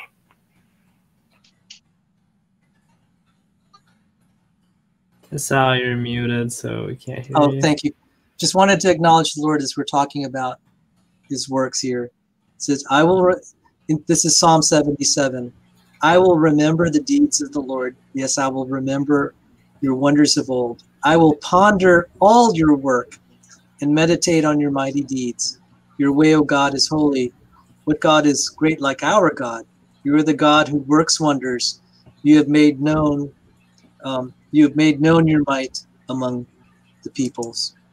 And I was just thinking, we were talking about cosmology and all the things God has made, and now these little creatures. And these passages now in the Old Testament, they resonate differently than they ever did, because now we actually have, as everyone here is seeing, we have something to say, this is a work of God. I mean, it doesn't mean everyone will believe it, but you share this with Christians. I find this very comforting and encouraging. I'm done with. I'm convinced at microtubules. like I'm good. Just the stuff they're discovering about microtubule function, in my opinion, it's like, yeah, okay. So there's one-way, two-way, reconfigurable roads. Oh, there are also structural components. Oh, that are communication pathways. Yeah, I'm done. Like, God is real. I'm still fascinated with the topo summaries that Sal's been talking about a lot. Because I mean, if I remember correctly, there's some doctors that have been showing that this is like, not only is it life critical, but you can use it to kill cancer cells, right? And I mean, this just goes to show how important this particular isomer is. And I mean, I try to point this out to several atheists, and every single time they just hand wave it away. Oh, this could have, formed any number of ways. And I'm like, are you serious? Are you serious? You understand this has to be there before the cell even starts operating, right? Like, you cannot get cell division without this isomer in place, and it has to be both. It has to be both of them. Yeah. Hey, dude. So, you do realize that your car will not drive without wheels, right? Like, the spark plugs have to be there. Everything has to be there. Like, hey, if you don't have your key, you can't even get in. Okay, so let's just be real here on something as simple as your key. Without it, you're toast. You're telling me that the thing that is recognized to be exponentially more advanced than your car, you're telling me that can start itself. Just go away. To be honest, I'm starting to have a hard time. LPP, you got to understand, man. I mean, these things can clearly happen. I mean, you don't know the numbers, man. You got to. Yeah, so a punctured wheel in a car today might stop it from working. But the original car didn't have any wheels, so see, it's no longer a problem. We had to reinvent the wheel. Hey, so as a sidebar, so I just want to give a special shout out to Pudding Brain and the gang, because we all know that anything that happens on Sal's channel is now their primary source of content. So yeah. Pudding and Bruce and Scott and David and whoever else is on there, have a good time. I hope you enjoy this, and I hope that at some point you guys will open up your little small minds and actually contemplate things from a bigger picture, because I found it extraordinarily fascinating, and Sal, you might get some entertainment out of this. Last week, there was a whole, how do genes work? Stream that they did, right? With all those little big talking trash clowns who have been insulting Sal and everybody else on a regular basis for the past year. Yeah, so Pudding decided to do a little explanation of protein transcription, translation, protein synthesis overall. They didn't even know how it worked. Per their own admission, they didn't understand protein synthesis. And I'm like, so you've been bashing us, claiming we don't know what we're talking about, yada, yada, yada. And do this based on a daily basis, and you're admitting that you don't even know how a protein is formed, but you're claiming that we're out to lunch. I mean, this just reminds me of the debate with you. it reminds me of his first debate with you when he came on, and he was like, "Oh, I'm just a minor." Like he doesn't. He's like, "I don't even know anything," and then of course he tries to talk you down the entire debate. Yeah, it's just I don't know. At that point, I'm like, man, if you don't understand that, then just here's what really blows my mind about YouTube atheists is I know people heard me say this over and over again, but just for me personally, there is no way, shape, form, or fashion that I would take part in a debate or some kind of public, panel discussion or whatnot if I didn't have a clue what I was talking about. I would never do that. And I sure as heck wouldn't be like, that guy's an idiot when I don't know what he's saying. Like, there's no other scenario in which I would go out and like do that, because I mean, for history to be recorded in perpetuity, like, I don't know what the hell I'm talking about, but that guy is clearly wrong. Like, nobody would ever do this in any other scenario. You'd be considered an idiot if you did so. And yet they do it with like pride and insult. I yield. You mean like this guy? You should have put a picture of Dave, Professor Dave up there. Professor Dave at least knows some of the basics. A lot more than this guy over here. Is there a pre-Dunning-Kruger effect? That was Mr. Onesie. And you're saying some guy getting up and talking, not knowing what he's even talking about? He came to mind right away. I tell you what, I have not gotten over the fact when he was trying to debunk the improbability problem, and he's like, yeah, this guy programmed a search, like the Tower of Babel or whatever the website was showing you the search. It's like, he's like, yeah, this guy programmed this website. I'm like, so you're the Library of Babel or something like that. Yeah, Library of Babel. He's like, you're dismissing the need for intelligent agent by showing me something that was programmed, per your own admission, was programmed by an intelligent agent and created a search algorithm in order to find a specific sequence. And you're claiming that this is debunking the point that I'm making. You don't even understand the point that's being made if you're going to claim that this is debunking my argument. Didn't that program also exclude all uppercase periods and what else? It was like dashes, hyphens, something else. I forget. Well, that and it had a limit, a character limit. So it's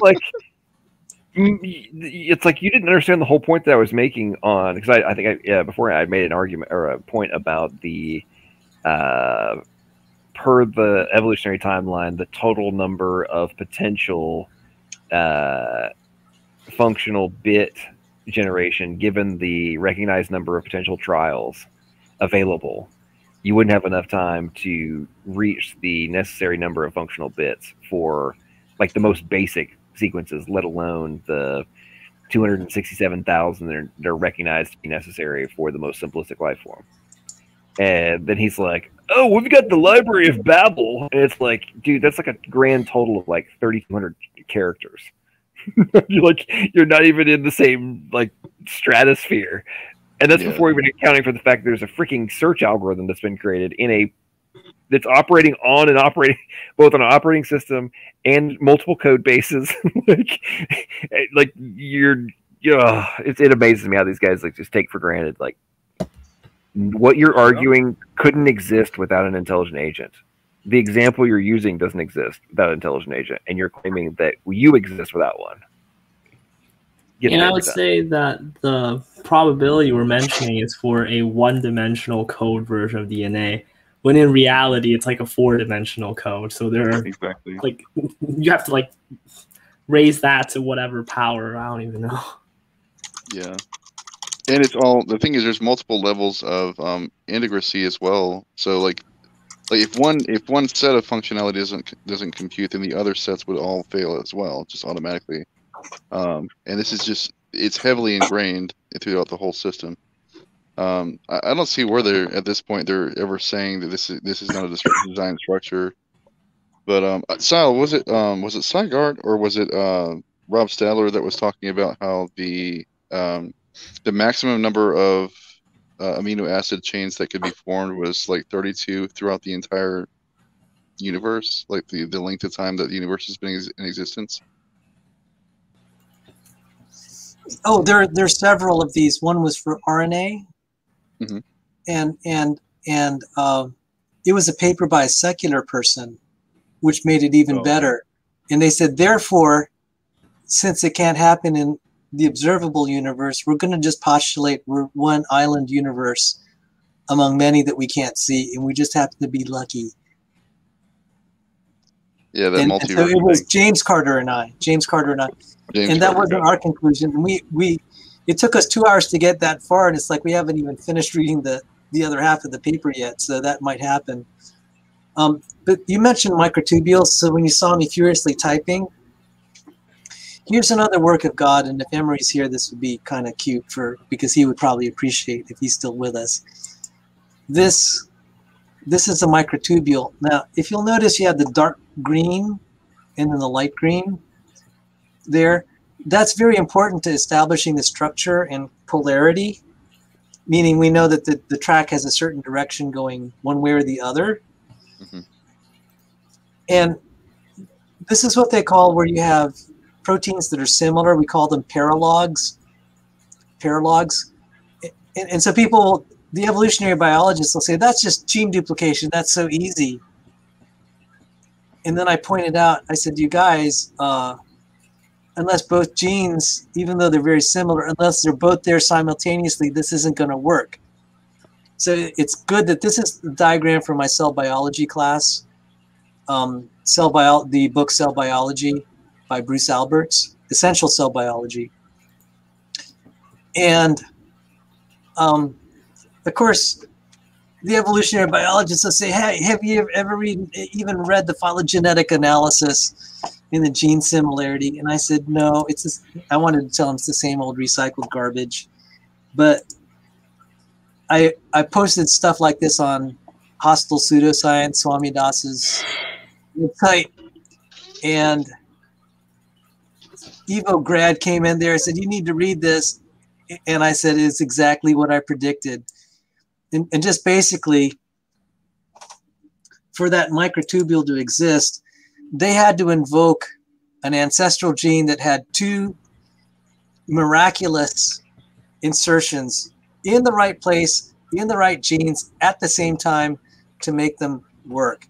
And I said, boy, and I thought creationism was outrageous. I said, I wanted to say, do you guys even think how unlikely that could be? Not to mention the microtubule is pretty essential for the cell's operation. You might be dead without it. There might be some, I don't know, there could be some cells, but it's like this is really important in mitosis. And I need to revisit this, but I'm just like, guys, you'll just think, oh, it's so easy to just do gene duplication. It's going to solve the problem. I'm like, no, because you'd probably be dead if before the gene duplication event happened.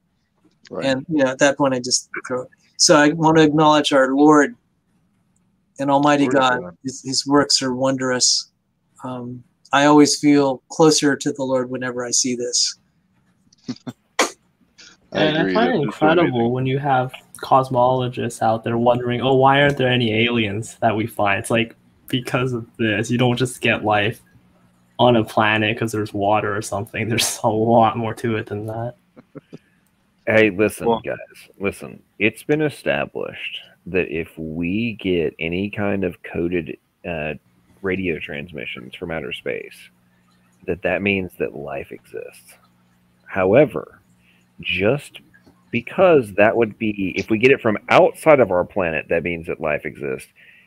Even though it's inside of us, that has zero indication that there was an intelligent agent necessary for our existence. None whatsoever. Just dismiss all of that. Yeah. Mm-hmm. It's really incredible because they map out all these calculations for how many planets are there and how many stars, how many have water. And then for the important things, I think, life originating on the planet and life becoming intelligent, those are 100%. It's like, yeah, that seems reasonable. You know, one of the talking points we hear at YouTube all the time, it just blows me away. Is like, oh, you're just arguing in relation to carbon-based life.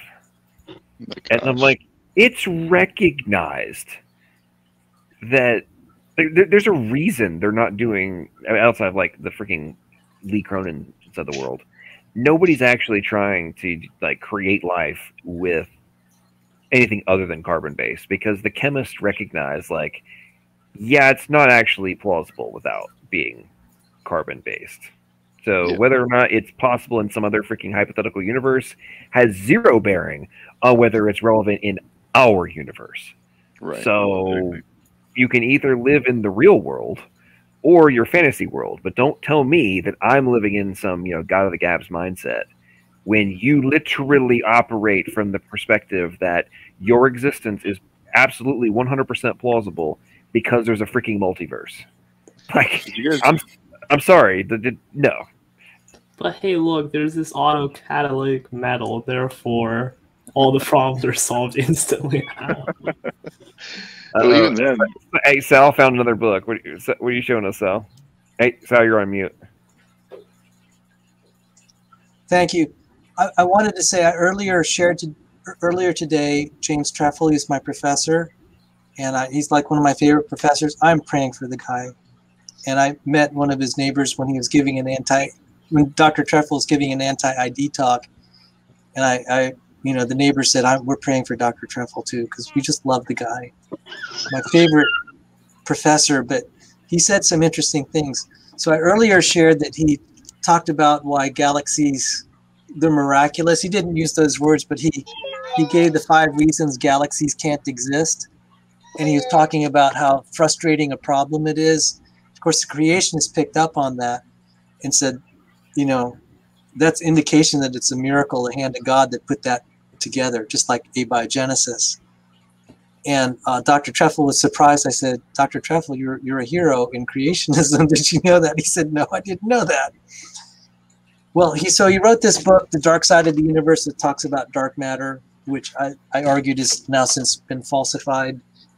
And so it's putting the Big Bang at risk. He also, since one of you all mentioned about extraterrestrials, he wrote a book, Are We Alone?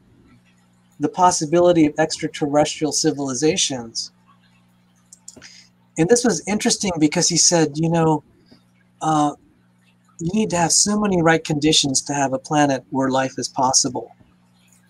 And this is what drew me to take a class, Supplementary Quantum Mechanics, with James Treffel at George Mason before I went off to Johns Hopkins.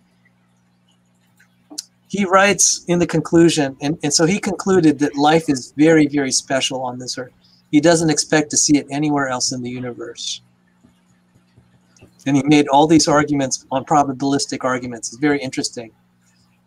And so this was some time ago, but he said, if I were a religious man, I would say that everything we have learned about life in the past 20 years shows we are unique and therefore special in God's sight. Praise the Lord.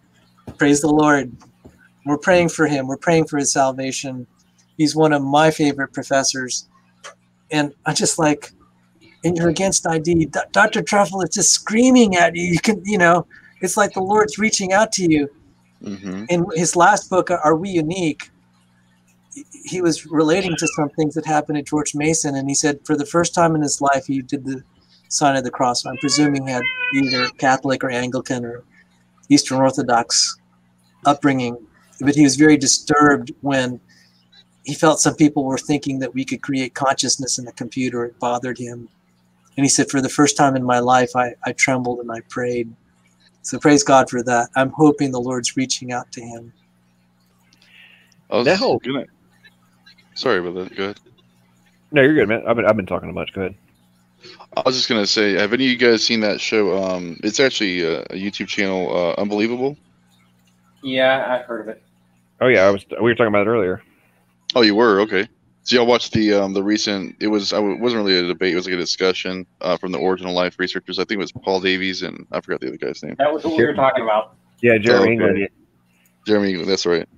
Yeah, I was actually kind of not necessarily trolling, but I was just calling them out for some of their BS comments that they were making.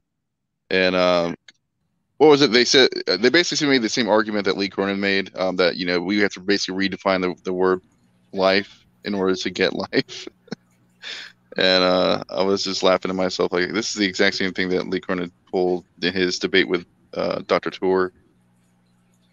Well, what's so ironic about Davies, especially, is we're coming up on probably 30 years at this point, where he has publicly recognized the paradoxes, the information problem. I mean, he's a very strong in favor of like the whole like, hey, the information is real. Like, this is a serious issue. He just keeps holding out for there being some underlying explanation, or some undiscovered law of natural law that explains it all.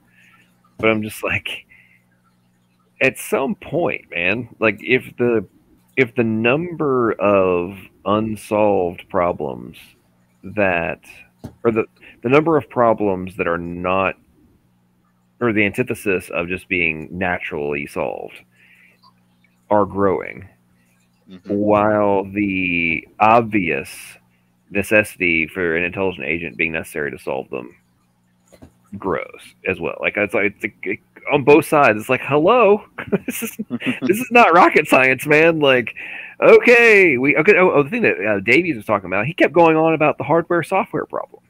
Yep. I mean, he stated that multiple times throughout. We have a hardware software problem. We have to accept that there's a software hardware problem, and we have to account for the software. I think he repeated that multiple times. We got to account for the software. And I'm just sitting there listening to him, and it's like, well, no, but I don't think I don't agree with religion, and I don't believe in God. It's like, well, he's probably one of those people that are going to try to posit, panspermia at some stage, of course, and that somehow that life is what eventually brought us into being. But it still doesn't make any sense if you think about it from the long standing point, because it gives him even less time for abiogenesis to even occur. And it makes it, they're trying to make it ambiguous, make it seem like there could be some other potential life form that is possible in our universe. And you already clarified that that's impossible by our own chemical understanding right now. I don't know. There's just so much that's wrong with their arguments. And I was calling them out the whole time. Yeah, so before he came in, I was telling the guys that I actually went and I bought England's book, and I read it last night. It's not that long. And yeah, again, I'm not bashing the guy, and I was telling the other folks, he's a Jewish rabbi, and the chapter titles are literally references to like Moses and different aspects of the Torah. Okay. And he like talks about he makes scriptural references, talks about like how amazing it is. There's different references in the Bible that are like indicative of natural and biological laws and stuff. It's cracking me up, because as you and I both know, like the atheists love using him as a talking point. And he solved abiogenesis, therefore need for a designer kiboshed. And anyway, at the same time though, his whole model does not remotely account for really any of the paradoxes that we know exist in abiogenesis.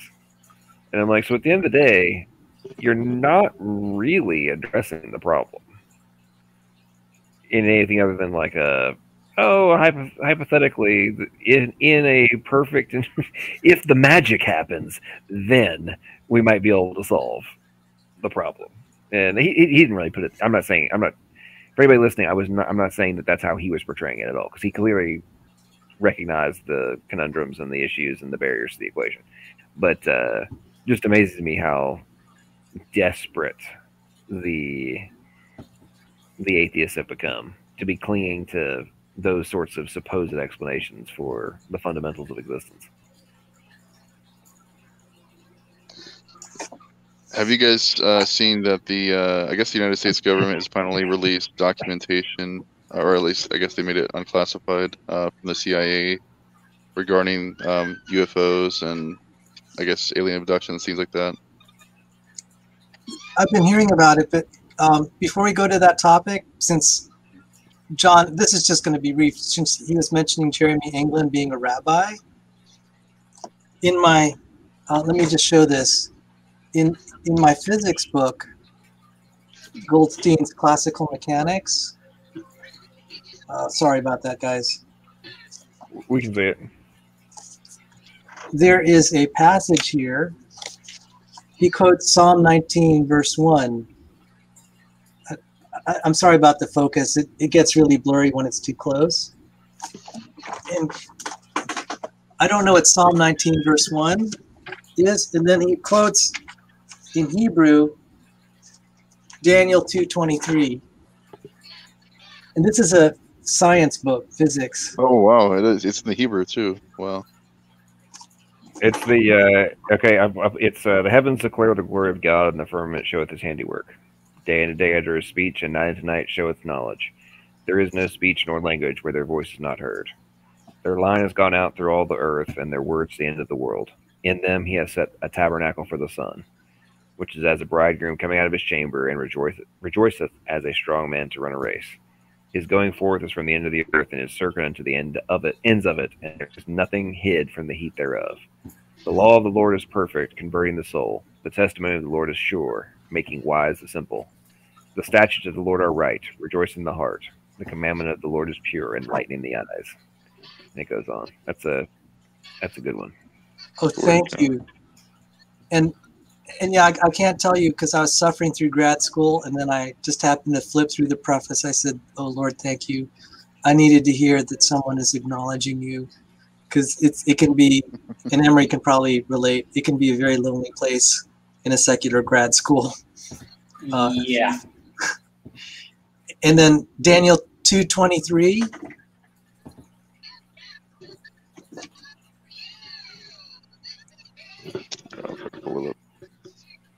I got it. Okay. Am I on mute or am I still okay? Yeah, you're. You said chapter 2, verse 23. Uh-huh. Okay. I thank thee and praise thee, O thou God of my fathers, who hast given me wisdom and might, and hast made known unto me now what we desire of thee. For thou hast now made known unto us the king's matter. And this is talking about making known to us what we need to know. And that was the verse before that has significance too. It says, he revealeth the deep and secret things. He knoweth what is in the darkness, and the light dwelleth within him. Amen. Amen. And so it was, you know, when you're in a secular school, it could be so lonely, and then you feel like the Lord's just speaking to you. And when I was at graduation, I was so lifted up because the school motto is "The truth will set you free." As I praise the Lord, you know, I just suffered through miserable experiences in grad school. At the end, there it was: "The truth shall set you free," and I was just lifted up because, you know, it's just nice to see that all that painful schooling that you see is so irrelevant. It actually brings you closer to the Lord at some point. And it's really like what's happening now, because I didn't start studying biology until about 7 years ago. And so now we're talking about all this. So I wanted when you're sharing that, John, that Jeremy England was a rabbi and he's quoting Moses. I said, I got to say, there's someone else. There's these people who are Jewish. You know, the Lord is writing. He's putting it in their culture to acknowledge him, and I'm just glad that they are. So that's all I had. I'm thrilled to hear what you said, John.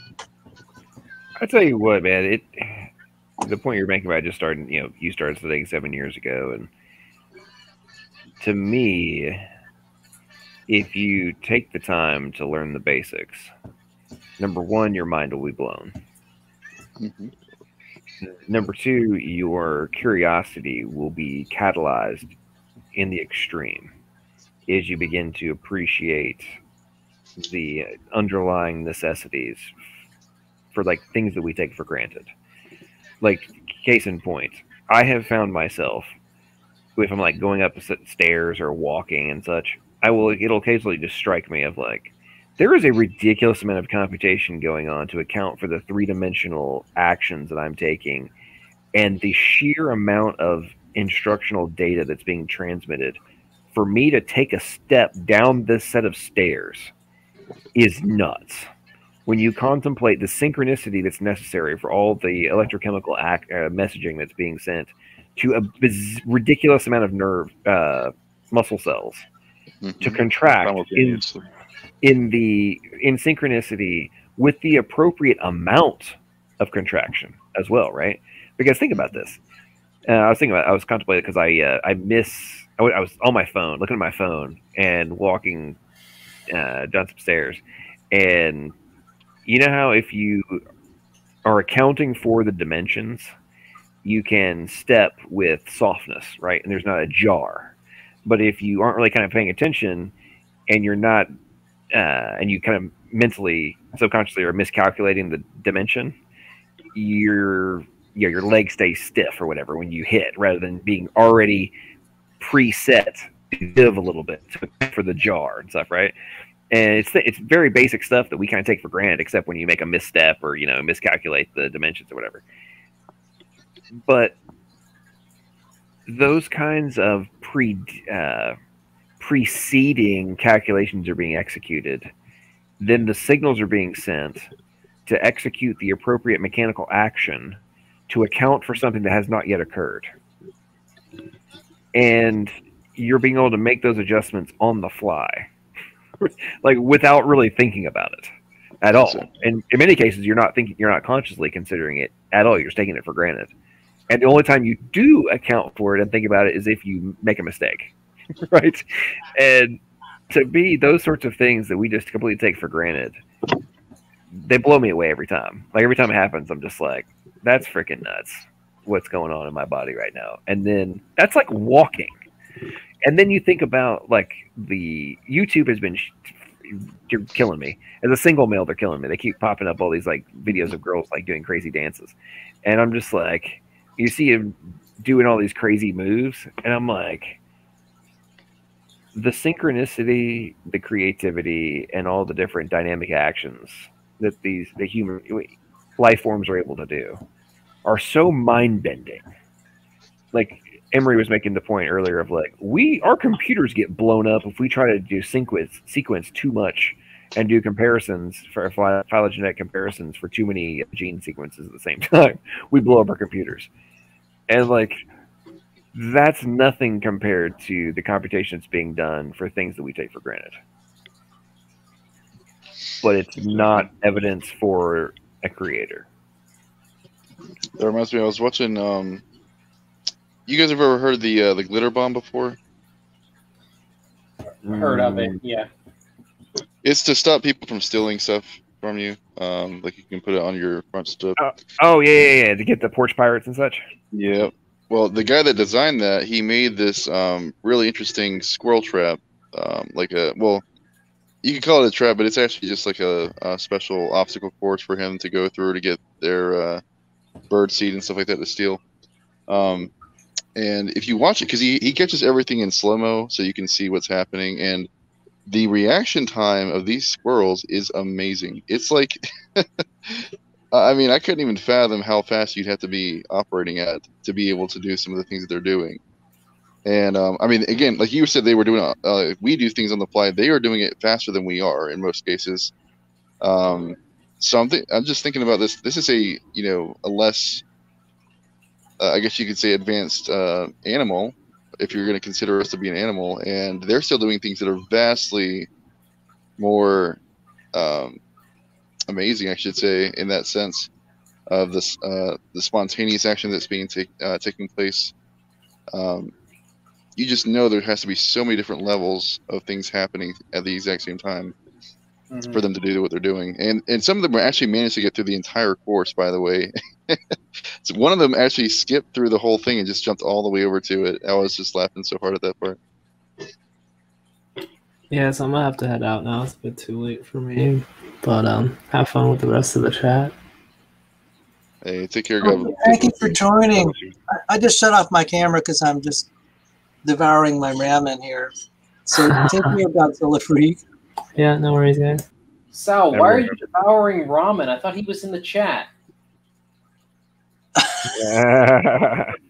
Sorry. Because that terrible joke. Alexander said it's So Emory, are you advocating for cannibalism? No, I thought Sal was.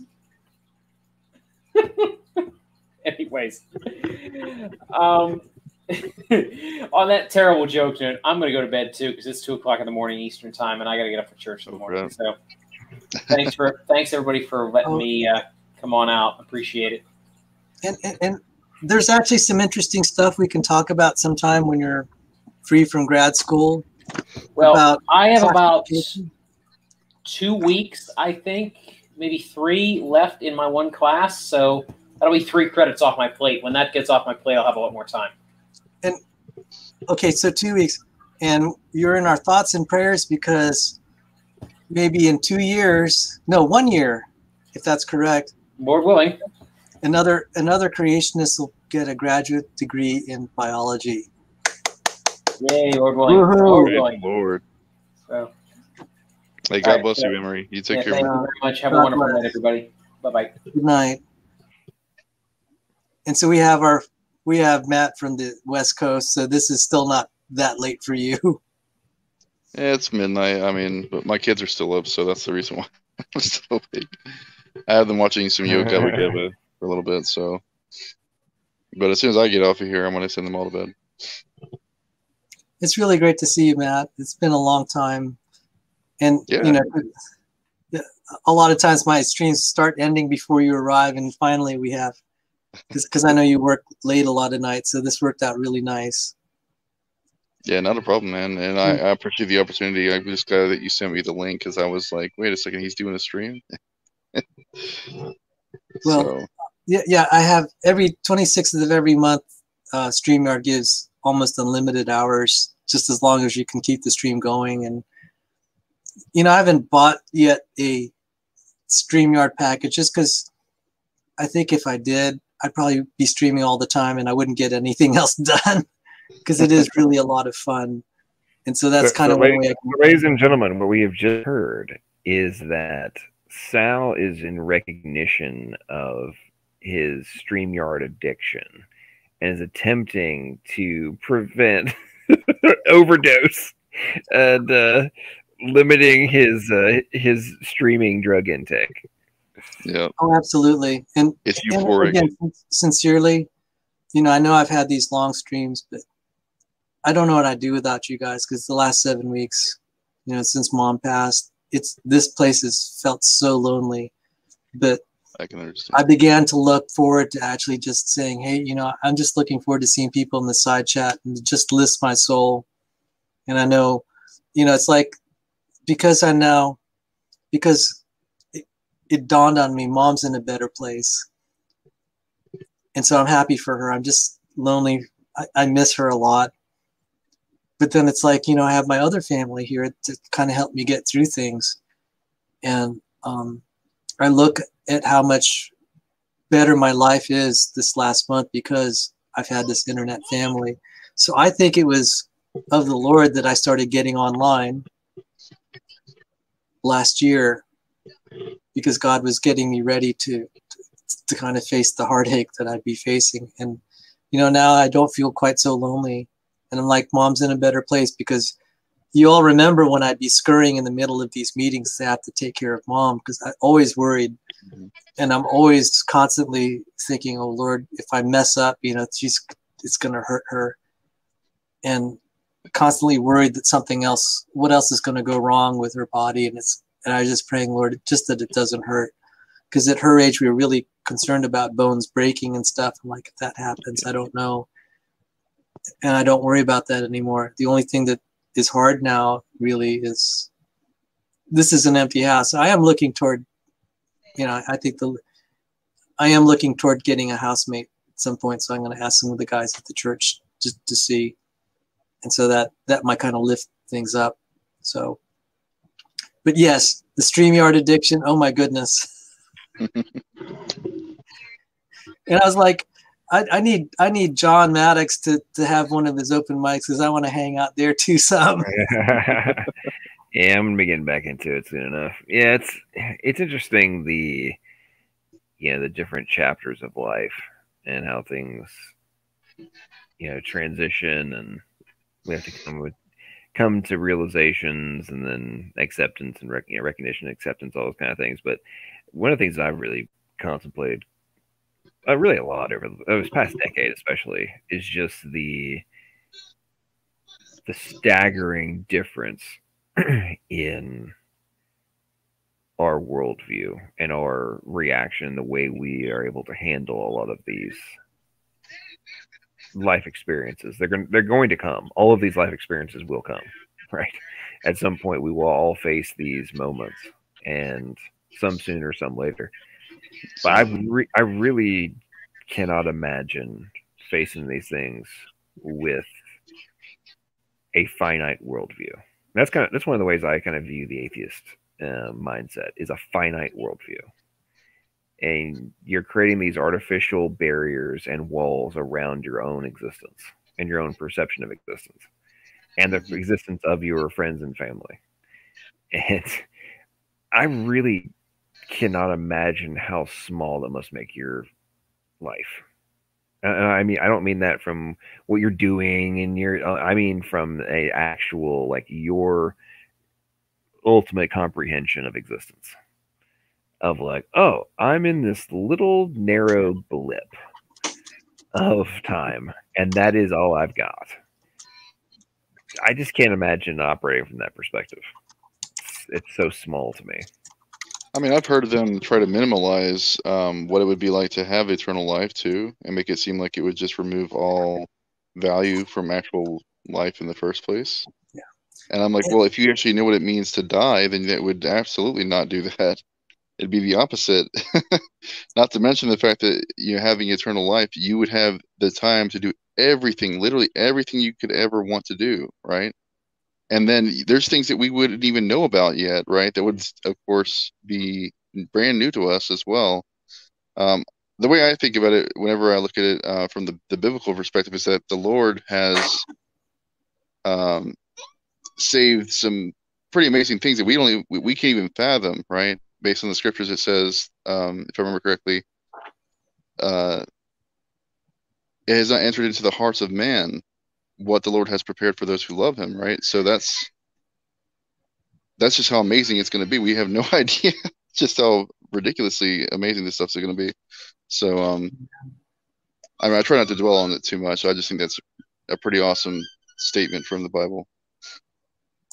And I wanted to share this. This is from 1 Thessalonians 4:13, and just a little bit of context. Dr. Sandy Pigeon and I were presenting a show on April 29th, Thursday evening. It wasn't 24 hours later that Mom passed away, a little bit unexpectedly. I thought when they brought her back from the hospital, she'd at least have a half-decent chance of continuing on a little bit, but she died within a few hours after being transported back to the house from the hospital. And Dr. Sandy Pigeon, the very next day, he got an email from me, and I was telling him what happened. He called me like 5 minutes later. He said, "Hey, Sal, listen up. Your mom. I just want you to know your mom's in a better place." And the one person that meant a lot to me, because he's a Navy SEAL, he's used to seeing people die.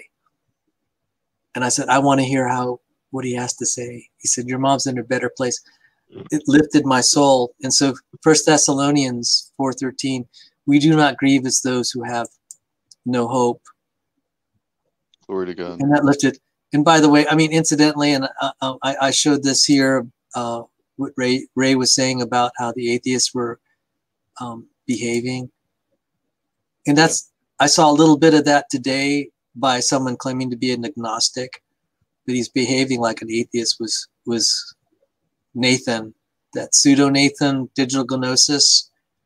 Yeah. When I was just talking about the hopelessness of the atheist view, boy, he got triggered. He's just tearing into me with ad hominems, irrelevancies, trying to make all this stuff about me that's just not true, questioning, he's calling me a fraud and a liar, basically.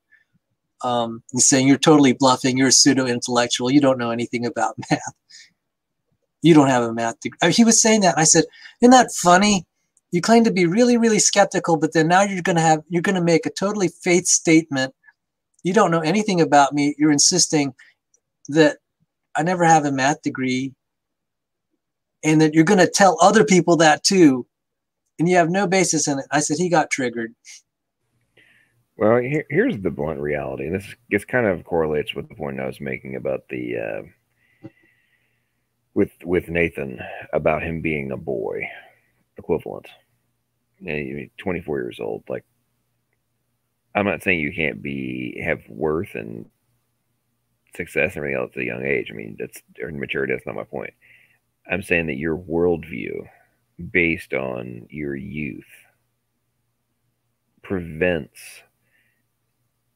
and unless you have already faced death, right? You haven't had those experiences yet, and therefore a lot of your worldview perception is that you're operating from a naive, innocent, well, in some aspects, almost an innocent state, right? You have not yet been down those rabbit holes. Therefore, a lot of your perceptions, your conclusions, are being reached from a naive stage of life, right? And it's kind of the point that I made in relation to, earlier today, in relation to the known demographic data, primary demographic data of atheists, right? They're usually white guys, ironically, between ages like 23 to 34, I think, is the like primary age demographic. And when you think about that, it's like, okay, so you're young, you're still in that vibrant stage of life. You probably haven't faced death yet.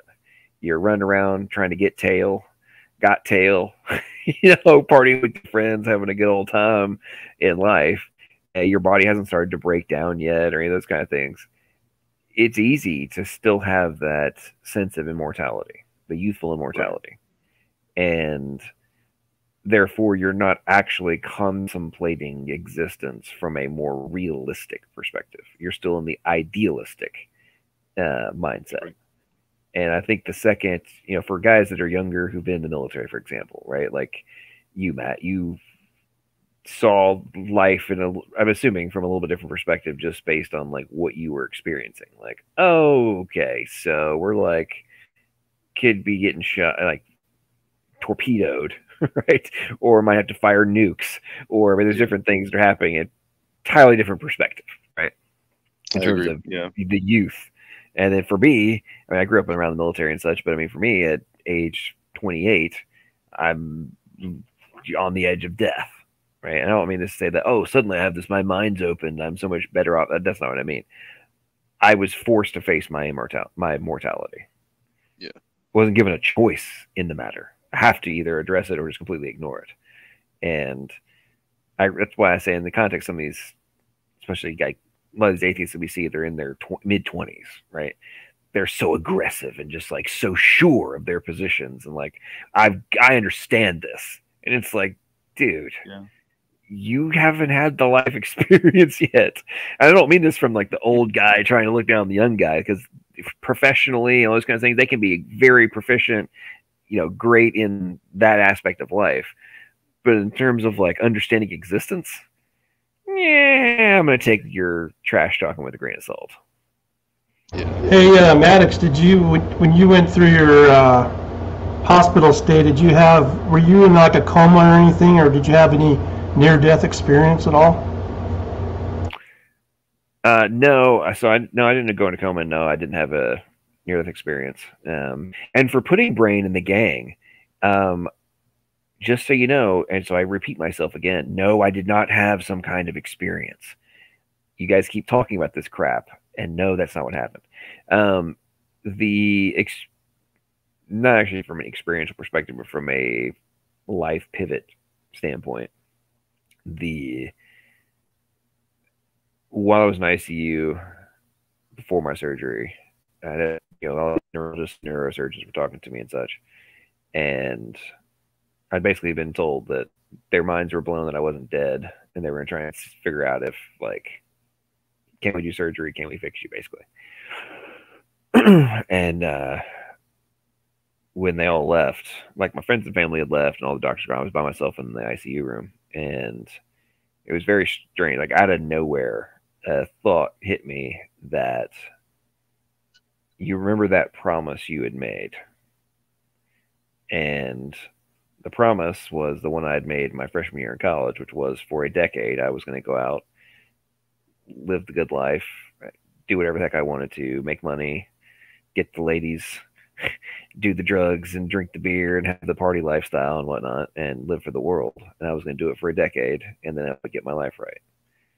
And basically, I was at, a very long story short, I was at that moment of when my promise was being called due.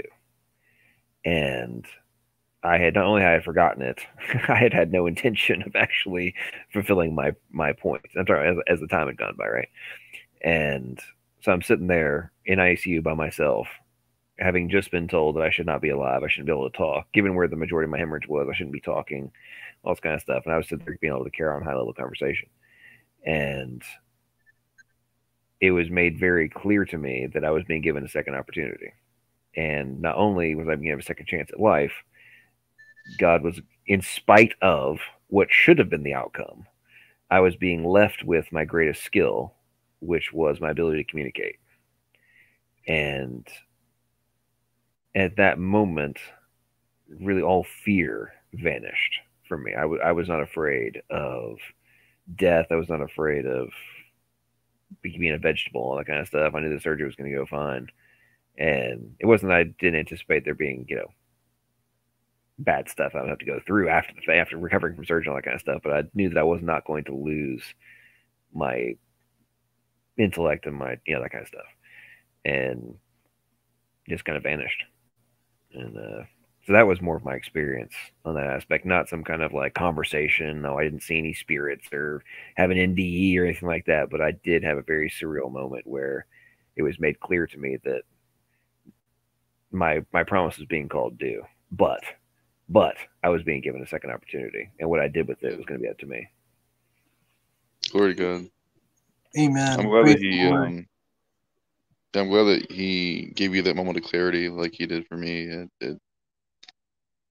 Like when everything was going down with my wife, I really tried to think about ways that this could be something else, and nothing seemed to make sense in my mind until I was like, this is definitely a demon possession. And then it all just clicked instantly, and everything just fell into place and started working out the way I thought it was going to with the prayer. And I mean, there's just no other way for me to interpret what happened. I said the name of Jesus, she fell out. Like, who does that, right? Like, I'm not Benny Hinn, right? I'm not one of those people that are paying people out to do stuff. So when I saw this stuff happen, it was just, I was awestruck, and I mean, I broke down after that. But yeah, it's, whenever you have that moment of clarity, it really does, like, it cuts you deep. I should put it that way. Yeah. And the thing that influences me is just testimonies like this, and I meet other people that have had answered prayer in their life, and I'm like, I can't run away from that. And the atheist will say, oh, it's just coincidence. I'm just like, okay, how improbable does something have to be before you're going to even suspect God did it? Right. And so this afternoon, my standard question is, if you're that blind beggar in chapter 9 of John, what would you do if Jesus healed you and you were blind? Would you follow the Lord the rest of your life? I was actually naive enough to think all of them would say yes. I've been shocked, and in a way that I should have seen coming, that a lot of them said no. T-Jump said no. Matt Dillahunty said no. Tracy Harris said no.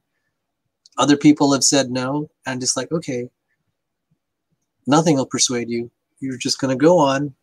You're going to look. In fact, John Maddox posed that question to a few people. Just like, man, it's kind of disturbing how many of them will say no. Well, you know, here's the thing with that too, Sal. Like, I agree that there are some that like to operate from this. No way, I would never accept for like talking point, and if, I'm not saying this is the case for all of them, but I would be willing to wager that for a decent number of them, it is a facade and they're bluffing. I agree. Because I don't care how confident you project yourself to be in terms of like discounting all of these things. I don't, to be honest, just to be blunt, I don't give a rat's ass on a lot of what these people claim, because if they're actually not lying and are actually going and looking at the evidence, and I'm doing all this analysis and I'm actually contemplating all these different factors, if you're going to sit here and try and convince me that if you have an IQ above a gerbil, that you're actually contemplating all these pieces of evidence and it's not stabbing you in the heart with doubt about whether or not the probability that you're talking about, Sal, leans in favor of God, you're not rational. You're not a rational human if you don't, at a minimum, contemplate that yes, this might be in the moments of truth and behind closed doors, when you're by yourself, you're not putting forth the facade and the group environment and all that kind of stuff. I'm talking when you're by yourself, if you're actually thinking about your existence, there's no way that if you actually have looked at the evidence that you can't have at a minimum, the seeds of doubt in terms of what is necessary for your own existence. I mean, yeah. If you actually are taking the time to think, I think, therefore I am, what the heck does that mean? Right? Like, how do I think? What is in my, I mean, to me, when you just contemplate the mind's eye, how do I have a mind's eye? How am I able to visualize something inside myself that I can visually see an image of inside of my own mind that does not exist? Right? I am being able to actualize an image of something in my own brain, in my own mind, that does not exist in the world. How can this be so? Yeah.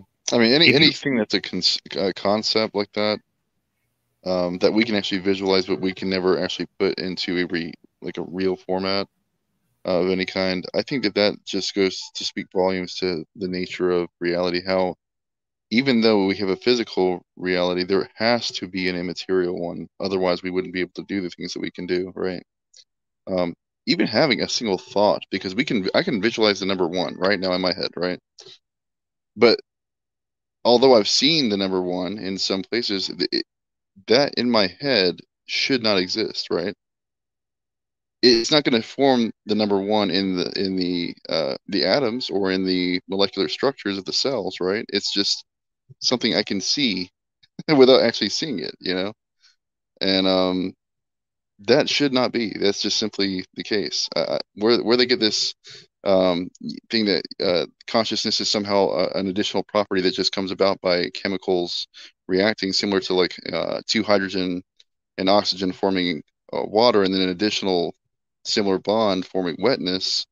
No, that's are you kidding me? That's not even on the same playing field here. That's a whole other game. I don't know. To me, it's just they're not thinking clearly. No, they're not, and it's that whole aspect of like computers and artificial intelligence being able to do processes and actions, but not be able to be external to it and understand why. Right. Like, why does this work? Right? Like, versus following preset rules to execute a function is different than knowing why the function works. Yeah, I mean, even if you did understand how something works, that never really truly answers the question, like you talked about, of why. And I think that's what the whole point of science is for, is to show us how, but it doesn't give us the why ever. Absolutely. It's in line with all this, you know, the whole aspect of man being made in God's image, right? What does that mean? And to me, obviously, I think there's multiple facets to what that means, but I think one of the most obvious is we have the ability to create that which does not yet exist. And yeah, okay, so the bird can make a nest. Okay, cool. Like, they're cool. I mean, they're very intricate, and there's a lot of interesting things that they do with that. And don't get me wrong, there's amazing things that animals can do that are phenomenal from an engineering standpoint. It's great stuff they do, right? Mm-hmm. But they're not actualizing things that only exist in the mind and aren't necessarily purposeful in terms of survival and like the basics of existence, right? And that's why, to me, I find it very willfully ignorant to the talking points we hear all the time about like humans aren't actually that optimal. Why does X, and you were kind of referencing this in relation to like the squirrel being faster than us, right? In terms of reaction times and stuff. And it's like, cool, yeah. So in that particular instance, and the squirrel, yes, the squirrel is faster than us in that context. You're right, 100%. But we're way faster than the freaking squirrel in our car, right? Well, I mean, I'm not saying we couldn't like ever develop some kind of technology that could make us more advanced. No. The point I'm making is the evolutionist advocate is bitching and moaning that the squirrel is faster than us in that context, right? The cheetah can run faster than we, that kind of thing, right? Those kind of arguments. Right. And I'm like, yeah, I get that. But we can create the plane that can fly 700 miles an hour, right? And take us across a freaking ocean. I mean, according to the Evos, the only way the monkeys made it over was, they were surfing on the freaking palm trees, man. Like, I mean, like, that's how they came over. We fly, man. You know what I'm saying? Like, in the context of, oh, well, the monkeys can swing on trees. That's great. Okay, cool. The same human can play tennis, be a surgeon, play the piano, eat, do all these different actions, right? And we take them for granted, but they're all unique skill sets. Mm-hmm. And there is no other organism on this planet that can do all of those. Notice one thing. So that whole theory with like the monkeys, floating over from Africa to South America. So we're supposed to have been evolved about 200 million years ago, right? And they're supposed to be I guess you could say, our cousin. The whole problem with that is, if you look at the actual geologic time scale, right? Some of the creatures that were around at that point in time, if that's true, that were aquatic, would include the mosasaur. It would include the megalodon. It would include all the insane beasts that we never want to meet, right, in the ocean. Yeah, and you're telling me that these somehow survived not only a 63-day journey without any clean water, rafting across the ocean with those things in the water. I'm pretty sure that didn't happen, right? Well, and no food. Yeah, I mean, unless you're going to kill each other and eat each other too, right? Like, it's just stupid, man. Yeah, that's my point. Like, I feel this goes back to my earlier point about like the small-minded worldview. Mm-hmm. I mean, to me, it's just like, so you view our capacity as inferiority when it's obviously superior. And then on the flip side, you're going to use that intellectual superiority that we enjoy over the rest of the world to come up with borderline imbecilic fantasy hypotheticals to manufacture these creative processes that like somehow accounted for things that are so mind-blowing that we don't even understand them ourselves. But no. I've come up with a story of how it happened, bro. Okay? And how dare you question me? They'll assert these hypotheticals as fact a lot of times. It's just sad. Uh-oh, Sal found it in whatever book he was looking at. What did you find, Sal? I actually wasn't able to find it, but it's a great quote kind of talking about people that are closed-minded. This is Origins, A Skeptic's Guide to the Creation of Life on Earth.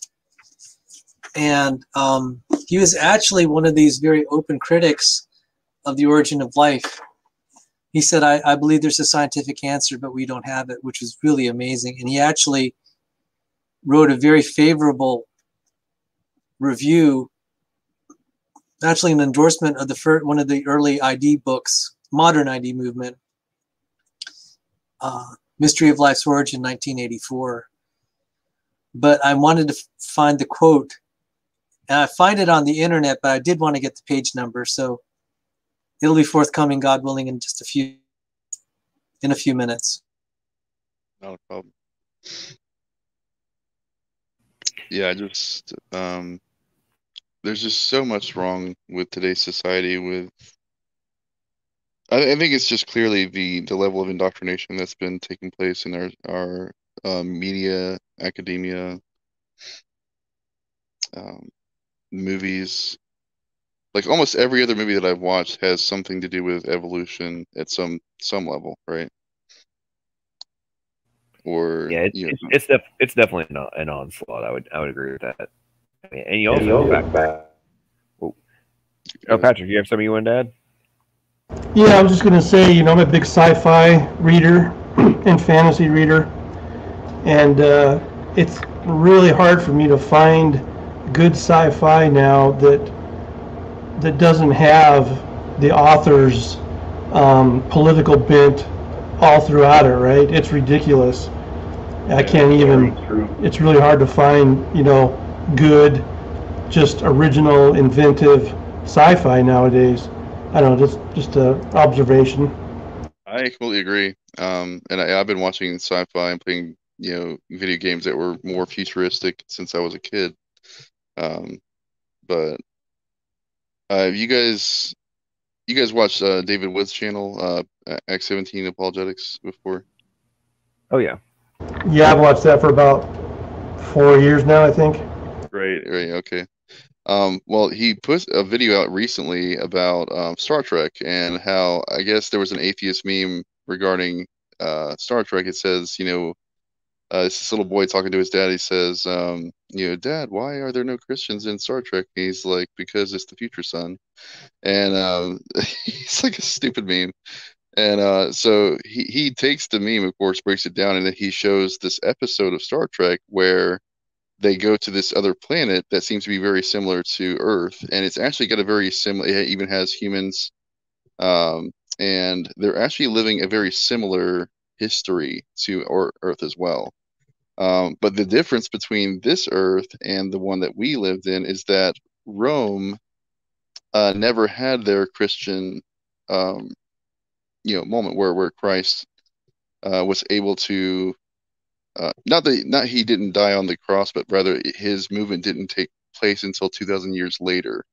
So they're still doing like the Colosseum matches. They're still doing all the other pagan stuff, and so he breaks down the entire episode for people to understand that this shows that Christians not only existed, but were like they were the foundation for the entire organization of the fleet.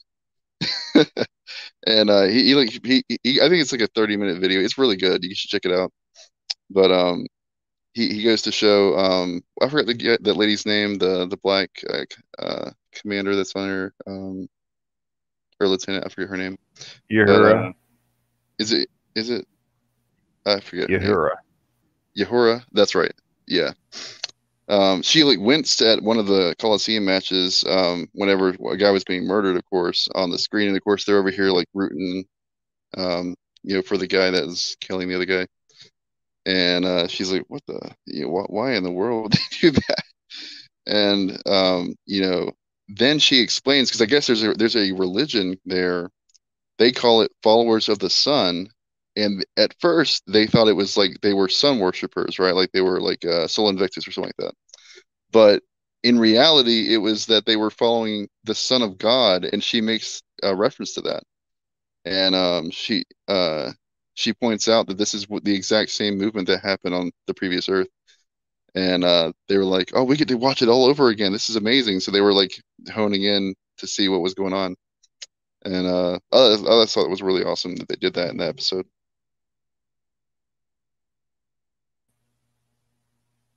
Sorry, you're on mute. You're muted, Vin. Sorry. I found the passage. Page 130. Origins Awesome. of Skeptic Guide.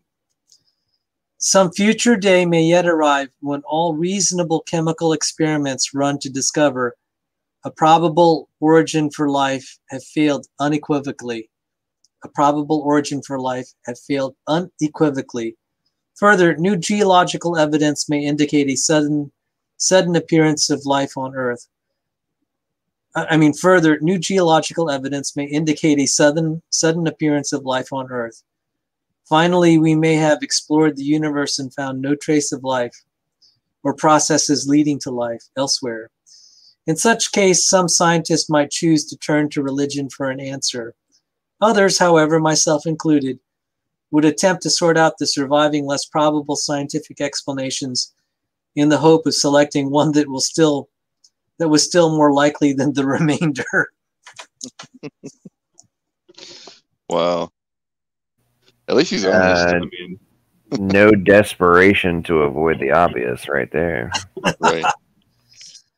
And the reason this was compelling was this book was actually celebrated by creationists because he basically pulled a James Tour on the abiogenesis industry at the time. Mm-hmm. And he's saying, he was not happy that his own colleagues were kind of hyping up stuff, and he knew that this was not good. So he's kind of like the James Tour, but on the other side. And he actually commended an intelligent design book for actually calling it out. Now, of course, he wouldn't accept God as the creator, but he said that the chemistry was good. He said the chemistry was absolutely good. And his endorsement appeared on Mystery of Life's Origin. That's what caught. I'm sorry. I was to say, something that really gets me in relation to all of this types of conversation and we'll find something else, right? The Origin of Life folks recognize that, okay, we've done all the knockouts. We've gotten down to the minimum viable product. Like, here's what we have to have. It's like, and obviously, Dr. Stadler and Dr. Tan point this out very well. It's like that chasm is so gigantic. Exactly. To reach the recognized minimum. This isn't like what we're making up. It's the recognized minimum based on experimental evidence. And that chasm is so gigantic. Like, what is the more rational conclusion? Like, do you ever think that the building will build itself? Obviously not. The concrete will not pour itself, let alone be formed in the first place, in order to be poured. The copper will not mine itself, nor turn itself into wire, nor let alone be installed. Nor will the pipes and the PVC be created, nor will it be installed. And sure as hell, the schematics of the architecture blueprint will not come into existence of their own volition. The cranes and the helicopters and all the tools that will be necessary to install all this stuff will never, ever form themselves. Nobody would ever reach this conclusion. And yet, this is what is being argued, that the skyscraper will build itself. And to me, the more... I mean, I was going to say it's way worse than that, because, I mean, if we're talking about something that's building itself, it'd be that, and it has to be able to build other buildings. Well, I mean, I agree with you. My point is, like, nobody would ever, like, okay, well, I guess where we have to go with that is, like, yeah, you're kind of going down the rabbit hole. It's like, do you think that's plausible? Well, of course not. Okay, well, Okay, well, you don't think that's plausible, but you think that the self-replicating building is. Like, this is... Oh, wait, but this is the most advanced building you've ever seen. Oh, wait, actually, it's New York City replicates itself. I mean... the entire city.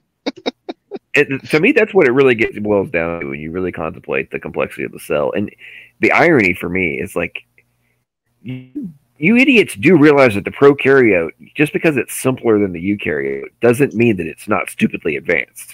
Like in what's going down here, folks. And you're telling me that it forms itself, like, it's got freaking nuclear power plants and all this crazy crap that's going on, and self-freaking replicate, dissolving and reforming roads and telecommunication, all this other kind of stuff. And then it's like surrounded with a shield.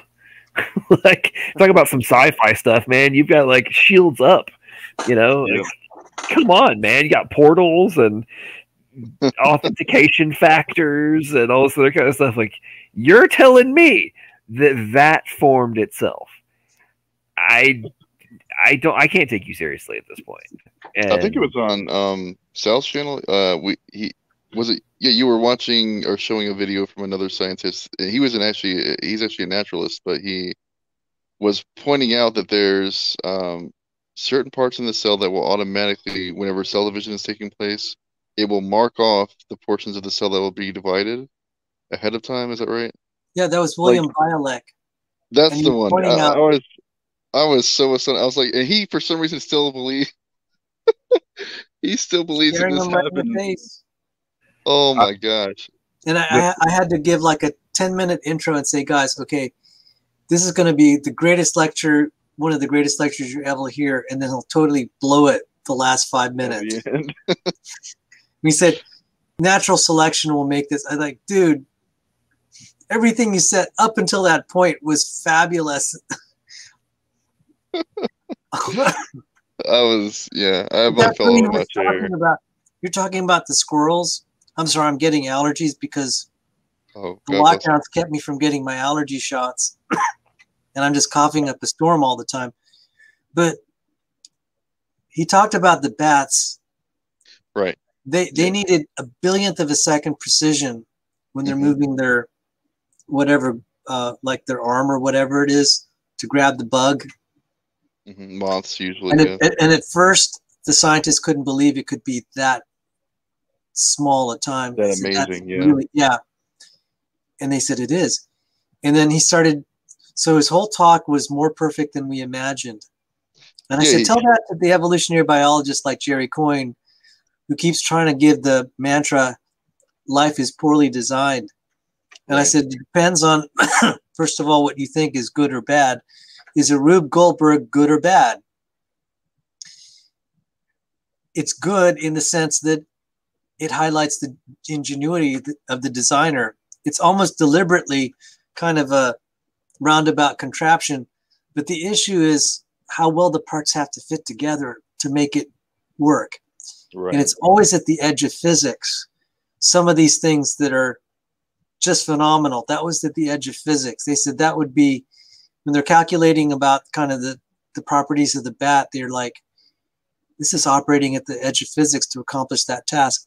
So when you're talking about the cells that we're splitting off, yes, it's counting individual molecules. Right. So each of those cells in the embryo has a different number of molecules. It's like a dress. And then the process has to be precise. Each cell will divide within 1 minute timing. If it's not going to, it can't be 1 minute too late or 1 minute too early. I'm saying, yeah, it looks like Paley's watch. I mean, and he was just going on. And then he talked about, there could be other sensors he didn't even talk about, like the magnetic sensors in birds. They can sense the magnetic fields. Their eyes can actually see a rendering of the magnetic field. We tried to estimate what their vision might look like. Their optical vision is integrated with seeing kind of a rendering of the Earth's magnetic field, which is really cool. Just imagine that you could see like the magnetic field lines coming out of the Earth, and you're using that to navigate? I've got built-in GPS rendering in my eyesight. What's up, y'all? Oh, wait. I think that we're trying to pull that off with augmented reality glasses. Oh, I wonder where we got inspired for that. Exactly. Now, an interesting question has been raised. Did humans have this ability? Because it's in the cryptochrome protein. Did we used to have infrared vision and also magnetic vision?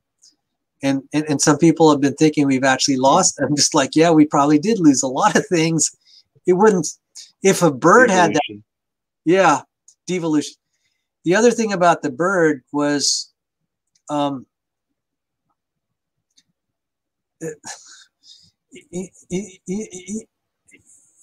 trying to navigate with just a magnetic compass is tough. Like if you're trying to go from the North to South Pole and you're not going a direct route, but you're gonna land somewhere in the middle of the ocean, and you're gonna have all your friend birds land in that same spot. And they couldn't believe it's like these guys know latitude and longitude. And like, how did you do that? You need a magnetic map, and you, Matt, would know how difficult it is to take a submarine and all you have is a magnetic compass. You're out there in the ocean. That would be impossible. And you don't have any maps. Well, I mean, if you were piloting a submarine, by the way, I'm not saying if you were like piloting a regular boat, but like if you were in a submarine, it'd be impossible to do it with just a compass. So, yeah, we have to get fixes, and then we have to take multiple sources because we have 2 RLGNs that would feed into the VMS system. We had to get a fix from GPS if it was possible, but if not, we had to take a 3-point vector fix. And that was you obviously have to have periscope go up, find different things that you can use as for reference, and then of course try to triangulate with the nearest satellite if there's even one available. And if you can only get a 1 satellite fix, then you have to throw it out. So well, even let's say you're operating on the surface like the old Navy ships. Yeah. And you had to use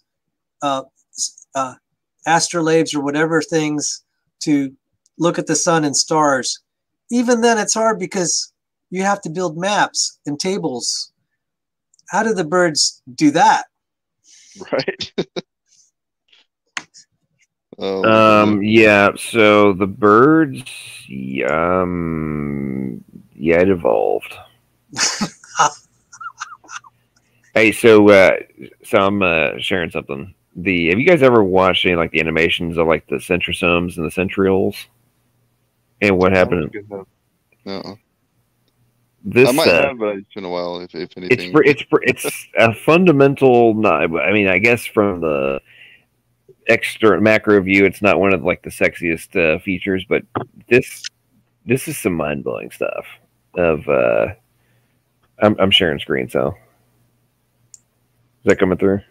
Sextant was like a last resort, okay, and you had to be surfaced for that. All right, let me know if audio comes through. Centrosomes are structures that are found inside of cells. They are only found inside of eukaryotic cells. Centrosomes are comprised of 2 centrioles that are essentially just rings of microtubules. The purpose of the centrosome is to help organize microtubules, hollow tubes of protein, similar looking to microscopic hollow spaghetti, to be utilized during cell division. It also works to use the microtubules to create part of the cytoskeleton of the cell. This helps give the cell its structure. In a sense, the centrosome helps to stabilize the structure of the cell. While these might seem like simplistic tasks, they are extremely important and critical roles. The centrosome itself consists of 2 centrioles that are held perpendicular to one another. The centrioles are just a fancy way to name a specific arrangement of microtubules. They are held together in a set way, as stacks of 3 microtubules that centrosomes are structures found inside of cells. They are made from 2 centrioles. Centrioles are microtubule rings. The main purpose of a centrosome is to organize microtubules and provide structure for the cell, as well as work to pull chromatids apart during cell division. Small mitotic spindles made of microtubules begin to form between the 2 distinct centrosomes. The centrosomes move away from one another due to the lengthening of these microtubules. As they continue to grow, eventually the microtubules connect to the center of the chromatid, 1/2 of a chromosome. At the kinetochore, specialized protein at center of a chromatid. The centrosomes are now spindle poles, as they are at opposite sides of the cell and connected to the spindle microtubules. These microtubules kinetochore microtubules now begin to shorten, pulling the individual chromatids away from one another towards the centrosomes. Centrosomes are structures found inside of cells. They are made from two centrioles. Centrioles are... Yeah, I think that's... Okay, so that... when you think about what is happening right there, like one of the things they don't discuss there is those centrioles are also the source of all the microtubules and all the other things that are happening throughout the cell, right? So not only are they essential, I mean 100%, no ifs, ands, or buts about it, essential for cell division, right, and replication, you also have to have them for structure, for transport, signaling, all these different things that the microtubules, and they all come from this central hub and are being coordinated somehow, right, and restructured dynamically on the fly. And she said to that me, they were made of the microtubules. Is that right? Yes, and they're made of microtubules. That's chicken and egg. Right. So this goes back to my earlier point about the whole what are the things that are irreducibly complex, right? And I'm like, so the thing that's made out of the thing is needed to create the thing. Like, go. I explain. Go. You know. And by the way, say Sal, have you ever interacted with Herman Mays, the PhD? You're from mute, Sal. I'm sorry. That name sounds really familiar. He's an evolutionary biologist, zoology guy. He's like a bird. He's focused on birds, but he's a hardcore anti-ID creation, goofy dude. I don't think I've interacted. I think I've seen some of he debated Charles Jackson, and he's also debated. Who's the other person he debated? Oh crap! I just watched his debate the other day too. I'm having a brain freeze. Let's see. Herman Mays.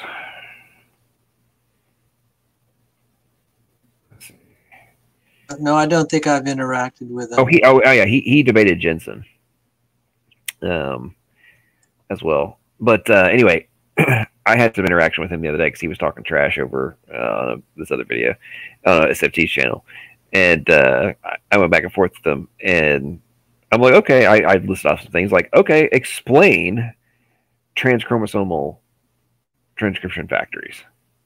And I was like, I listed off like 5 or 6 things, and I'm like, explain each one. Go. And I'd like, I'd go after the end of each thing I was asking him, like, go, professor. Answer, professor. Anyway. And he, of course, went on this long tangent about how he didn't have to answer my questions. We went back and forth probably like 10 times, basically I'm talking trash to him and trying to get him to like answer a freaking question. And him telling me he didn't need to because he's a professor and he's a PhD, he doesn't have to answer my questions.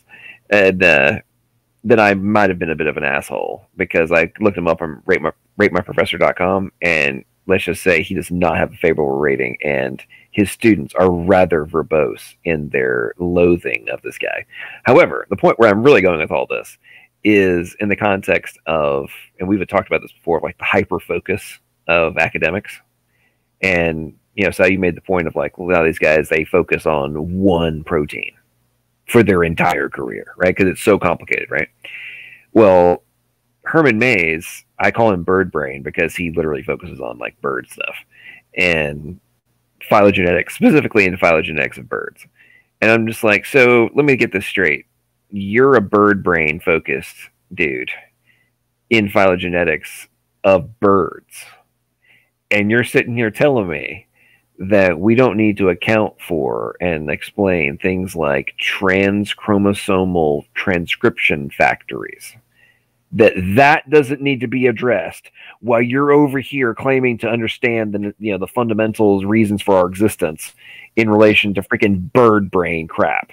Like, this is what you're arguing over here and telling me none of this other stuff has any relevance and it's already explained. I'm like, no, it's not. It's not explained. Not in the slightest. We didn't even know what was going on until relatively recently. Exactly. 5 or 6 years ago, people were denying that it even existed. So I don't want to hear this crap, and you're sitting here telling me that this doesn't have any significance. We didn't even know it was significant. until relatively recently in terms of the macro view, right? And you're a professor? Like, you can't tell, man. That stuff really kind of freaks me out. I'm not trying to apply this blanket to like all professors and all PhDs and such, but I'm really starting to become intrigued by the level of overconfidence these guys have in terms of their positions. And it's like, if I'm not a PhD and I'm well aware of a bunch of different things that are some freaking mind-blowing stuff that we have no accounting for at all, and it's getting worse by the day in terms of, I'm talking from their perspective of like what you have to account for. And you're going to sit here and tell me and operate from some hyper, ivory tower perspective and claim that you're somehow superior to me. Like he literally asked, like, are you published in the life sciences? I am. Look, yeah, I went. Yeah, bro, I went and looked up your H index. Your H index is going down, not up. So, what's your point? Like, anyway, John, enough my tangent about Herman Mays. You remember Mei-Ling NG or whatever? Oh yeah. Yeah, that's the same one that I told you about was claiming to be the PhD biologist that told me about the Richard Lenski experiment on that evolutionary documentary that I was commenting on when I first became a Christian, by the way. And I was the one that proved her wrong about her own about the papers state, because she kept saying this is like evidence of macroevolution. And I went back to some of the later documentation showing, yeah, this is what actually happened, and then I let her know this is already inside the genome, so you're just pointing to something that already existed. So now you have to explain why it was there in the first place. And she finally admitted that, and then she stormed off away from the chat. She didn't talk again after that. We were like going back and forth for like a week. Insertion of a promoter does not equal evolution. Right. I'm sorry. Exactly. You inserted a promoter. And sidebar, man, where did I come across this? Man, I wish I could remember where I came across it. Anyway, did you guys know that in it's now been like observed that in certain extreme scenarios, it appears anyway, that cells will actually send out, basically start inserting promoters in all sorts of different portions of the genome if for activation of things that I guess they were already there. Go figure. That are being able to account for, and then like I guess when the correct ones get turned on, obviously it's potentially solving the problem in that context, right? And I'm like, so that seems like a pre-programmed mechanism to account for potentially, it's either been a while or haven't yet encountered a variable specifically like this one yet. Insert whatever the variable is. Oh wait, let's have a mechanism to account for that. I mean, exactly. If that doesn't blow your mind, I don't know what does. Like it's just randomly shooting out freaking promoters. Oh yeah, that's totally by chance, folks. Come on now. The other thing, because I remember seeing the document, I think you were talking to Mei-Ling, and you were the one that pulled her actual credentials, right? Yeah, I did, yeah. Oh my gosh. When I saw that, I was like, wait a minute, this is the woman that's trying to say that James Tour is a fraud? And she only has 42 relevant papers peer-reviewed. That's it. Her entire career. He has more than like 14 times that amount in his own respective field. And his citations were, because I think she only had like what was it, like 1,000, like a total of like 1,000 citations from her specific work. And yeah, who total. is she again? Ming Yang or something. Mei-Ling NG is what she goes by on YouTube, but I'm pretty sure that's also her her PhD status name as well. The thing is, I mean, the person exists and has the degrees. I mean, I found her. Yeah, and the thing is, I'm not sure if it's the same person, because somebody else in the chat was saying that they believe that the person that was using the YouTube name might actually be a fraud pretending to be the real Mei Ling. But I have no idea if that's true or not. I'm just saying what I saw in the chat. But yeah, I just thought it was really crazy because like I've seen her be so critical, extremely critical of James Tour, and I'm like, wait a second, so you're telling me that he doesn't have the credentials or the capacity to examine the evidence of origin of life researchers, even though you're saying that Dave Farina is? What is wrong with you? You're a PhD, aren't you? Like, what kind of objective mind is that? Yeah. Yeah. I mean, if anybody's more qualified, it would definitely be James Tour compared to Dave Farina. He doesn't even have a master's in chemistry, and you're going to tell me he does not? He's somehow qualified to talk on origin of life? Give me a break. Listen, the funniest thing from the second round of Dave Farina videos was when, I messaged Sygart and told him, and I messaged Sygart and I told him that I was going to be doing a review, and he might want to. I would love for him to come and take part, and he might want to check it out. However, I'm not sure if you're on any heart medication, but you might want to take it before you watch. Right?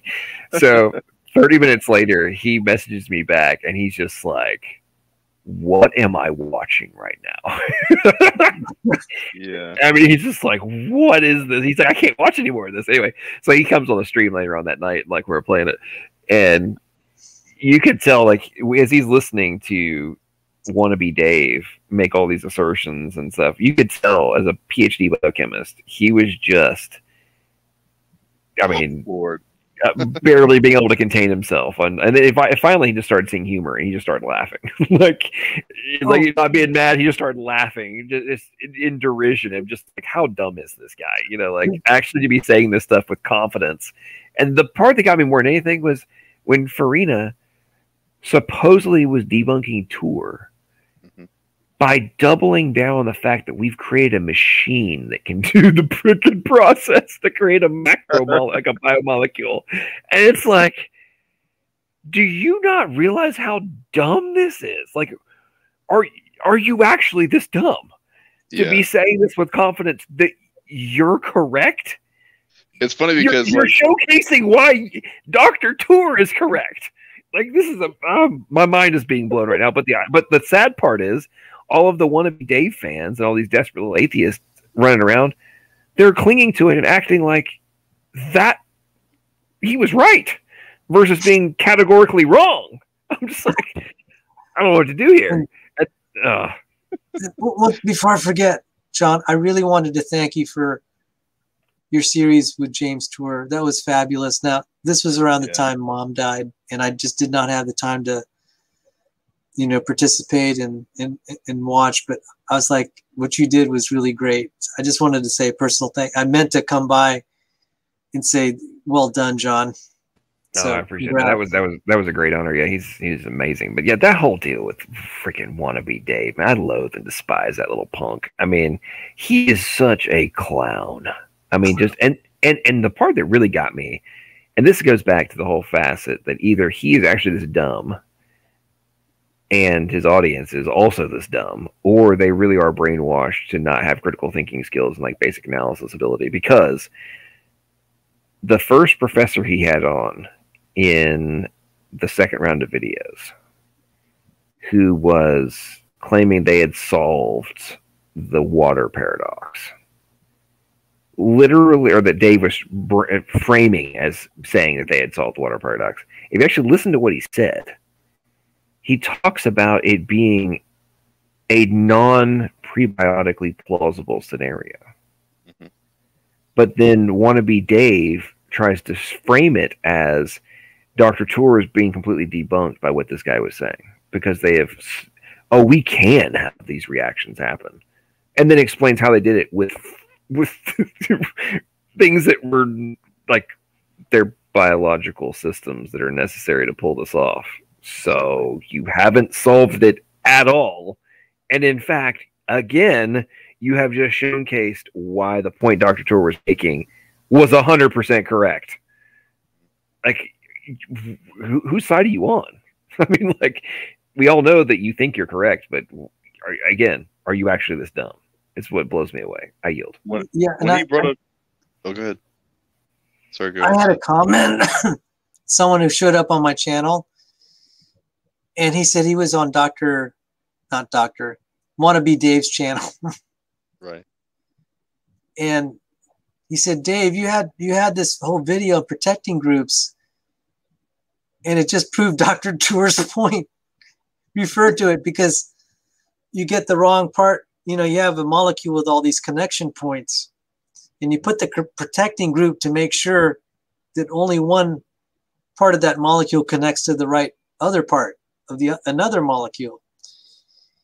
And so he commented, he said, Professor Dave, you explained why you absolutely need protecting groups and all the machinery to make this so you could build it. And he said he thought Dave banned him after that too. Well, I know that he banned me because I put a comment on his channel the day after he posted the initial response video. And I mean, it was just like laying it out for him. Like, you have no idea what you're talking about. You keep lying about this, this, this, and this. And like, I didn't get a single comment. I didn't get a single like or anything. Nothing. No likes, dislike, nothing. So I'm pretty sure my entire comment was just shadow banned. And he just doesn't want me on his channel. Listen, Yeah, go ahead. The most, okay, in my opinion, what I'm about to say is proof beyond all doubt in a court of law, so to speak, public court of opinion, that Wannabe Dave is full of crap or an idiot, one of the two. He quotes, and with great fervor, as supposedly proving beyond all doubt his position, the 2007 and the 2011 Donna Blackman papers about the potential ways they could solve the homochirality problem. In the videos, he uses it very aggressively. I actually had some back and forth with him where he continued to double down on his position. Donna Blackman, in December 2019, published a paper on the exact topic. It was a continuation from the 2007 and 2009 research. And in that paper, she states they have not found any prebiotically plausible solution to solving the homochirality problem. And that little punk ass doubles and triples and quadruples down on the 2007 and 2011. Hey, we might have found some we haven't proven this. We've thought of some potentially plausible ways we might pull it off. Right. Yeah, fast forward a decade and they have failed miserably, per their own admission. Not just from a scientist saying that, the same way quoting, and you're saying. I don't know what gets more hypocritical and borderline, you're a snake oil salesman, than that, especially when people like me are calling you out and being like, have you read the 2019 paper by the same author? And you're going to continue to claim with great fervor that no, it's been solved. I yield. And John, I wanted to ask you, I know you watch a lot of other YouTube channels. I only drop in on my regular stalker channel every now and then because I can't stand all the misrepresentation. I mean, the guy gives 2-hour shows on me twice a week. I'm like, thanks for all the extra views, but I mean, dude, you need to get a life. But I wanted to ask you, is anyone else on the internet defending Professor Dave in terms of the chemistry versus Dr. Tour? Well, I mean, there's Lee Cronin. Lee Cronin is one of them, and there was another scientist he put on his second debunking video or whatever. I forgot the guy's name. I know he's another origin of life researcher, but Brennan. Oh, okay. I just remember that they both they didn't actually touch on the things that were being discussed in the video. That was the weird thing. Like, they just used rhetoric to get their point across, and they didn't actually handle it with science, which I thought was just idiotic. And I saw the Cronin part. I'm just like, yeah, oh my goodness, I can't believe that you could just make straight face, either you're totally delusional or you're fraudulent, or both. Because he's saying, look what we did with these metal salts. And I was like, man, there's a reason you're doing it with that, because the reaction will happen. Why don't you try it with the the materials that we're really questioning. That's the Right. problem, is you'll do an experiment that's really not relevant.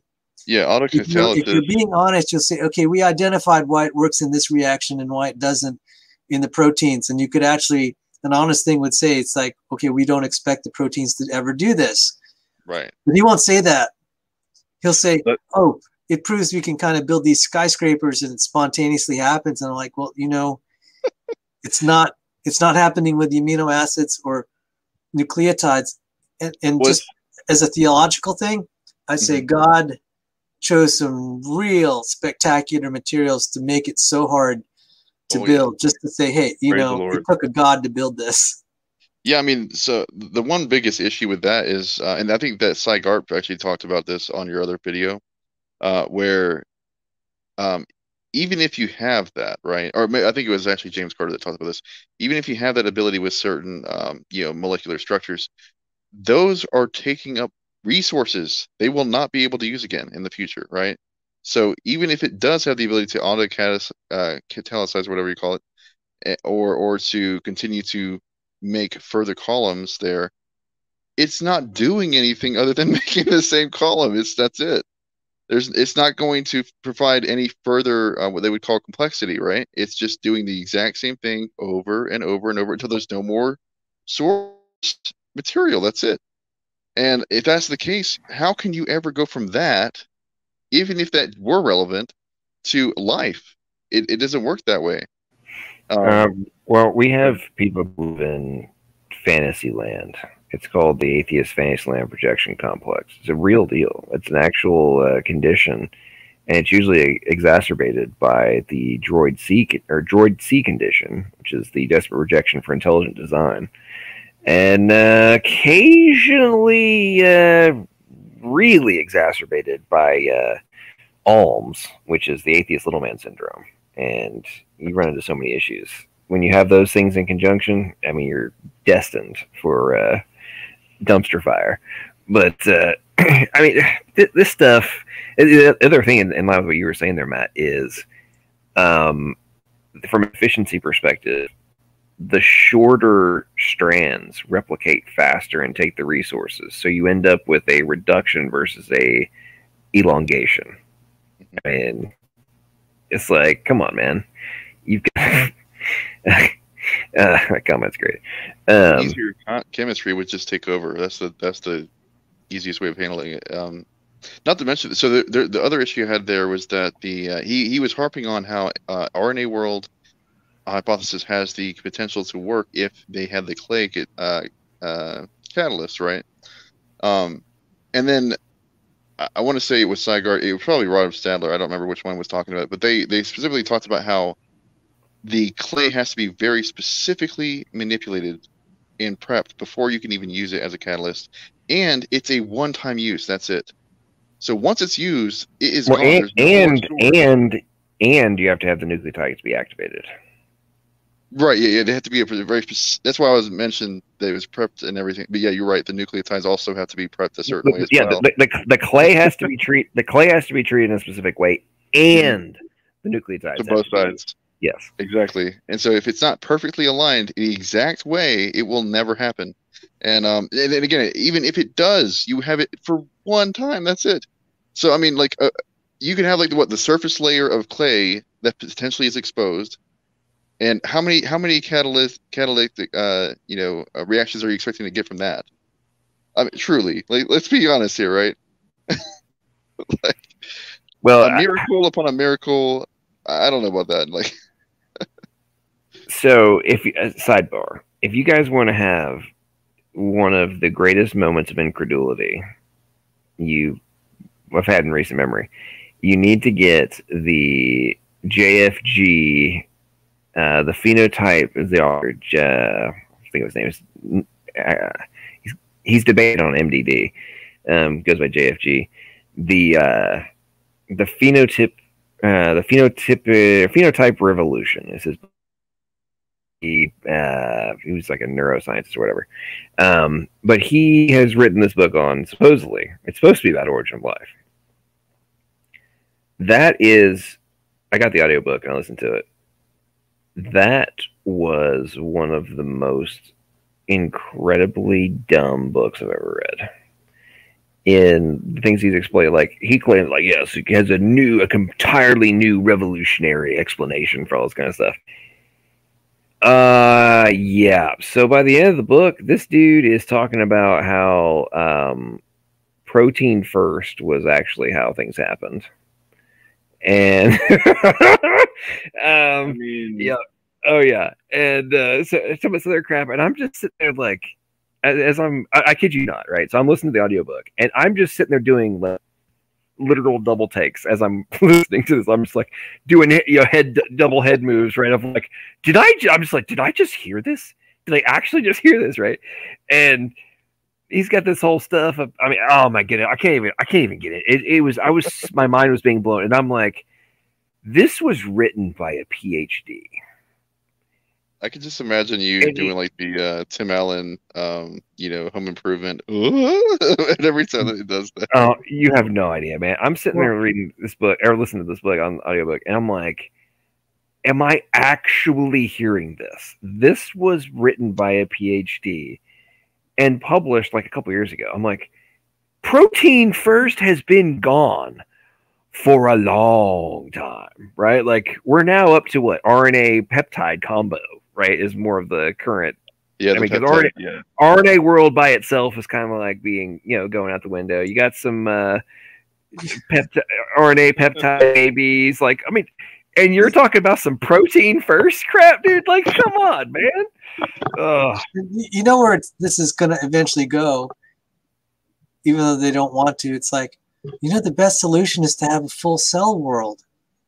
Everything at one time, right? World. Like, it has DNA, it has proteins, it has lipids, it has carbohydrates. They're all there. It's like a living cell. That'll work. But how do we get that? Oh, it has to be made by something. So let me get so let me get this straight, right? So we need a frozen accident. That'll do it right there, man. Frozen accident. I thought, man, Crick had it right the whole time. What have we been doing for the last 60 years? It's a frozen accident, y'all. That's how it happened. Yeah. There was no God. There was no intelligent agent. There's some unknown force that we're never going to discover, but it's what happened. I mean, this. And I'd say that sidebar though, the dumbest person I've not dumbest, but the most out to lunch person I've interacted with so far on YouTube is that Church of Entropy chick. Man, that was one of the most mind-bending experiences I've ever had in conversation. Like, I'm actually hearing this stuff. She thinks that photon waveform is what coded the universe. Oh, is she the one that thinks that that matter is actually conscious? Like, it actually can think? She's a pantheist. Okay, I've heard somebody tell me that. And I was like, she debated on MDD. She debated T-Jump on MDD, and man, that was but I actually went on her after show, and I ended up having like a 4-hour conversation with her, and that woman is freaking nuts. But the getting into like, so how did things, like, how did life form? Like, it was the photon waveform. Reduction of the waveform did it. And I'm like, what am I listening to right now? And apparently she has, I looked her up, she's got a freaking degree, like a dual, couple degrees, like physics, mathematics, all this kind of stuff. And I'm like, you're running around claiming that somehow light photons just cause the formation of existence. Like, this is actually what I'm listening to right now. How are these people being taken seriously? It's what I want to know. I'm really not understanding how this stuff gets actually put forth as remotely plausible. I would have then at that point been like, okay, so if that's the case, how did photosynthesis come about? The waveform just knew to make this particular function. Sure, okay. I wanted to say that there's a segment of atheists that are really just closet pantheists, meaning they actually do think kind of like intelligent design, but it's the universe being intelligent. That was actually, I had a segment where I talked about atheistic intelligent design, because they can recognize the intelligent design, but they don't want to quite say it's like kind of a transcendent God that's outside of the universe. They'll just say the whole universe is smart by itself. Oh. I mean, it's at least a little bit better argument than saying there's no intelligent design, because that you're going to be just blown away if you keep arguing that. You know, as our digital world grows, I really don't understand why people seem to be, other than the ones that are like willfully refusing. I really am having a hard time understanding why people find or view the transcendent existence of God outside of space and time, or the bounds of the universe, right? Like, I don't understand why people find that so complicated. Yeah, I think it's also a philosophical commitment, and just I've showed this to the readers before. This is Mathematics of Evolution by Fred Hoyle. And he was the one who coined the word Big Bang. But then he delved into the evolution realm, and he was criticizing Darwinian evolution. He was also criticizing abiogenesis. Now, unfortunately, in this book, he's not like, I keep reading, well, what's your point? What's your mechanism? And it's later on you find out he's appealing to space aliens. And he didn't actually come out and say that in the book that was laying out the math for it, but later on it became clear that's where he was headed. And he's one of those, like, it's like he actually used the word intelligent design in his book Intelligent Universe. So it's like what you're saying, John, is that you don't get how they could be that way. And I think it's kind of a metaphysical commitment. Yeah. That it has to be something that doesn't involve a deity. And so they're stuck with saying, okay, we'll just imagine the whole universe by itself is like a mind, and it can think, even though he doesn't give any justification for that in any of his writings. I've heard someone else recently say that whenever you zoom out on the universe, which I thought was really funny, I was like, how do you do that? Like, how do you see how do you see a giant macroscopic version of the universe, right? But he was telling me that whenever you take this full-blown picture of the universe, it's supposed to be almost like an image of a brain, like the neurons in a brain and how it's interlinked with all the different stars, star formations, and galaxies that are intertwined. And when I heard that, I was like, I'm not sure if this is like a pantheist view or what that is, but it reminded me of that for some reason. But yeah. I've seen some of that stuff as well, and to me, that same concept you're talking about, we also see that on the molecular level as well, and the atomic level, and we see the same kind of thing on multiple scales. But to me, it's like, cool, maybe I am inside the mind of God. So what's your point? Right. Like, yeah, so I was thinking, I was like, I don't. Yeah. It's interesting to hear. I mean, you can almost feel it like it's like they sort of want to have a substitute God, which is they're not really atheists deep down. They believe in something and they have their substitute God. So, they want to be one with the universe as if it is almost like not inanimate, totally inanimate matter. It's like it's this part of great collective consciousness or something. And like when they die, they want their atoms to be, they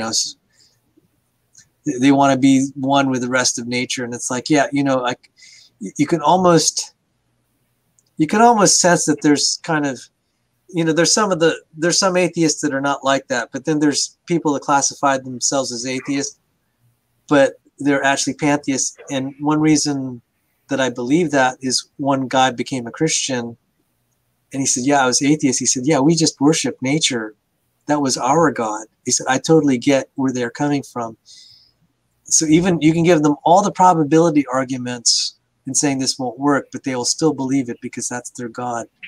Just like it says in Romans that they worship the creature rather than the creator. Right. Yeah. Exactly. Yeah. Well, one of the things that I've been struggling with lately, and just trying to figure out how, and what your point you're making correlates with what I'm about to say, is like, I listened the other day, T-Jump got absolutely annihilated by an atheist philosophy professor. It was hilarious on his own channel. I mean, it was an utter beatdown. But anyway, one of the things I always find fascinating is when they go on these whole like, no, the laws of nature are just descriptive. That's it. Okay, but then they'll say, no, the laws of logic are prescriptive, and they're external to the universe or whatever, like they exist. I'm like, so let me get this straight. You will accept the laws of logic, but you will not accept the prescriptive aspect of the laws of nature. Right. I'm not really following you on that one. Like, yes, we're being able to write a description of what they are. That doesn't mean that they in and of themselves are not the prescriptive controls of the universe. Like, what are you talking about? Like, they absolutely 150,000% are exactly that. Like, right. We have absolutely no control over them whatsoever. Well, what is the prescription? Like, that is the epitome of prescription. Like, it is the commands that must be followed in order to achieve X outcome. And we are governed by the laws of physics and chemistry. I don't know what to tell you.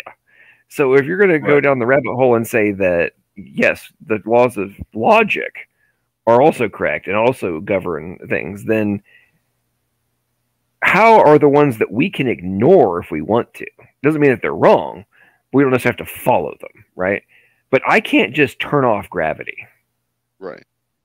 You know what I'm saying? Like, I can refuse to be logical, but I cannot suspend the laws of physics and chemistry. I have zero control over this. I might be able to bend them or you manipulate them to achieve an outcome that is also subservient to them. But you're going to claim that those are not like external necessities, or necessities that are external to be implemented onto our universe rather than dependent on the universe. Right. Like, do you not? It amazes me how atheists just seem, like, I'm talking about the hardcore staunch ones, seem incapable of recognizing the irony of the arguments that they're making. Well, I mean, the thing is, you're on on mute. top of that, right. I can leave the channel open. I've been on for about 6 hours and I need to get to church. But if you all want to hang out, I'll leave the channel open. So I've got to pass out as well. Matt, you were about to say something. Why would you say last words and go to sleep? Because I got to get up in the morning as well. Sure, man. I'm trying to remember what I was trying to say. You were saying on top of that is what you. Right. Okay. So when you're talking about the prescriptive nature of laws of nature, so the one thing on top of that is that for atheists, it would have to be prescriptive in order for it to even make sense in the first place, right? If the laws of nature did not bring about life, then there's no reason for them to think that that's the case, right? For them to say it's not prescriptive would just be idiotic in the first place there. So that's just another refutation of their same logic. Well, I agree, but the second they do that, then it negates their ability to rely on the multiverse to account for the improbabilities. So they can't be prescriptive in terms of the macro level, I guess. It's like, oh, well, they could be totally different in the other universes. So they can't be prescriptive, right? Like in terms of external to our universe. But the laws of logic can be. I mean, it's like, come on, man. Yeah, take care, Patrick. If you want to say goodbye or something, that's fine. Yeah, we're all shutting down too. Yeah, I gotta head to bed. It's been a really late night. Thank you so much, Patrick. Well, Sal, thanks so much for having the stream. I greatly enjoyed it. It's good to interact. We haven't gotten to talk like this for a while, so I'm glad get to do this. And thanks everybody for putting up with my long-winded diatribes over the course of the evening. I appreciate it. Yeah, we'll do this every now and then, and just so people understand, I don't run open mics on my channel. I don't need the headaches. So usually it's just maybe 1 or 2 people at a time, but then the 26th of every month we might have one of these. So I'd like to thank everyone that, especially in the side chat, just for keeping things lively. And it was great. I can't thank you all for bringing a lot of joy to my life. And we could just hang out here and study God's work and ponder it. And so it's been great. So, John, one last word from you, and then Matt, and then I'll shut it down. Well, everybody, as I love to say at the end of streams, as you contemplate the necessities for your existence, you look at the evidence and you use your critical thinking skills that are granted to you by the Almighty, as you reach the conclusions about what is necessary for your existence, I hope that the conclusions you reach will be logical, plausible, and probable. Have a good night, guys. Great talking with everybody, and enjoy the rest of your weekend. God bless you. And Matt. I was just going to say, you know, the next time you hear somebody bring up the multiverse, just call him Rick Sanchez. And that's just for Rick and Morty fans, for anybody that's ever seen that before. It's been a pleasure, Sal. I really enjoy getting to get on here and talk to you guys. And I really hope they're getting to see more content with people like Sygart and James Carter on here. That'd be great. Well, thank you. Thank you. And it was great having this nice long stream. Like I said, I might have one of these marathon streams the 26th of every month. And, you know, eventually we might be able to do some short videos, but those are usually way harder than the kind of the long hangouts. But that's something that Matt here suggested. And it's like, yeah, it is actually a lot harder to be succinct and get one of those really powerful videos that can go viral. That's not, I tried doing one of those with a cartoon, and that it took 4 people and took us over 2 months to finally get something we were happy with. Okay. And hopefully that'll happen, and hopefully I'll be getting back to my chemistry lectures on the other channel. But this has been a great time. And so let me just close with, see if I still have, I'd like to close with scripture here. So absolutely. Psalm 77. I'll just close with Psalm 77. I read it earlier. And so a lot of what this channel is about is what Psalm 77 has to say. And that is, I'm reading from, starting with verse 12 and just a few verses. I will ponder all your work and meditate on your mighty deeds. Your way, O God, is holy. What God is great like our God?